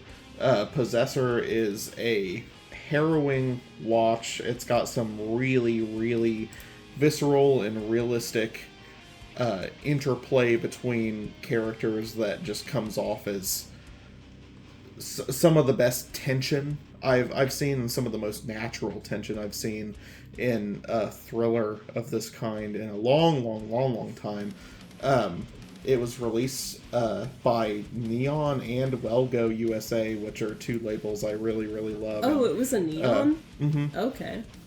And it is this is a weird pull for a lot of people because it's such a niche example, but it really reminds me of the tenets of one of my favorite horror video games, Manhunt 2 by Rockstar Games. Oh, man. Because of the sheer level of visceral brutality that it displays without it having the kind of removed nature of most films that utilize that type of splattery violence. It's literally using that kind of violence in effect to be a vehicle for the psychological emotionally affecting horror that it's trying to portray. And I think it's kind of it's treading a line that most films that have these types of displays of violence and these types of special effects, they totally miss that mark, and it becomes more so for very surface level shock value and just marveling at the special effects work. But this movie every time I watch it, it gets under my skin. It's definitely something to check out. Both versions are good, but I recommend the uncut version if you want the full kind of mental weight that this puts on you in terms of how immersed you can become in the inner turmoil and the psychological dilemma of the character of the assassin, the primary character who is acting in this film, because it is just a weighty experience, and it really tugs at the core of the kind of the thin line between the animalistic and the rational nature of humanity and the human psyche and the emotional turmoil that violence wreaks on the mind. So it's definitely worth your time, as are all of Brandon Cronenberg's works, and so are all of his dad's stuff as well. Yeah. So He's got Brandon. Definitely get in there. Brandon has 3 or 4 movies out now? I think it's 3 right now. 3. Yeah. It's Possessor, Antiviral, and Infinity Pool. Yep. Yeah. I thought there was another one. Okay. Yeah. I feel like Possessor is a really good one. I think out of all of them, my favorite is probably Antiviral. Mm-hmm. It made my also love honorable And then also mention. Andrea Riseborough from Mandy. She's she's the lead of this. Wait, she's in which one? Possessor. Yep. Oh shit. And then I can't remember. Does Sean Bean die in this? Yes. Yeah. No, I don't think he actually dies. I think he was the target. He was Yeah. the dad, wasn't he? Yeah. Spoiler. Yeah. But he just gets like severely mutilated. He gets because fucked up. By that point, she's like so far gone. She's Yeah, not able to like get the mission done anymore. Yeah. And So Jennifer like, Jason Lee's in it. It's like, so good. oh shit. You're like, is does she Sean in it? Bean die? He I don't dies in even- everything. Does Yeah. he die? So Oh my God. Possessor was the first one I saw, and then I saw Infinity Pool, and then Antiviral. Mm-hmm. And I think that's interesting. I don't remember Jennifer Jason Leigh in that either. That's because I really like her as an actress. Sean Bean dying and everything was such a funny trope. Funny. It's such a funny trope that He's fucking. he made a cameo in the Hitman games. He was in a little like, DLC thing in the Hitman Wait, games. what? I didn't know the that. new trilogy, and he's a target that you can take out. It's really funny. I didn't see that because like Silas got into the Hitman games and was like showing me them, but I don't remember that specifically. That's so funny. And then Christopher Abbott, he's in it as well, and he just recently did the Wolfman, which I wasn't a big fan of that film, but I think he's an actor. Wait, the Wolfman, like the older movie? No, like, the The newest new one. one that just came out. Yeah, like a month ago. Oh, okay. I Yeah, remember he, werewolves. I saw that, but I didn't see. It has what's her face in it from Julia Oh, it's a Gardner. remake, right? the Ozarks. It's one of the like Universal monster ones, right? Yeah. Yes. Okay. So, I remember seeing the trailers for that. I still want to see the Benicio del Toro and Anthony Hopkins one because I haven't seen that one. But I mean, okay. I like all those people. Sounds like a great yeah. time. Yeah, I need to see that. That's cool. No, Brandon Cronenberg. TBH, I've seen a handful of Brandon Cronenberg's films, or David Cronenberg's films also. But TBH, I kind of like Brandon Cronenberg's stuff more. It just seems a lot more like and I like again, I haven't seen all of them, but I've seen all of the classics from David Cronenberg. Yeah. It's very subjective, but like Brandon just like he has such a very unique like signature on his stuff. Oh yeah, it's And like I think that's he's very important. Yeah, visually unique. I just like David though. I think David's such a classic. Like, well, it's like Sam Raimi. It's just like a lot of people like, oh, he's a horror director and that's all he is. No. And then he comes out, he does a western, does a comic book film, all that stuff. Yeah, that's yeah. like David Cronenberg. It's like he did like a history of violence, Eastern Promises. It's just Promises. fucking. But then like Oh, The that's such a good Fly and movie. Videodrome, But like he has so much range. flex range, yeah. So. Yeah, and I think Let's watch that's Eastern like Promises right now. nah. Eastern Promises is probably like other than The Fly. Eastern Promises is my favorite David Cronenberg film. Yeah. But Brandon Cronenberg, like, it's like I didn't think I even all really his realized stuff he has been was good. Oh, really? Yeah, Okay. Yeah. No, it's a thing. It's so Yeah, good. Eastern Promises is my favorite. That's one of those movies that I feel like people don't watch, but like you should.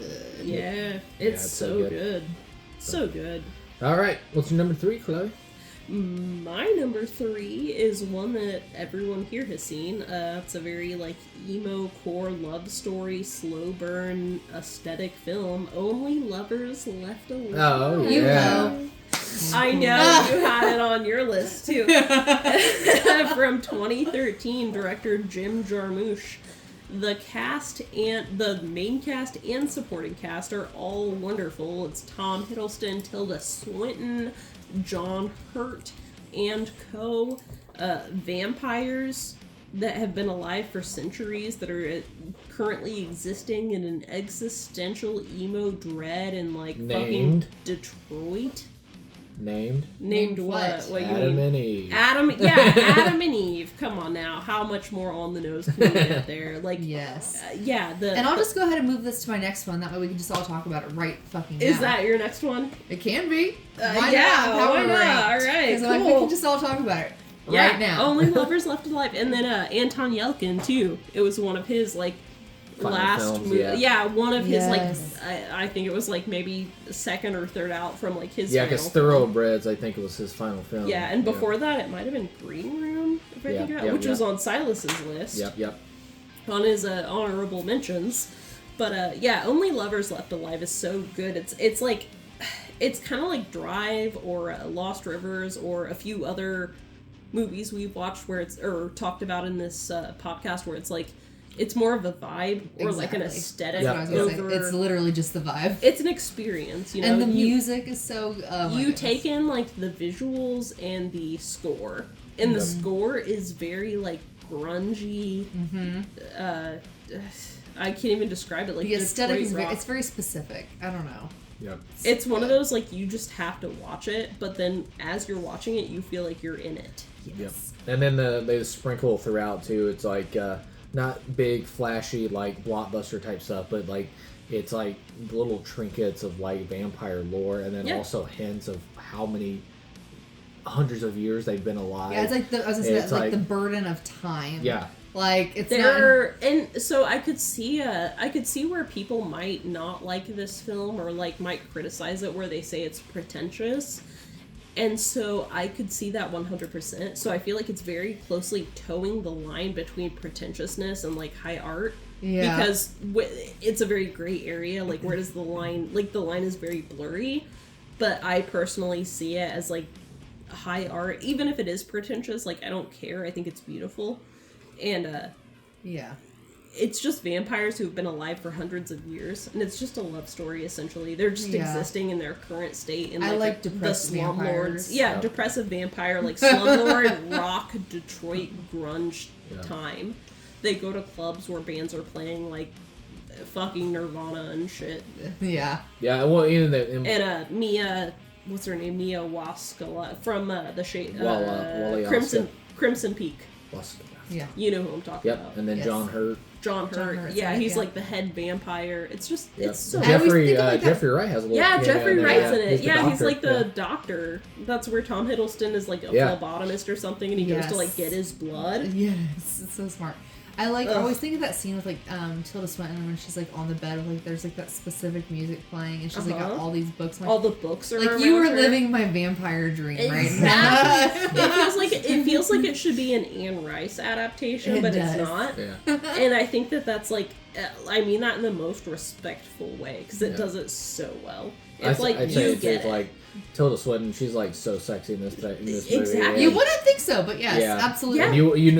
And you know She- why that Tom Hiddleston wants to stay alive forever with her. Yeah, but- exactly. And it's like she's like older and like her hair And then- is all like grayed out and stuff, but it's so perfect. Yeah, and then when she's away and he doesn't have her, he's like, He's I want to suffering. die. Yeah, And yeah, he's he's, like, make me a wooden suicidal. bullet so I can shoot this shit. Because like He's he's yeah, like, I want and to be it's- with Eve. It kind of reminds me of The Crow also, and like Yeah. the suicidality of Well, it. it's I don't know. funny because Tom Hiddleston was attached to do the Crow reboot Wait, about for this time. real? Was he That's supposed why to his be... hair was grown out at this time. Shut up. Yeah, he was attached to do the Crow reboot, and then that fell through. Maybe but I wouldn't have been such a all hater. his hair in this. Is I natural. love Bill Skarsgård though, but like, and I feel like it probably still would have been shit, but like maybe that's why he didn't do it. Yeah, Maybe. well, that I don't know what kind of script at But that like time. props, This- because it's I been rewrote so many fucking times. low key, like I respect Tom Hiddleston so much though. Like I feel like he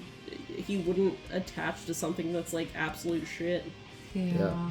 So No, anyway, Only Lovers Left Alive. It's very vibey.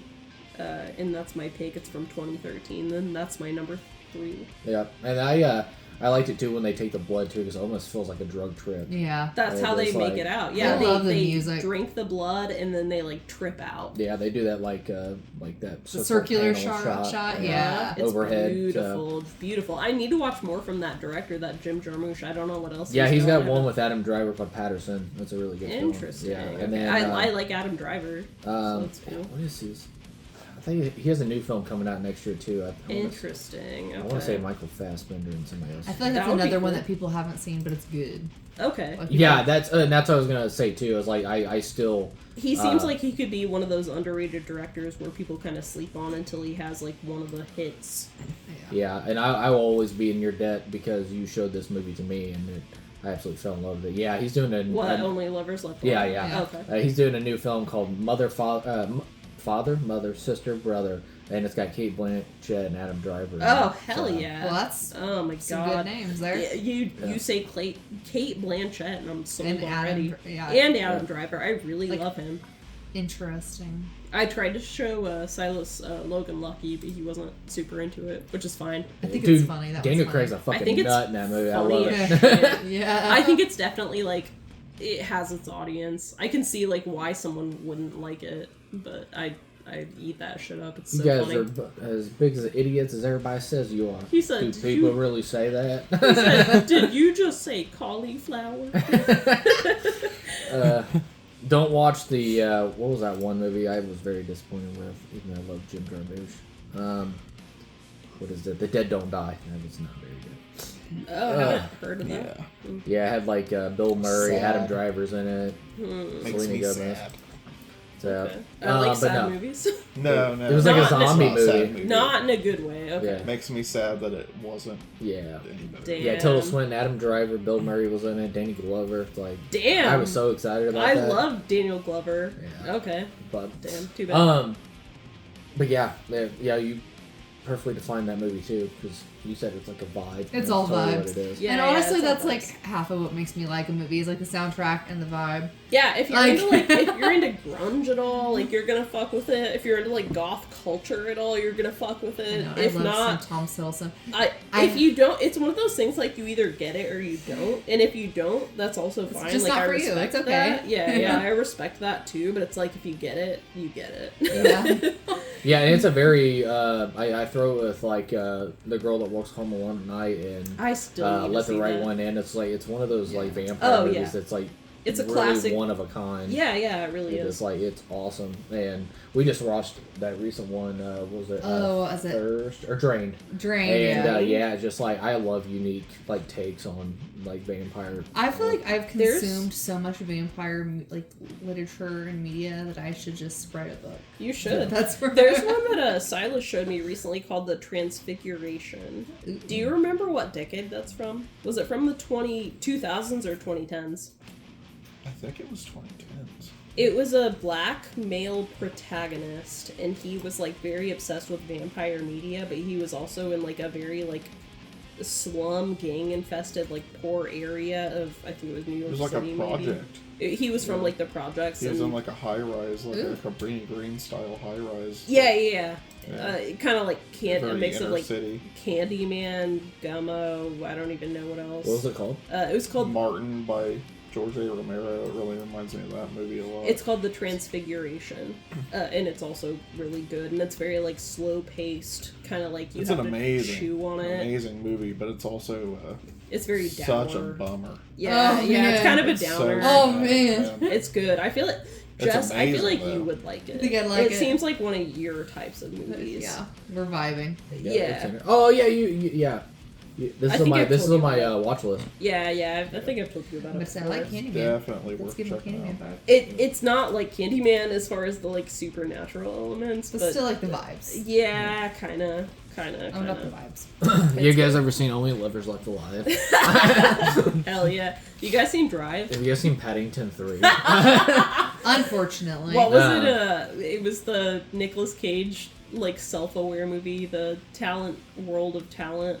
Oh, the Massive World of Talent. Yeah, he was like Massive weight of him. Yeah, massive yeah. weight. Yeah. He was like, Paddington 2 was... they were talking about Paddington. And then he watches and he's like, Paddington 2 is fucking awesome. And then Pedro Pascal's like, I fucking told you. TBH. I just like that freaking... I know people like fucking panned that movie, but I fucked with it. I thought it was so funny. I feel like I should watch it because like that freaking meme. Have you not like, seen it? Like no, I haven't Holy watched shit! It. But, like Oh my God, Nicolas please Cage's watch it. face and then Pedro Pascal's face. You know that meme? Like, No, okay, so I know exactly the meme you're talking about. The They acid like trip.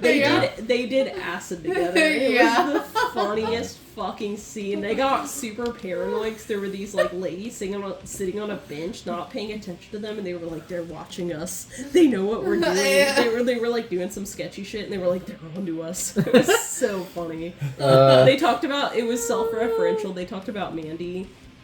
Nicolas Cage had some like I prop get good for vibes Mandy. from both of them. And so. Pedro Pascal was like, Mandy was a masterpiece. It was so I really need to watch that. Like yeah, right now. I think you'll like it. I liked it. I liked it for what it was. I'm I glad feel it like was a thing. people who didn't like film probably wouldn't They like were it. haters. It's whatever. Huh?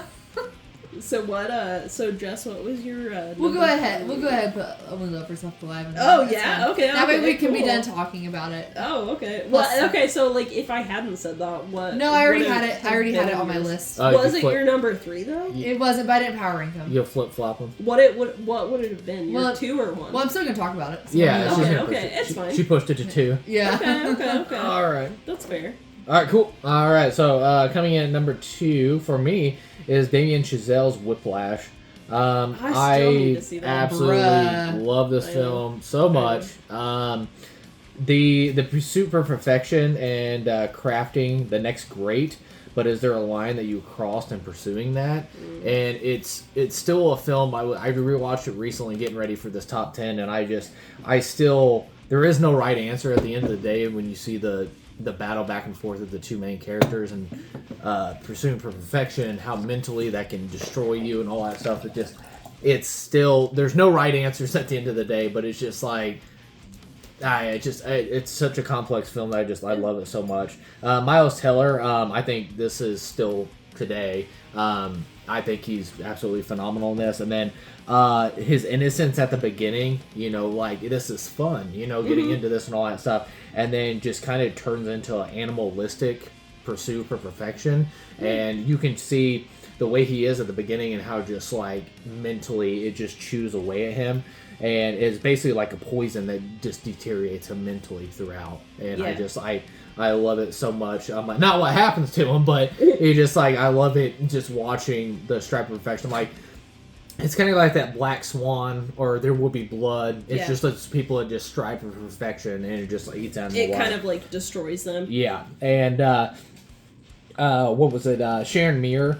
I love the cinematography of Sharon Muir does the cinematography in this. I love how just up close and personal it really expresses the passion, not just for the characters but also the craft of the music and things like that. It's like really up, like you see the fingers going down the notes, people prepping their instruments, things like that. It's just like very up close and personal, and I'm doing a really butchering way of like describing it, but it's like it's very intense. And just the way that it's shot, it really makes those emotional, intense moments like ramp to 100. Yeah. And it's very unique. And then Tom Cross, I think this film is like flawlessly edited. It's so good. And then Justin Hurwitz, who does the score as well, and also the sound design is fucking phenomenal. And then, like I said, I got to a little bit more. I think that this movie messed with my head for weeks after the first time I watched it. And it's one of those films, like, I know I'm going to get something new every time I watch it. And it's just so satisfying and rewarding every time you rewatch this film. It's just like, it's so dynamic, even though it fucks with your head. And the one scene that really messed me up is later in the film, and I won't give you context, but it's a conversation between J.K. Simmons and Miles Teller's conversation. They talk about Charlie Parker, and he talks about the most harmful word in the English language is good job. And it just like, it's such a, and like I said, it eats at you because you're just like, God damn it. So as much as a fucking asshole and a monster J.K. Simmons is in this movie, it's just like, fuck, he's right. Mm-hmm. And then, but also he's wrong. There is a line you cross and all that stuff because, context, I won't spoil it for you or whatever, but it's so phenomenally done. I'm butchering it, I'm sure I am, but it's just so well done. But yeah, and like I said, it was made on a $3 million budget, ended up grossing like $50 million. I know this is like a real award thing. I know at the time Birdman ended up winning the Best Picture, but this is honestly my Best Picture pick or whatever, even though I love fucking Birdman. Was it also nominated? Yes, it was nominated for Best Picture, but I thought this should have won Best Picture. I thought it was absolutely phenomenal. And then finally, J.K. Simmons. I think he delivers a masterclass performance. This is like one of Javier Bardem from No Country for Old Men will always be my favorite supporting actor Oscar win of all time, but J.K. Simmons is number 2. He is just perfect in this film, and the most monstrous asshole. Am I cooked that I think he's funny? And yeah, he just like he is so fucking good in this movie. It's just one of my all time, and going back to There Will Be Blood, I've never been so physically scared of a performance since Daniel Plainview and There Will Be Blood is J.K. Simmons in this movie. I'm like so physically scared of him. Same. And back to There Will Be Blood as well. If There Will Be Blood didn't exist, this would be my favorite ending of all time. The last 10 minutes of this film is fucking just chef's kiss. Is There Will Be Blood like your number one? It's my number one. Okay, that's fair. Number one is my number one favorite ending of all time is There Will Be Blood. That's fair. But dude, Whiplash, it's definitely number 2. And I still haven't seen Whiplash, so that's why I'm asking. And and I won't tell you what context. Because I'm trying not to speak for you. I know. I need to see it. It's just the culmination of everything in this film. It's a build-up. And the payoff is not. It goes beyond just worth it. It just. What the fuck? Sure. Man, it's just like, it's so fucking good. So, but like I said, if There Will Be Blood didn't exist, it would be my favorite ending of all time. Huh. It's so fucking good. So, and I hope I'm not overhyping it for you, because I fall into that because I showed somebody Terminator for the first time recently, and I'm like, I think you kind of overhyped it for me. I'm like, oh fuck! I hate overhyping stuff for people. Interesting. So, but I'm so passionate about it.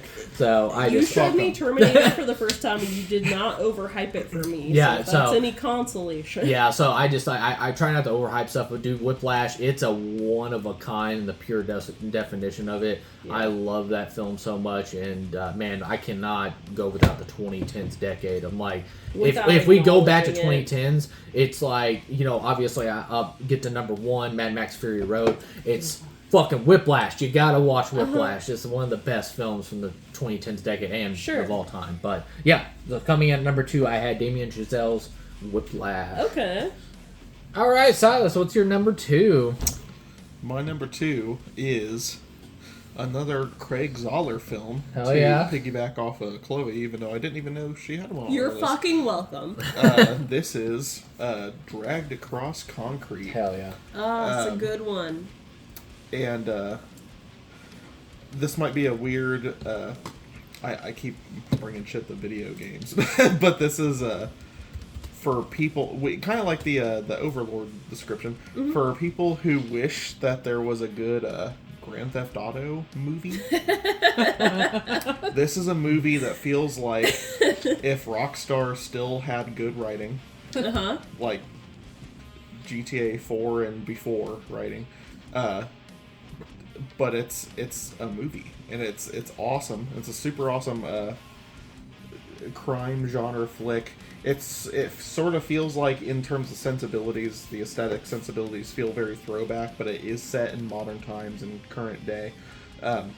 It has a lot of really cool, very hyper stylized, hyper tropey archetype perspectives from the various syndicates involved in the main plot line and all the groups that coalesce in it. It has a ton of awesome people in the cast. Well, some are divisive, like Mel Gibson is the star. He's good in it, Vince though. Vaughn is in it again from Brawl and Cell Block 99. Showing his chops yet again to do something that isn't a romantic comedy, so fucking good for him. Because both of these flicks are fucking awesome. It's got Jennifer Carpenter in here, and she is awesome in here. Oh, yeah. Laurie Holden's in here. Don Johnson. Don Johnson. Don Johnson is so mainstay good in his shit. He was kind of hot in this TBH. And also, if you were big into Brawl and Cell Block 99, he brings back the OJs again to write some original tracks for the soundtrack, and they're fucking awesome. They are. This is such a good movie. It's endlessly rewatchable for me. I usually rewatch it at least once a year, if not more. Yeah, it's just well worth your time. All of his stuff is, and he has such a small filmography right now. You owe it to yourself to check out Craig Zoller's stuff, and he is working on other projects, but it's been too long. I'm really ready for them to drop. So yeah. Drag Across Concrete is like one of my favorite crime thriller type films of all time. Really has the vibes. If you were a kid who grew up on like Tarantino crime movies and like GTA games and stuff, if you were into like Reservoir Dogs and GTA 3 or whatever, you gotta watch Dragged Across Concrete. Is definitely one of my favorites of all time. Is that the one where I get that one mixed up with Brawl and Cell Block 99? Is that the one where Don Johnson is the prison warden? No, he's in Brawl as the prison warden. Okay. Yep. He's the police chief in this one. Oh, that's right. Okay. Yeah. This is a really, really good one.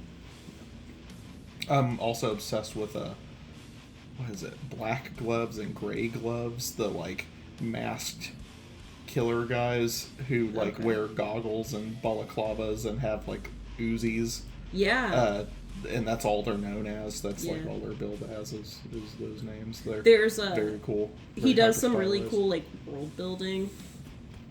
It's definitely like modern day or whatever, but it's like it has its own like it has the seediness of like a 70s crime thriller. Yeah. And a very cool shots, very awesome like static camera shots, very good lighting, very awesome dialogue, really well-rounded and realized characters, and despite how over the top and like classic era cinema tropey they also feel so well sold. They feel so organic and natural and real. Yeah. I was gonna say that too. It was like that, almost that Sean Baker feel. Like they feel like real people. Yeah, it does it well. Not like cinematic. I don't know what it is with Craig Zoller, but he can write these characters that feel like they are out of a book or a screenplay or a pulp novel and make them feel like real people. Yeah. And that's something else. Yeah, I said after he did Dragged Across Concrete, he ended up like he's still working today, and at the Fangoria magazine. Hell yeah! He writes a column for the Malignant Gross. It's about the micro budget horror films. Oh shit! So okay, that's what he does at Fangoria. Cool. He's done that since 2018. Wonder what he's been reviewing. I need to look into it. I wonder if it's anything from my scene. That sounds like something we need to like subscribe to and get like monthly or something just to see like what's going on in there. I know that makes me happy for him too, because that was like one of his main things was growing up reading Fangoria. Yeah. As so many people that we like watch or listen to today, like that's such an influential magazine. Yeah. Well, he broke my heart because he did a review for Cormac McCarthy's Blood Meredith and gave it a 1 star. I need to I was read like, that damn. still. It's on the list. Yeah. I need to read that still. Or that article. It's like brutal. Yeah. Very interesting. Man, that's funny. You're wearing your 3 Cheers for Sweet Revenge hoodie. I know I've referenced it a couple times, but you're like, you need to get one. We'll match. I know. I really do need to. It's like the best MCR album next to Bullets. But the I'm Not Okay, I Promise music video that music video, yes. It starts with a little, like, monologue by, I think it was Gerard talking to, like, Ray Toro. Yeah. He was like, you like Fangoria, Harry Houdini, and croquet. You can't swim, you can't dance, and you don't know karate. Face it, you're never gonna make it. I was like, I don't want to make it. I just wanna... And then the music starts in. But, like, Fangoria, I know Fangoria was like... one of the... That was one of the things that got me into Fangoria. Was like what Gerard. The fuck is that? I was like, what does that mean? And it was like, oh yeah, he does like horror art and shit. So I was like, yeah, we should subscribe to that, because if Craig Zoller is doing a little like column for it. Like, that'd be cool to know what he's talking about in it. Yeah. All right, Chloe, we got number 2. Yeah, number 2. Okay, so my number 2 is another documentary. I know I did Citizen 4 for my number 4, but number 2 is the most influential documentary to me in my own, like, lifeblood, and it is The Punk Singer from 2013. It's a documentary about the Kathleen Hanna. She's the lead singer for Bikini Kill, and she was that was a punk band from the 90s. And that's pretty much it. No, it goes into the, like, riot girl movement of the early to mid 1990s, and it was very third wave feminist movement.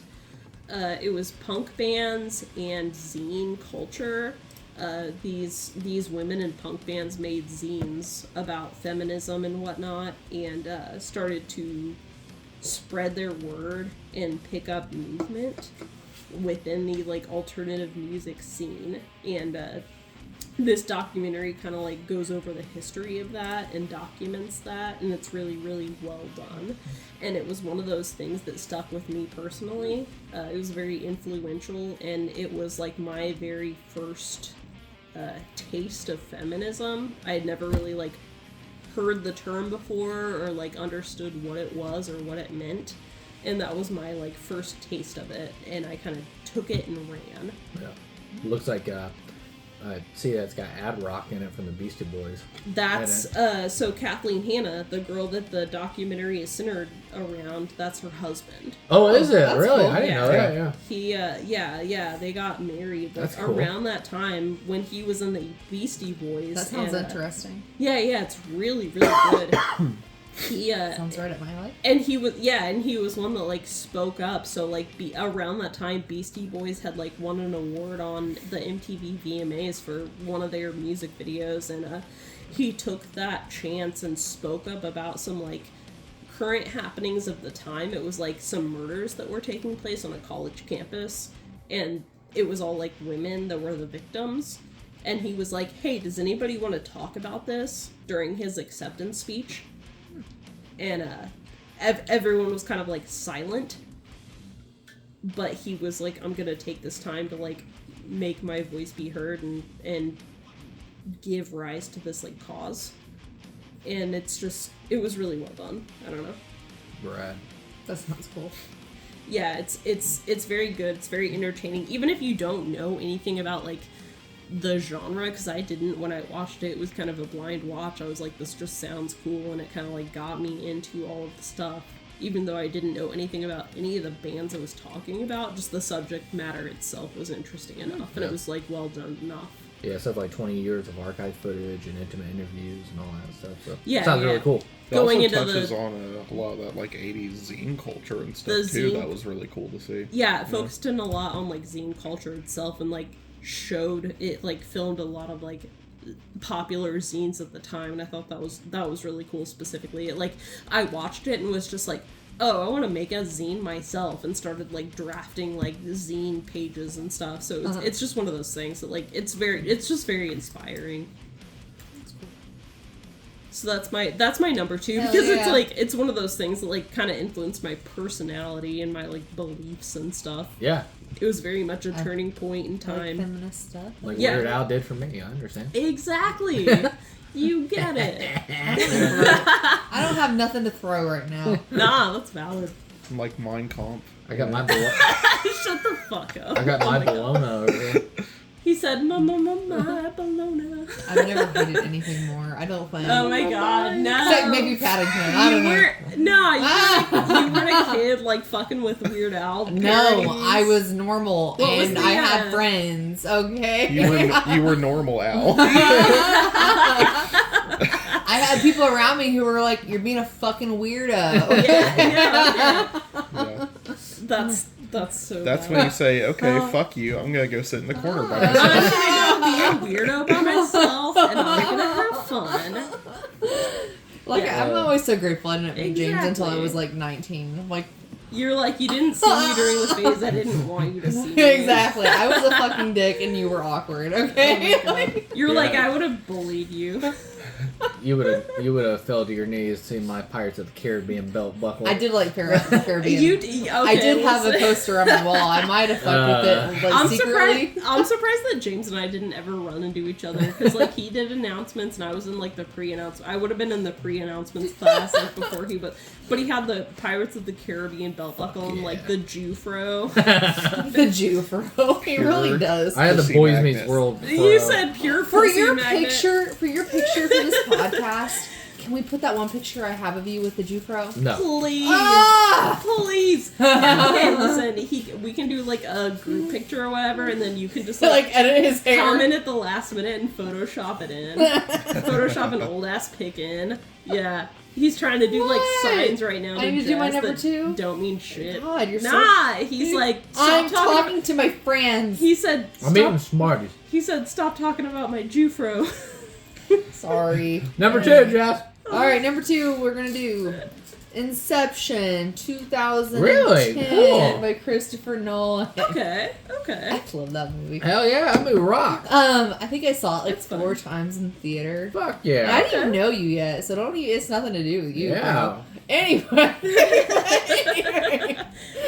You said, I know Kino when I see it. So Leo again. Leo. What is it that you see in him? He's so basic white boy. It's fine. It's not him. It's fine. It's the acting. Oh, okay. As long as it's not like him. It's not him as a person. That's it's fine. him. Okay. That's valid. The actor. That's respectable. No, I love that fucking movie. Yeah. Like honestly, it's like right up there Christopher with like Nolan, man. it's right up there with like one of those movies that like just like is a mind fuck, kind of like The Matrix, where you're like, what is reality? Yes. But anyway, like for anyone who hasn't seen it, I don't know who the fuck you Well, are. everybody's seen Everyone should have Inception. seen this movie. Yeah. Anyway, but basically, Sure. it's like the A idea dream that within a like dream within like a you can dream. infiltrate somebody's dreams, like you can basically like world building within the dream, like it's like a conscious state within a dream. It's very interesting. So basically, like at the end of the movie, you're left like basically, was this a dream? Was this real? Like what's Yeah. going on? It's so good. Yeah. And then it has like what Cillian Murphy's in it. Mhm. Oh my god, it's so good. Leo's in it. Yeah. It's good. Joseph Gordon-Levitt. Good. Yeah. Elliot he's in Page Elliot or Ellen Page. or it. Ellen Page. Elliot Page. Elliot Page. Yeah. But it's And Killian's then- girthy in it. Killian Girthy. No. That's the porn parody. It's only in 28 Days Later. Yeah. Yeah, but It's can you, so can you good. really Right at the ridicule front, Coma too. Dick though? The coma dick. The coma coma dick isn't doing shit. Oh my goodness. It's What so if good. Killian It's Murphy flaccid. called it And his whatever- Killian Girthy? What is who plays like Leo's wife in the movie? What's her name? Oh, Ken. Her name is Lundberg. Moira in the movie, I think. No, that's the guy. Marion. Yeah. Marianne Cutler. Yeah, she's Cutler? excellent too. Like she's like Marion basically like Cunnilingus? haunting him. She's like haunting him through this like dream state. Basically, like they're trying to implant an idea in Cillian Murphy's head. Yes. Essentially, it's like kind of like what's the word, like corporate espionage type Yep, deal. Yeah. The idea is do more full frontal. And like she's like haunting him throughout the movie, like, Yep. and he like can't decide if she's like, you know, real or like a figment of his imagination, like in a dream state. Yeah, I and don't know. then yeah. It's Well, really good. I feel like everybody's seen this movie, but then you find out that that she killed herself because she was like, no, we're still in the dream world. Yeah, and And what was it, 45 years? It felt like in the dream world, but they were only gone for like a week. yeah, maybe if that. And then they come back to reality, and she's like, no, we're still in the dream world, and jumps off a A building. bridge, because it's like how you wake up, like in the Inception. No, she killed herself, is what I'm Yeah, saying. in real life, but Yeah, she yeah. like, you know, that's how you wake Yeah. up when you're in. Oh, yeah, sorry, yeah. Yeah. Yeah. But- Gives you like a fucking spook jolt or some shit, and I don't forget how they explained it. Wasn't it It blew my mind. It was Lil Wayne, I'm pretty sure, who did a music video like based on the movie. Did he? Yeah. Probably. It went like No. I gotta remember what the You're like, what title was of it this? I know what it was. It was definitely a thing. That was like the official like song that was made for it. It's so good. I freaking love that movie. Yeah.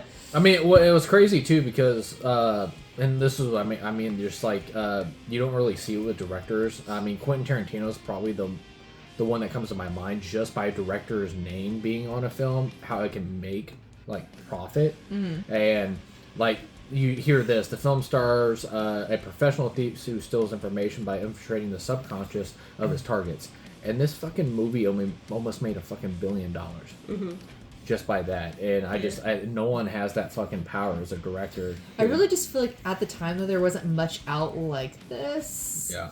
Like I know still people today maybe that Matrix, but fucking it's still a really talk good about fucking movie. Inception, and then the little because The- he uses like some kind of piece to know if Was you're it a actually dreidel? yeah.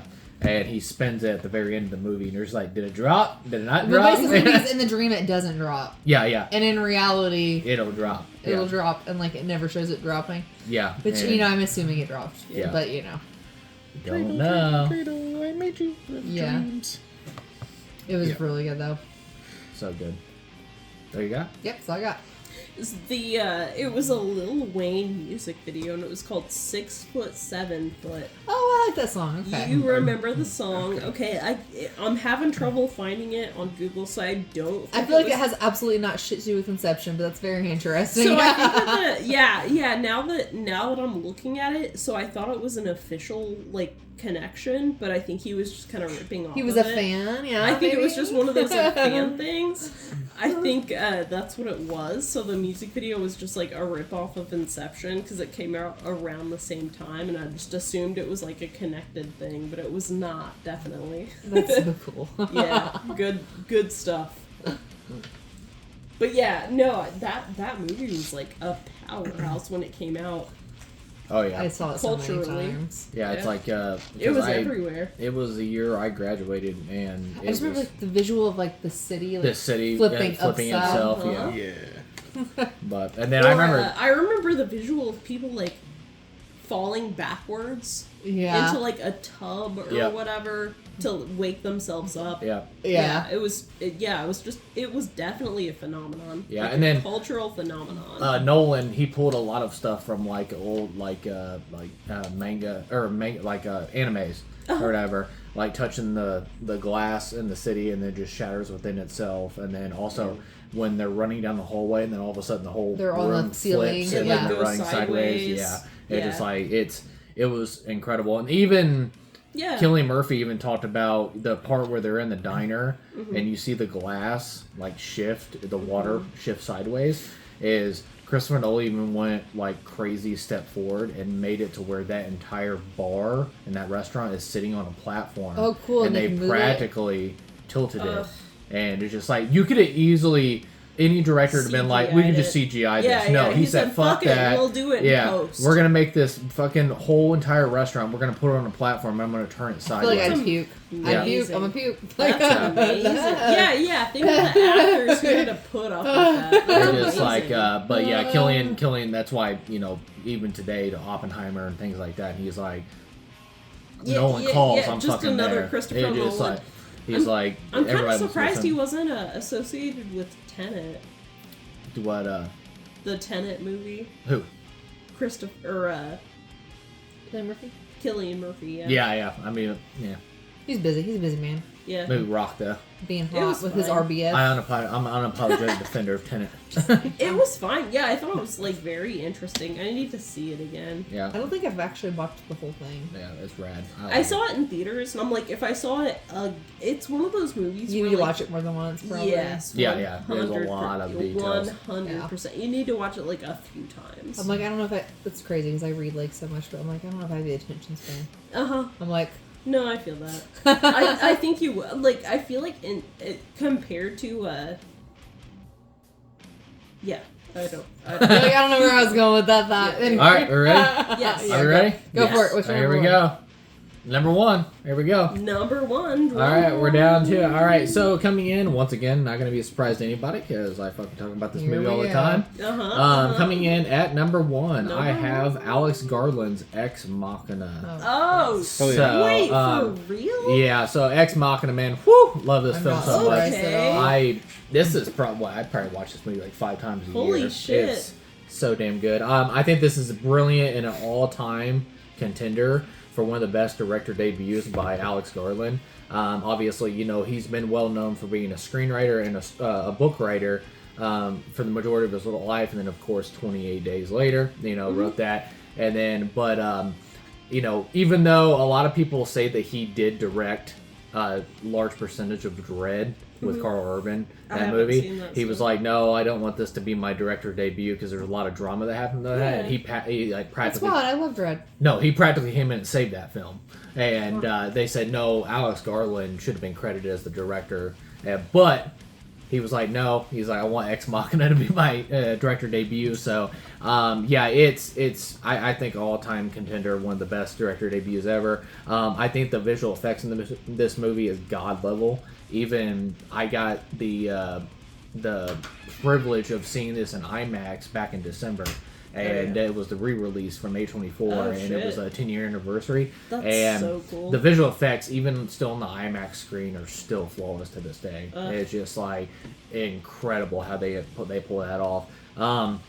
Ended up winning the Oscar, the Academy Award for Best Visual Effects. Oh, did it? Yeah, and I think it was a brilliantly crafted script by Garland, which isn't a surprise because Garland's an awesome screenwriter. I think it plays wonderful dark tricks on the mind, and it kind of like twists at your mind. I love it. Donald Gleason, that I just realized a couple months ago, is Brennan Gleason's son.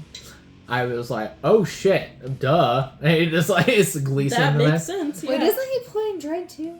Yep, he was in Dread as well. Oh, okay, yeah. All right, yeah, I got that one right. Yeah, and then it's crazy because you follow Caleb. He's basically us. You know, we follow him. He ends up winning a contest to spend a week with Nathan, who's man, what am I butchering? Like it's a search. Like a tech guru. Yeah, but he's like he created some kind of like search engine and all that stuff. So, but anyways, he gets wins a contest to go spend a week with this guy, and basically the psychological nightmare that he kind of just enters into, and realizing, you know, spoiler alert, that he is like basically a human guinea pig for this testing and all that stuff. And then of course a phenomenal performance by Alicia Vikander, who plays Ava. She's like a snake that slithers into Caleb's mind and kind of just and even towards the end of the film, Oscar Isaac's like, dude, she really fucked your head up, and like to the point that you know, and to Oscar Isaacs as well, Nathan really fucking with Caleb as well, is basically to the point that that Caleb is in the bathroom like cutting his arm open because he thinks he's a robot. He's like, am I just an invention by Nathan? Blah, blah, blah. Like, it's a psychological nightmare and all that stuff. So it's just so fucking well done. And then Alicia Vikander, she's just phenomenal and stuff like that. And then, of course, I think Oscar Isaacs, yes, he's an asshole, but he's a genius.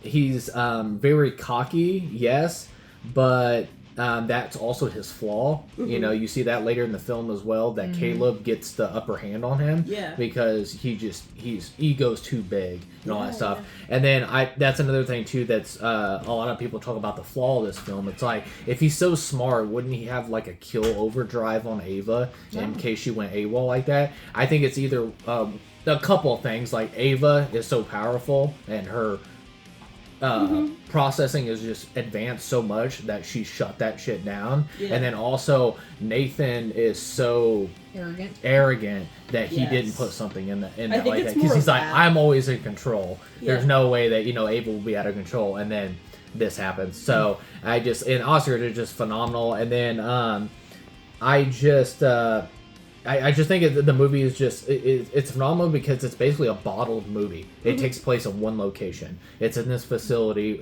Nathan's home. I think it's incredible, and I think it's just a really unique study take on artificial intelligence and like a horror movie, psychological horror. It's just like it's infused together so well, and it's just I love every second of it. And then Oscar Isaac's, of course, you know, the fucking famous scene where he comes in there and he was like, he's like, you wouldn't be down if you were dancing with her, and then the fucking music kicks in. You're like, what the fuck is happening right now? He said, and he's like, you tore up Ava's picture. He's like, I'm about to tear up the fucking dance floor. Check us out, dude. It's like, it's crazy. That's one of my favorite scenes of all time. I'm gonna tear up this fucking dance floor. And Yes. yeah, and I give my review on it and everything else. I said the story is so engaging, it's intelligent, and it's haunting. I think it plays wonderful tricks on the mind, and then I think Alex Garland crafts a nightmare tension on a masterful level. I adore this, and I relentlessly love this movie so much. That's why it's my number one of the 2010s. And like I said, back in December, I got to see the 10-year anniversary of this film on the IMAX screen, and it's still a fucking masterpiece. I love it so much. Awesome. It's my favorite A24 film of all time. It's one of my favorite films of all time. I got to it. You tore up Ava's picture. I'm about to fucking tear up the dance floor. Check it out, dude. God. And We text that to each other like all just the time. like I was watching it, getting ready for this. I'm like fucking. I was like 1 o'clock in the morning, and I still crack up every time. When did that come out? 2014. 2014. Yeah. Okay. So it just it's a masterpiece of a movie. I love it so much, and once again, I think Alex Garland, like, one of the best director debuts of all time. Obviously, Sam Raimi is still my number one with Evil Dead, but I just it's one of the fantastic. And then of course Annihilation. He did Annihilation, which I really enjoyed that. That was a really good Men, one. not so much, but you know, all that that. stuff. And then he's also half director and writer on Warfare that comes out next month that I got a advanced screening invite to, so I'm really excited to check that out. Oh, and he did Civil War, which I defend Civil War. I think it's a really good film. I think a lot of people went into it with a different mentality. I still need to see But that. it's more like a journalism film and everything else that just so happens to be a civil war going on in America and stuff like that. Doesn't he have another film? I feel like it's just a wrong timing for that. Warfare. Okay. Yeah, he. It's like an unofficial sequel to Civil War, right? No. Warfare is actually based off a true story about Iraq and all that stuff. Interesting. Yeah, he's doing that, and then he also said after Warfare, because he's half director on the movie, but it's actually a real life soldier that is directing the other half on this film. But he said he's done directing. He said he's just going to focus on writing, which he's doing 28 years later, and all that stuff. He just said he just doesn't enjoy directing as much as he does writing scripts. That sounds stressful. I get that. So, but yeah, sense. no, and which is sad too, because I love Annihilation. I really enjoyed Civil War. Ex Machina is a masterpiece to me. Men is all right. I think that's his weakest film and stuff like that. But I'm still bummed that he's not going to be directing anymore. But he's also a fucking phenomenal screenwriter, so I love that too. And then of course everybody knows how fucking amped I am for 28 years later, so I just like every time I see the trailer I get we pumped up. we get fucking amped. But no, coming in at number one, I had Alex Garland's masterpiece Ex Machina, and that's what my number one film is of the 2010s. That's good. I'm gonna be honest, that kind of surprises me. Oh, really? Yeah, not in a bad way. Yeah, just I love it. I know it doesn't surprise her. I fucking talk about that film all the time. Yeah. And Hot Toys, can you make me an Ava figure? Because I would love one. I would love a Hot Toy of that. Thank you. That'd be rad. But all right, Silas, drum roll. What's your number one film?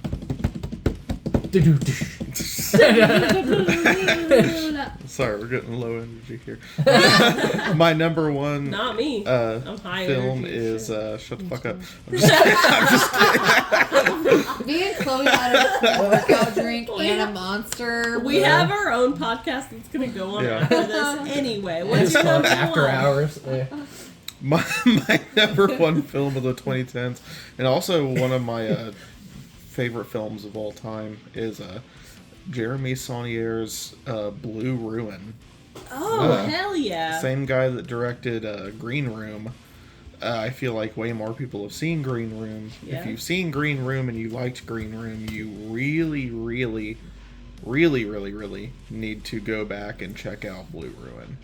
Because it is the separation it has from having to be a multiple producer, like mainstream fare film, allows it so much more flexibility in terms of being the vehicle it wants to be to tell the story it wants to tell, in all of the best ways and with none of the egocentric fluff that most indie ventures are held up by. This is one of the best revenge thrillers I've ever seen. And it is one of the most succinct, well-rounded, just completely competent, knows exactly what it wants to do, exactly what it wants to be films I've ever seen. It nearly moves me to tears every time I see it. Just in the stark nature of the story that it tells and the real humanity that is in there despite the violent subject matter on display. Just an all-around amazing flick in terms of what was on offer from festival circuit indie circa the early 2010s. You really owe it to yourself to check this one out if you're at all into those down and dirty, gritty, like very grounded, very slow burn style, like American revenge thrillers and small town revenge thrillers that focus on a lot of really beautiful locales and shots and scenery, as well as the stark, visceral brutality on display with some of the violence that happens in the storylines themselves, and the very affecting emotional impact that they all seem to be able to relish in and have in spades. This one, out of all the ones I've seen of that sort of like class of middle grade indie film, this is probably my favorite one, probably the best execution, and literally never gets old to me. I can sit down and watch this front to back like I'm drinking a glass of water. Like, it's just one of my favorite fucking movies of all time. Well worth your time. And if you check out Green Room and Blue Ruin and you love them both, you should go back to his way more goofy, fun, genre fair film from 2008, Murder Party, which is actually a Halloween party-themed horror comedy, leaning way more into comedy, and that's also worth your time. But the stark contrast between that movie and what he went on to do is just insane. It's so night and day in terms of the level of seriousness and professionalism that he brought to the table after that first venture, but it's also a really fun and very underseen movie, so you should check out all of Jeremy Saulnier's stuff. Again, very small discography, filmography. You really need to take the time if you're into that sort of thing. So. Yeah, it's got a really real receptive critically as well. It's like it almost has a perfect score on everything I looked up, and it's got a 3.7 on Letterboxd, and yeah, it looks really cool. I feel like the dude covered in blood in the shirt next to the car. I've seen that so many times. Oh yeah, it's Macon Blair as well, and he. Oh shit, he was in like Insidious, and he's an awesome he's actor. He's associated with James Wan a lot. Yeah. Okay. Yeah. Yeah, I'll check it out. And then it's so funny too, because like I love those rabbit holes you go down. Like if you see like Neon or A24, a director like you said with Green Room, it's like to go back and look at that stuff. Because I did the same thing when The Favorite came out, and then I went down the Yorgos Lanthimos' fucking rabbit hole of all his films and stuff like that. So I just love going back to the thing. But yeah, that's rad, man. That's like sweet. All right, is that all you got? Yep. All right, Chloe. Coming in at number 1, Paddington 2. So, Paddington 2, let's talk about that. No, my... Jessica's like, oh, fucking hell. I'm leaving. She's like, not... I'm gonna drive home drunk. I'm done. Fine. She's like, the DUI is worth it. That was just a joke, everyone. My wife is not drinking and driving. Don't demonetize us. She 100% is. My number 1 is one that we've already talked about a little bit. It's Mad Max Fury Road. Oh, is that any good? Yeah, sorry. It's fine. It's whatever. It's whatever. Yeah, no, Is yeah. that the one about the cars that go vroom vroom? They go vroom vroom. Yeah, so Charlize Theron, it's an action movie. It's Tom Hardy and Charlize Theron are fighting for their lives. We've already talked about it. No, that's the spill your love. summary. Spill your love. No, like that's pretty much it. Like I spurred about it. It's spurred about it. It's good. Like, okay, so like the reason that Mad Max Fury Road is my number one is like the fact that it came out around the same time that I discovered like feminism with the punk singer, my number two pick. And I was like, this is a badass action hero, Charlize Theron. She was Furiosa, and she was like fighting with she was disabled. She had like a metal arm. Yeah, rad. Yeah, and she had like cool ass fight scenes with Tom Hardy. Took fucking diesel grease and wiped it on her fucking head. Like Exactly. Yeah. She had like a shaved head, and she knew how to drive a big rig, and she knew how to fight. Yeah. She was protecting all of these women that were supposed to be like birthing mothers for Immortan Joe, but she saved them. And I'm just like, this is like my life story. This is like what This is goals. This is how I want to go into Valhalla. Literally, I'm just like, this is what I was meant to be, and that's pretty much it. It was pretty much like a coming of age for like anyone who saw that at the time. Well, the other things I was gonna add to it was like they were talking about like, or not talking about, but the cool stuff that George Miller at Disney, he takes so many like mythologies and infuses them together. Like you'll ride into Valhalla, and then all their fucking crazy names was Nux was Nicholas Hoult. And then Hugh Keysburn is the guy that played Immortal Joe. Yeah. And he was in the original Mad Max, like the first one. Yeah. And then you had his brides was Cheeto the Fragile, and then Toast, and then Capable, and then Rictus Erectus. That was one of his brothers, yeah. Corpus Colossus. It's just like the crazy fucking names that everybody had. It was awesome. And then it was like if you saw Furiosa, you saw kind of like the prequels of all the brothers that had like the crazy ass names.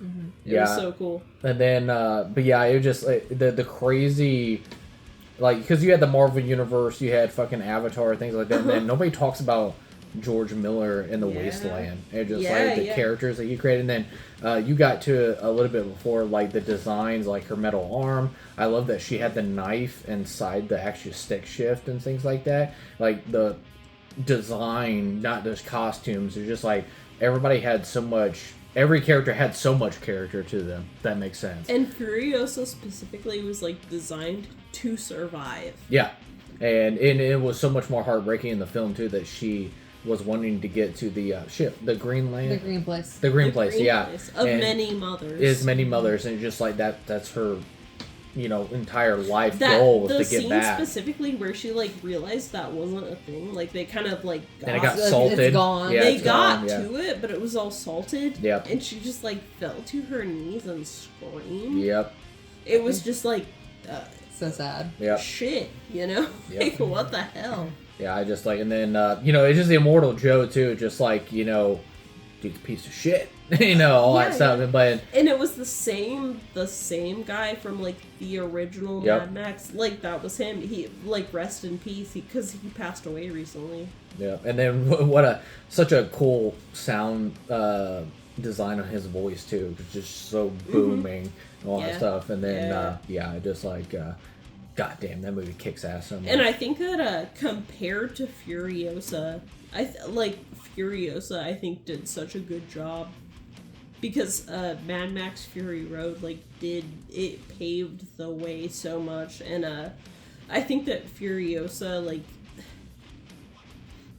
I think it not only because Fury Road did its job and did it awesome and everything. I think Furiosa did an awesome job of like really expressing to the intelligence of Immortal Joe as well. Yeah. I think it did a really good job of elevating that because Sure. guy wasn't fucking stupid. Like Yeah, he was exactly. a monster, but he wasn't fucking stupid. And Like he knew what he was doing. yeah, and like to survive in this wasteland, like he was a tyrant, a monster, whatever you want to call it, but guy wasn't fucking stupid too. And then to in an evil, sadistic way to manipulate all these war boys, you know, to the point where they'll kill themselves for Immortal Joe because they think they're going to go into this thing. And so, you know, you put religion into that shit because there's so many people today that would kill for their god. So it's a just cult. like, yeah, it's so damn good. And I think that Chris Hemsworth also like did such a good job Yeah, in Furiosa. He did a surprisingly good. I did not think honestly,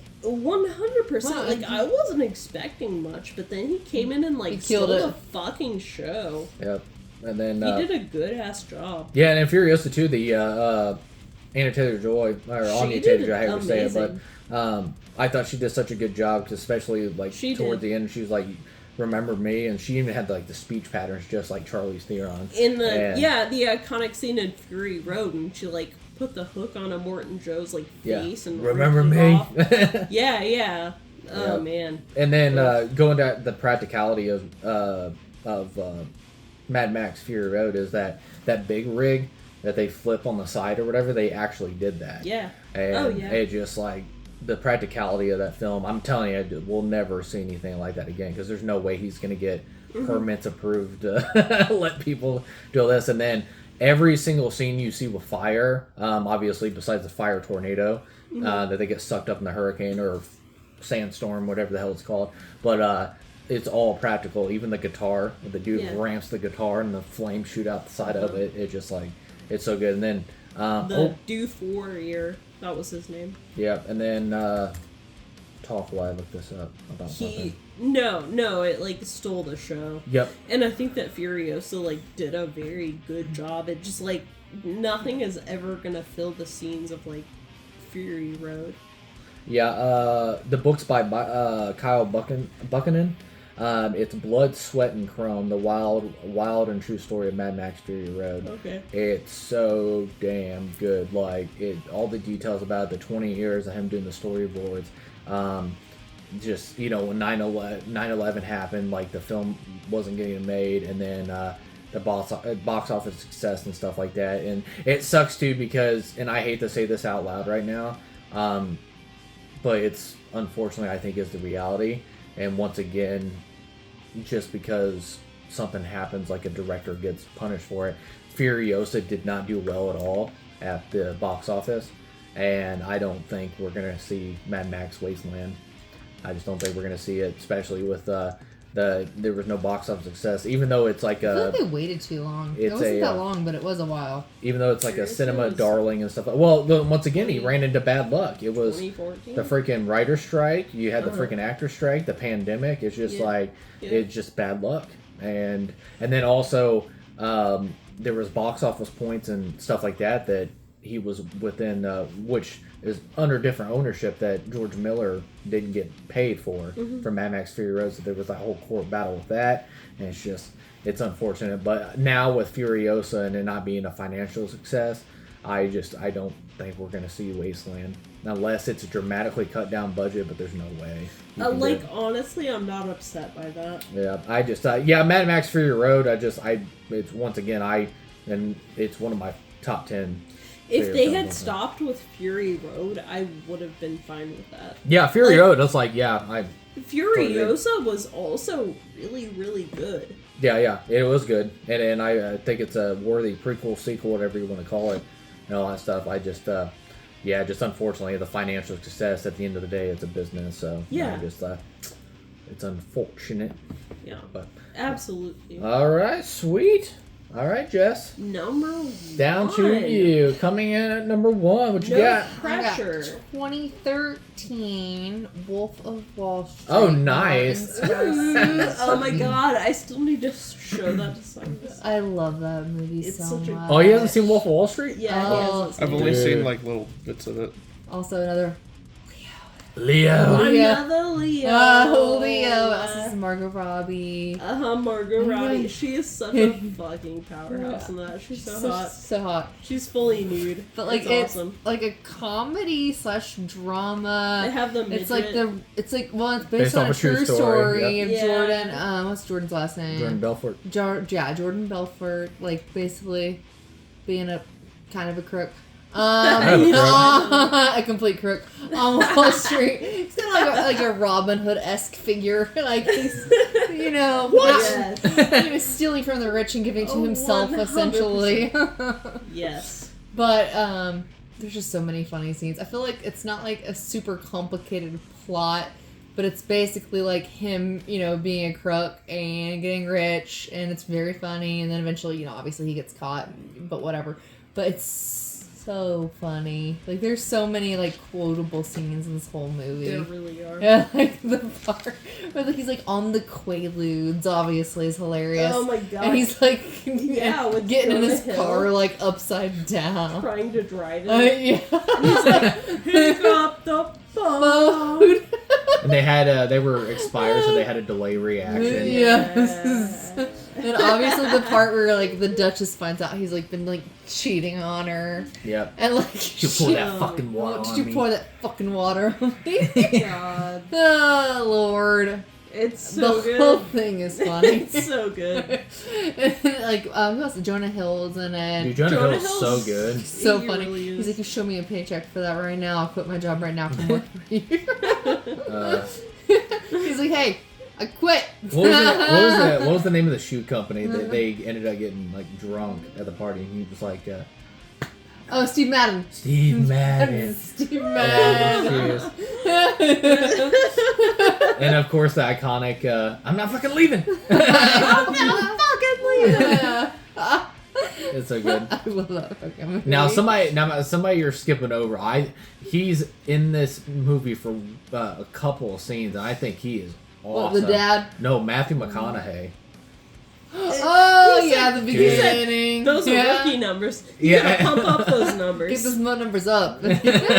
Yeah, He's yeah.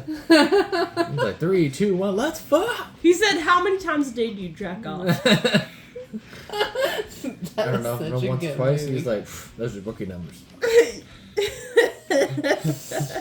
Anyway, I follow the real, the real lady who's like the Duchess in real life, like on TikTok. Oh, and yeah? she's like a psychologist now, so she'll like talk about Oh, it sometimes. no. And I'm like, this is so interesting. How are these real people? Yeah. This bitch is crazy. Nah, that's crazy. The real life Jordan Belfort, he said it's crazy too. The feedback is they talked about how much drugs he was on. Like Yeah. at the beginning, he's like, I take this in the morning, I take this for my eyes, And I the take this. Quaaludes? Yeah, He's like That uppers aren't and even- downers and like. And The Quaaludes, even like, the you real- can't even get Quaaludes these days. Like, that's not a thing anymore. Like, they don't even make those. Yes, they're like Yeah. old. Yeah. yeah. And the real life Jordan Belfort, he's like, oh, I was on way more drugs than that. And I was like, that's crazy. I can't remember what he does now, but he does something. I think he does Fucking like. I think coke. he does like.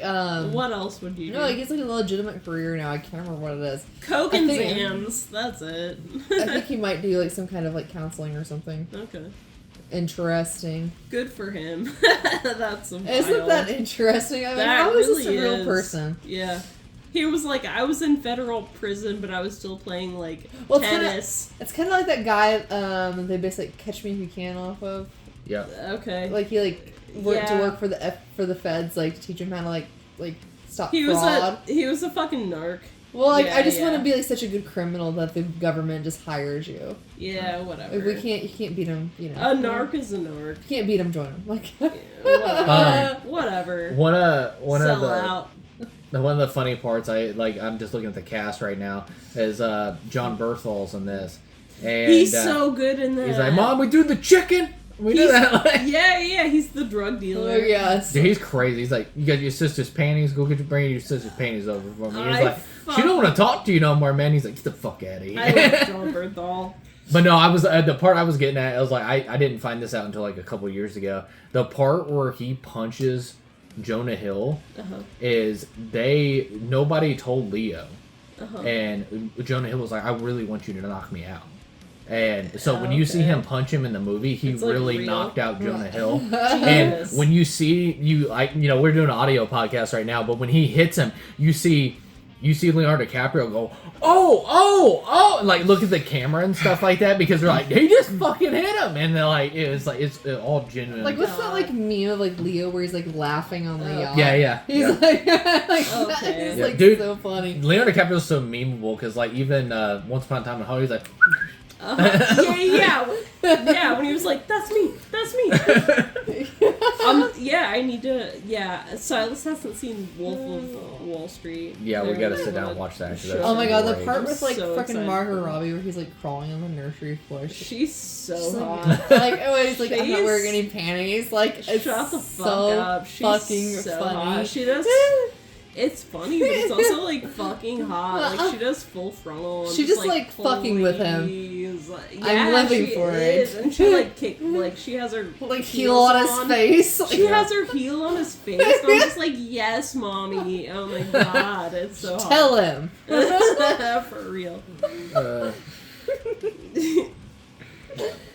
That's a good one. Let's watch it right now. It's good so stuff. good. It's so good. It's so good. That's a great pick. It actually makes me want to talk like Leo for the rest of the movie. To pour that For fucking real. water on me. I'll do it with you. That's so Girl good. Leo podcast. All right, guys, we did it.